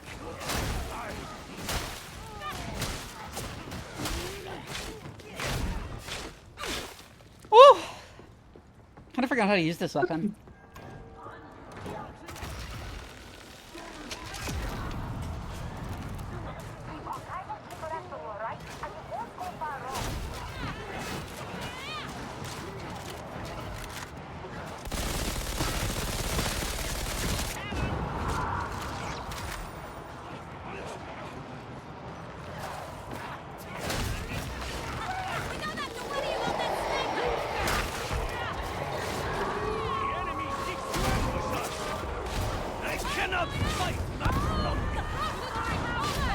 I got you.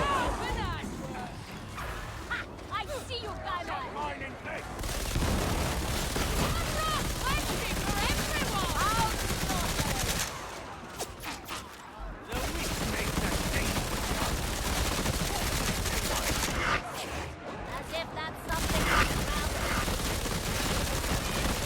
I love just spraying into crowds with Desperados on.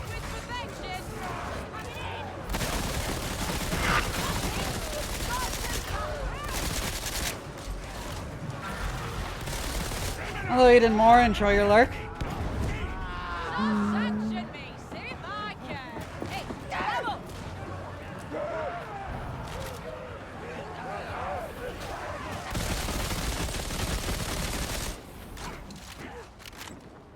I once met an arbitrator who saw a psyker's head explode. What a coincidence! I once met a psyker who saw an arbitrator. Dangerous occupation. Especially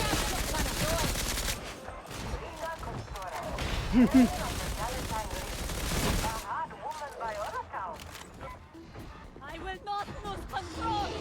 I will not cooperate. Just put this happening.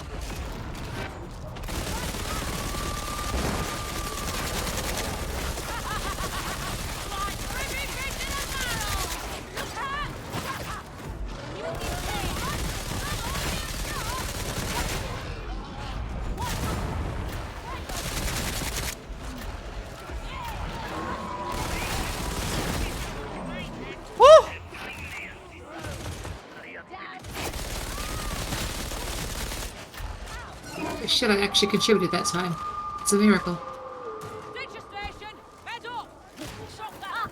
I suppose that did take some skill. Dead weight!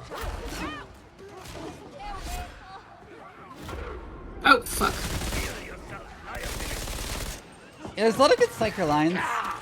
On your feet, liability! And we have need of you yet!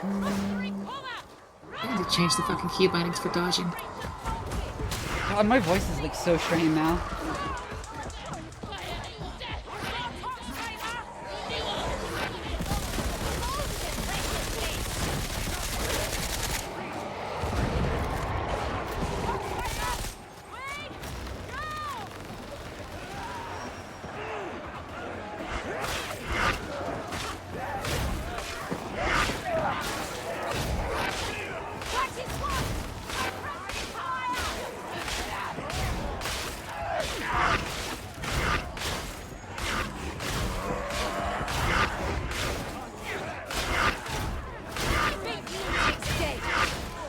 Oh my god.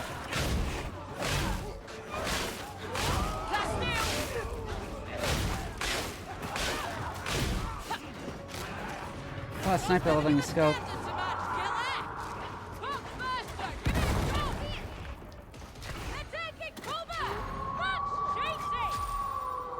Oh, I'm gonna wrap up after this because my throat is like so strained because I was talking during the stream. During the Artemis 2 live stream. Yeah.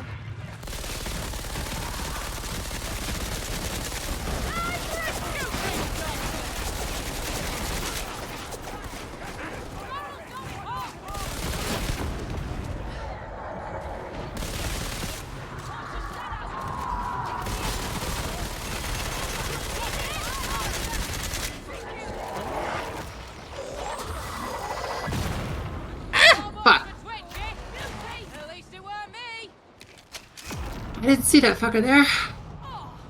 I didn't see him until last second either. Keep forgetting I have that. I keep dying. Fucking hell.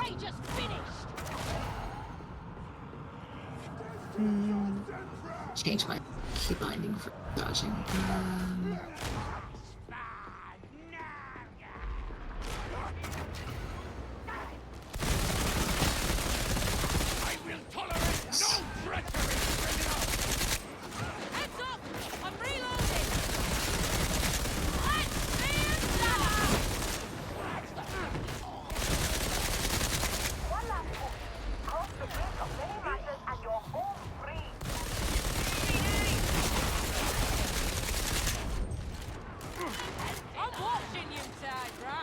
I can only hope to be worthy of your attack. Woo!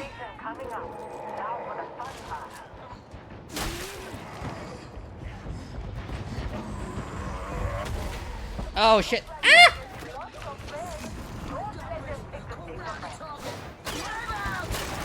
Oh, I dodged at the wrong time. Fuck!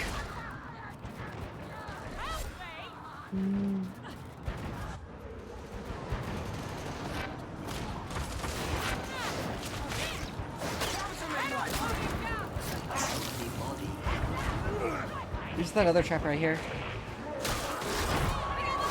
There we go. Thanks for the ammo. Into 1 PM, but here I am. Oh, hi, Ark.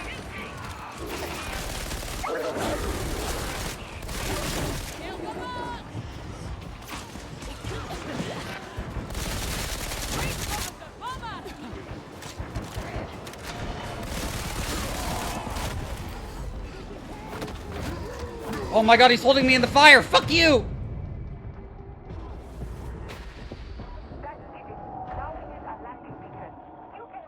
Ah.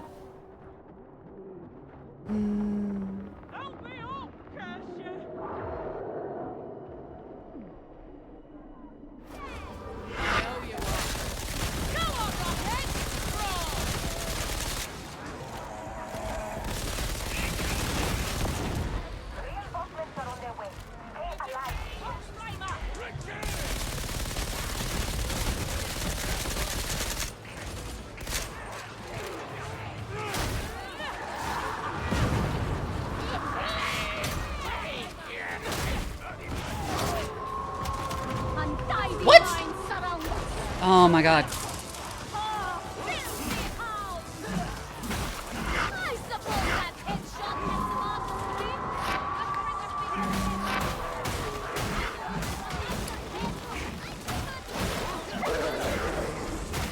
Fuck, what got me down?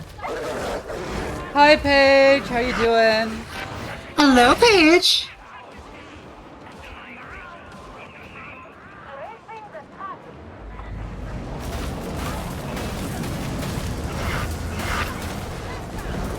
By the way, Paige, have you seen my recent Blue Sky threads about fantasy world building agronomy? I figured you'd be interested. I like how Vivi is the only other person I know who actually gets into this shit.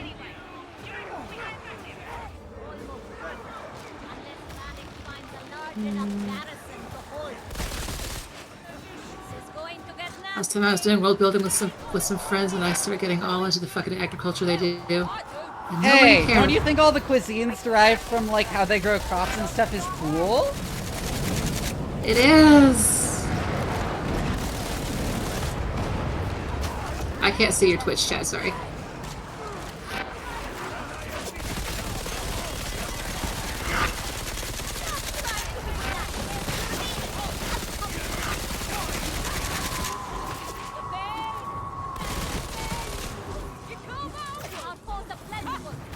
I'm bringing this up because I did another one about elves this morning.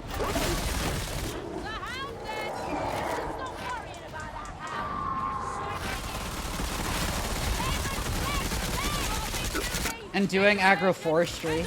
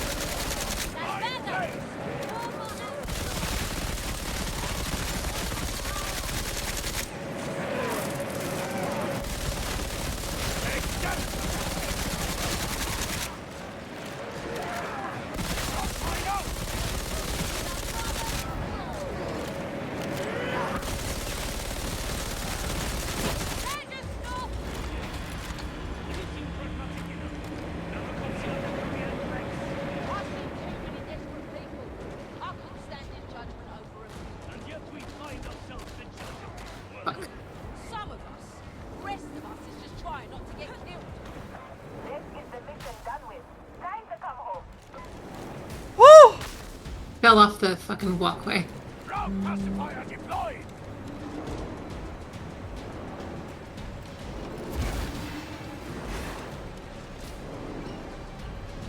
I can get on the fucking ramp. There we go. Okay. Oh shit, I forgot to do fucking art practice today. Shit. What a dweeb!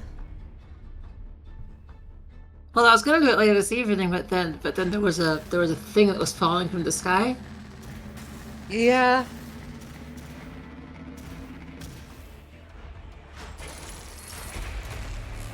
But you are correct. It's rather dweebish of me.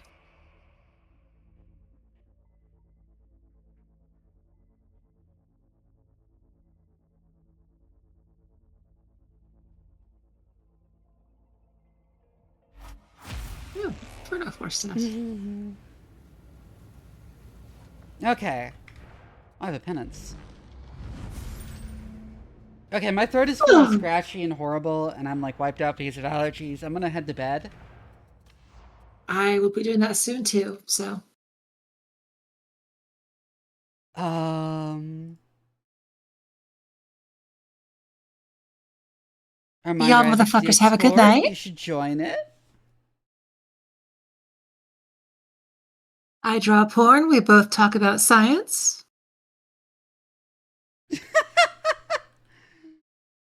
I mean, look, that might get them to join.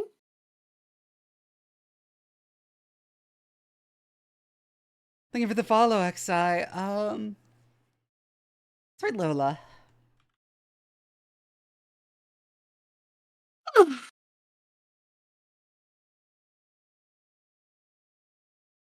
Raid message will be as such. Hold on.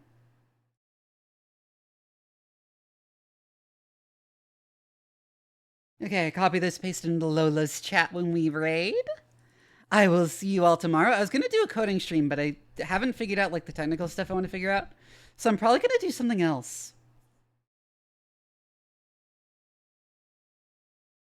Anyways, good night.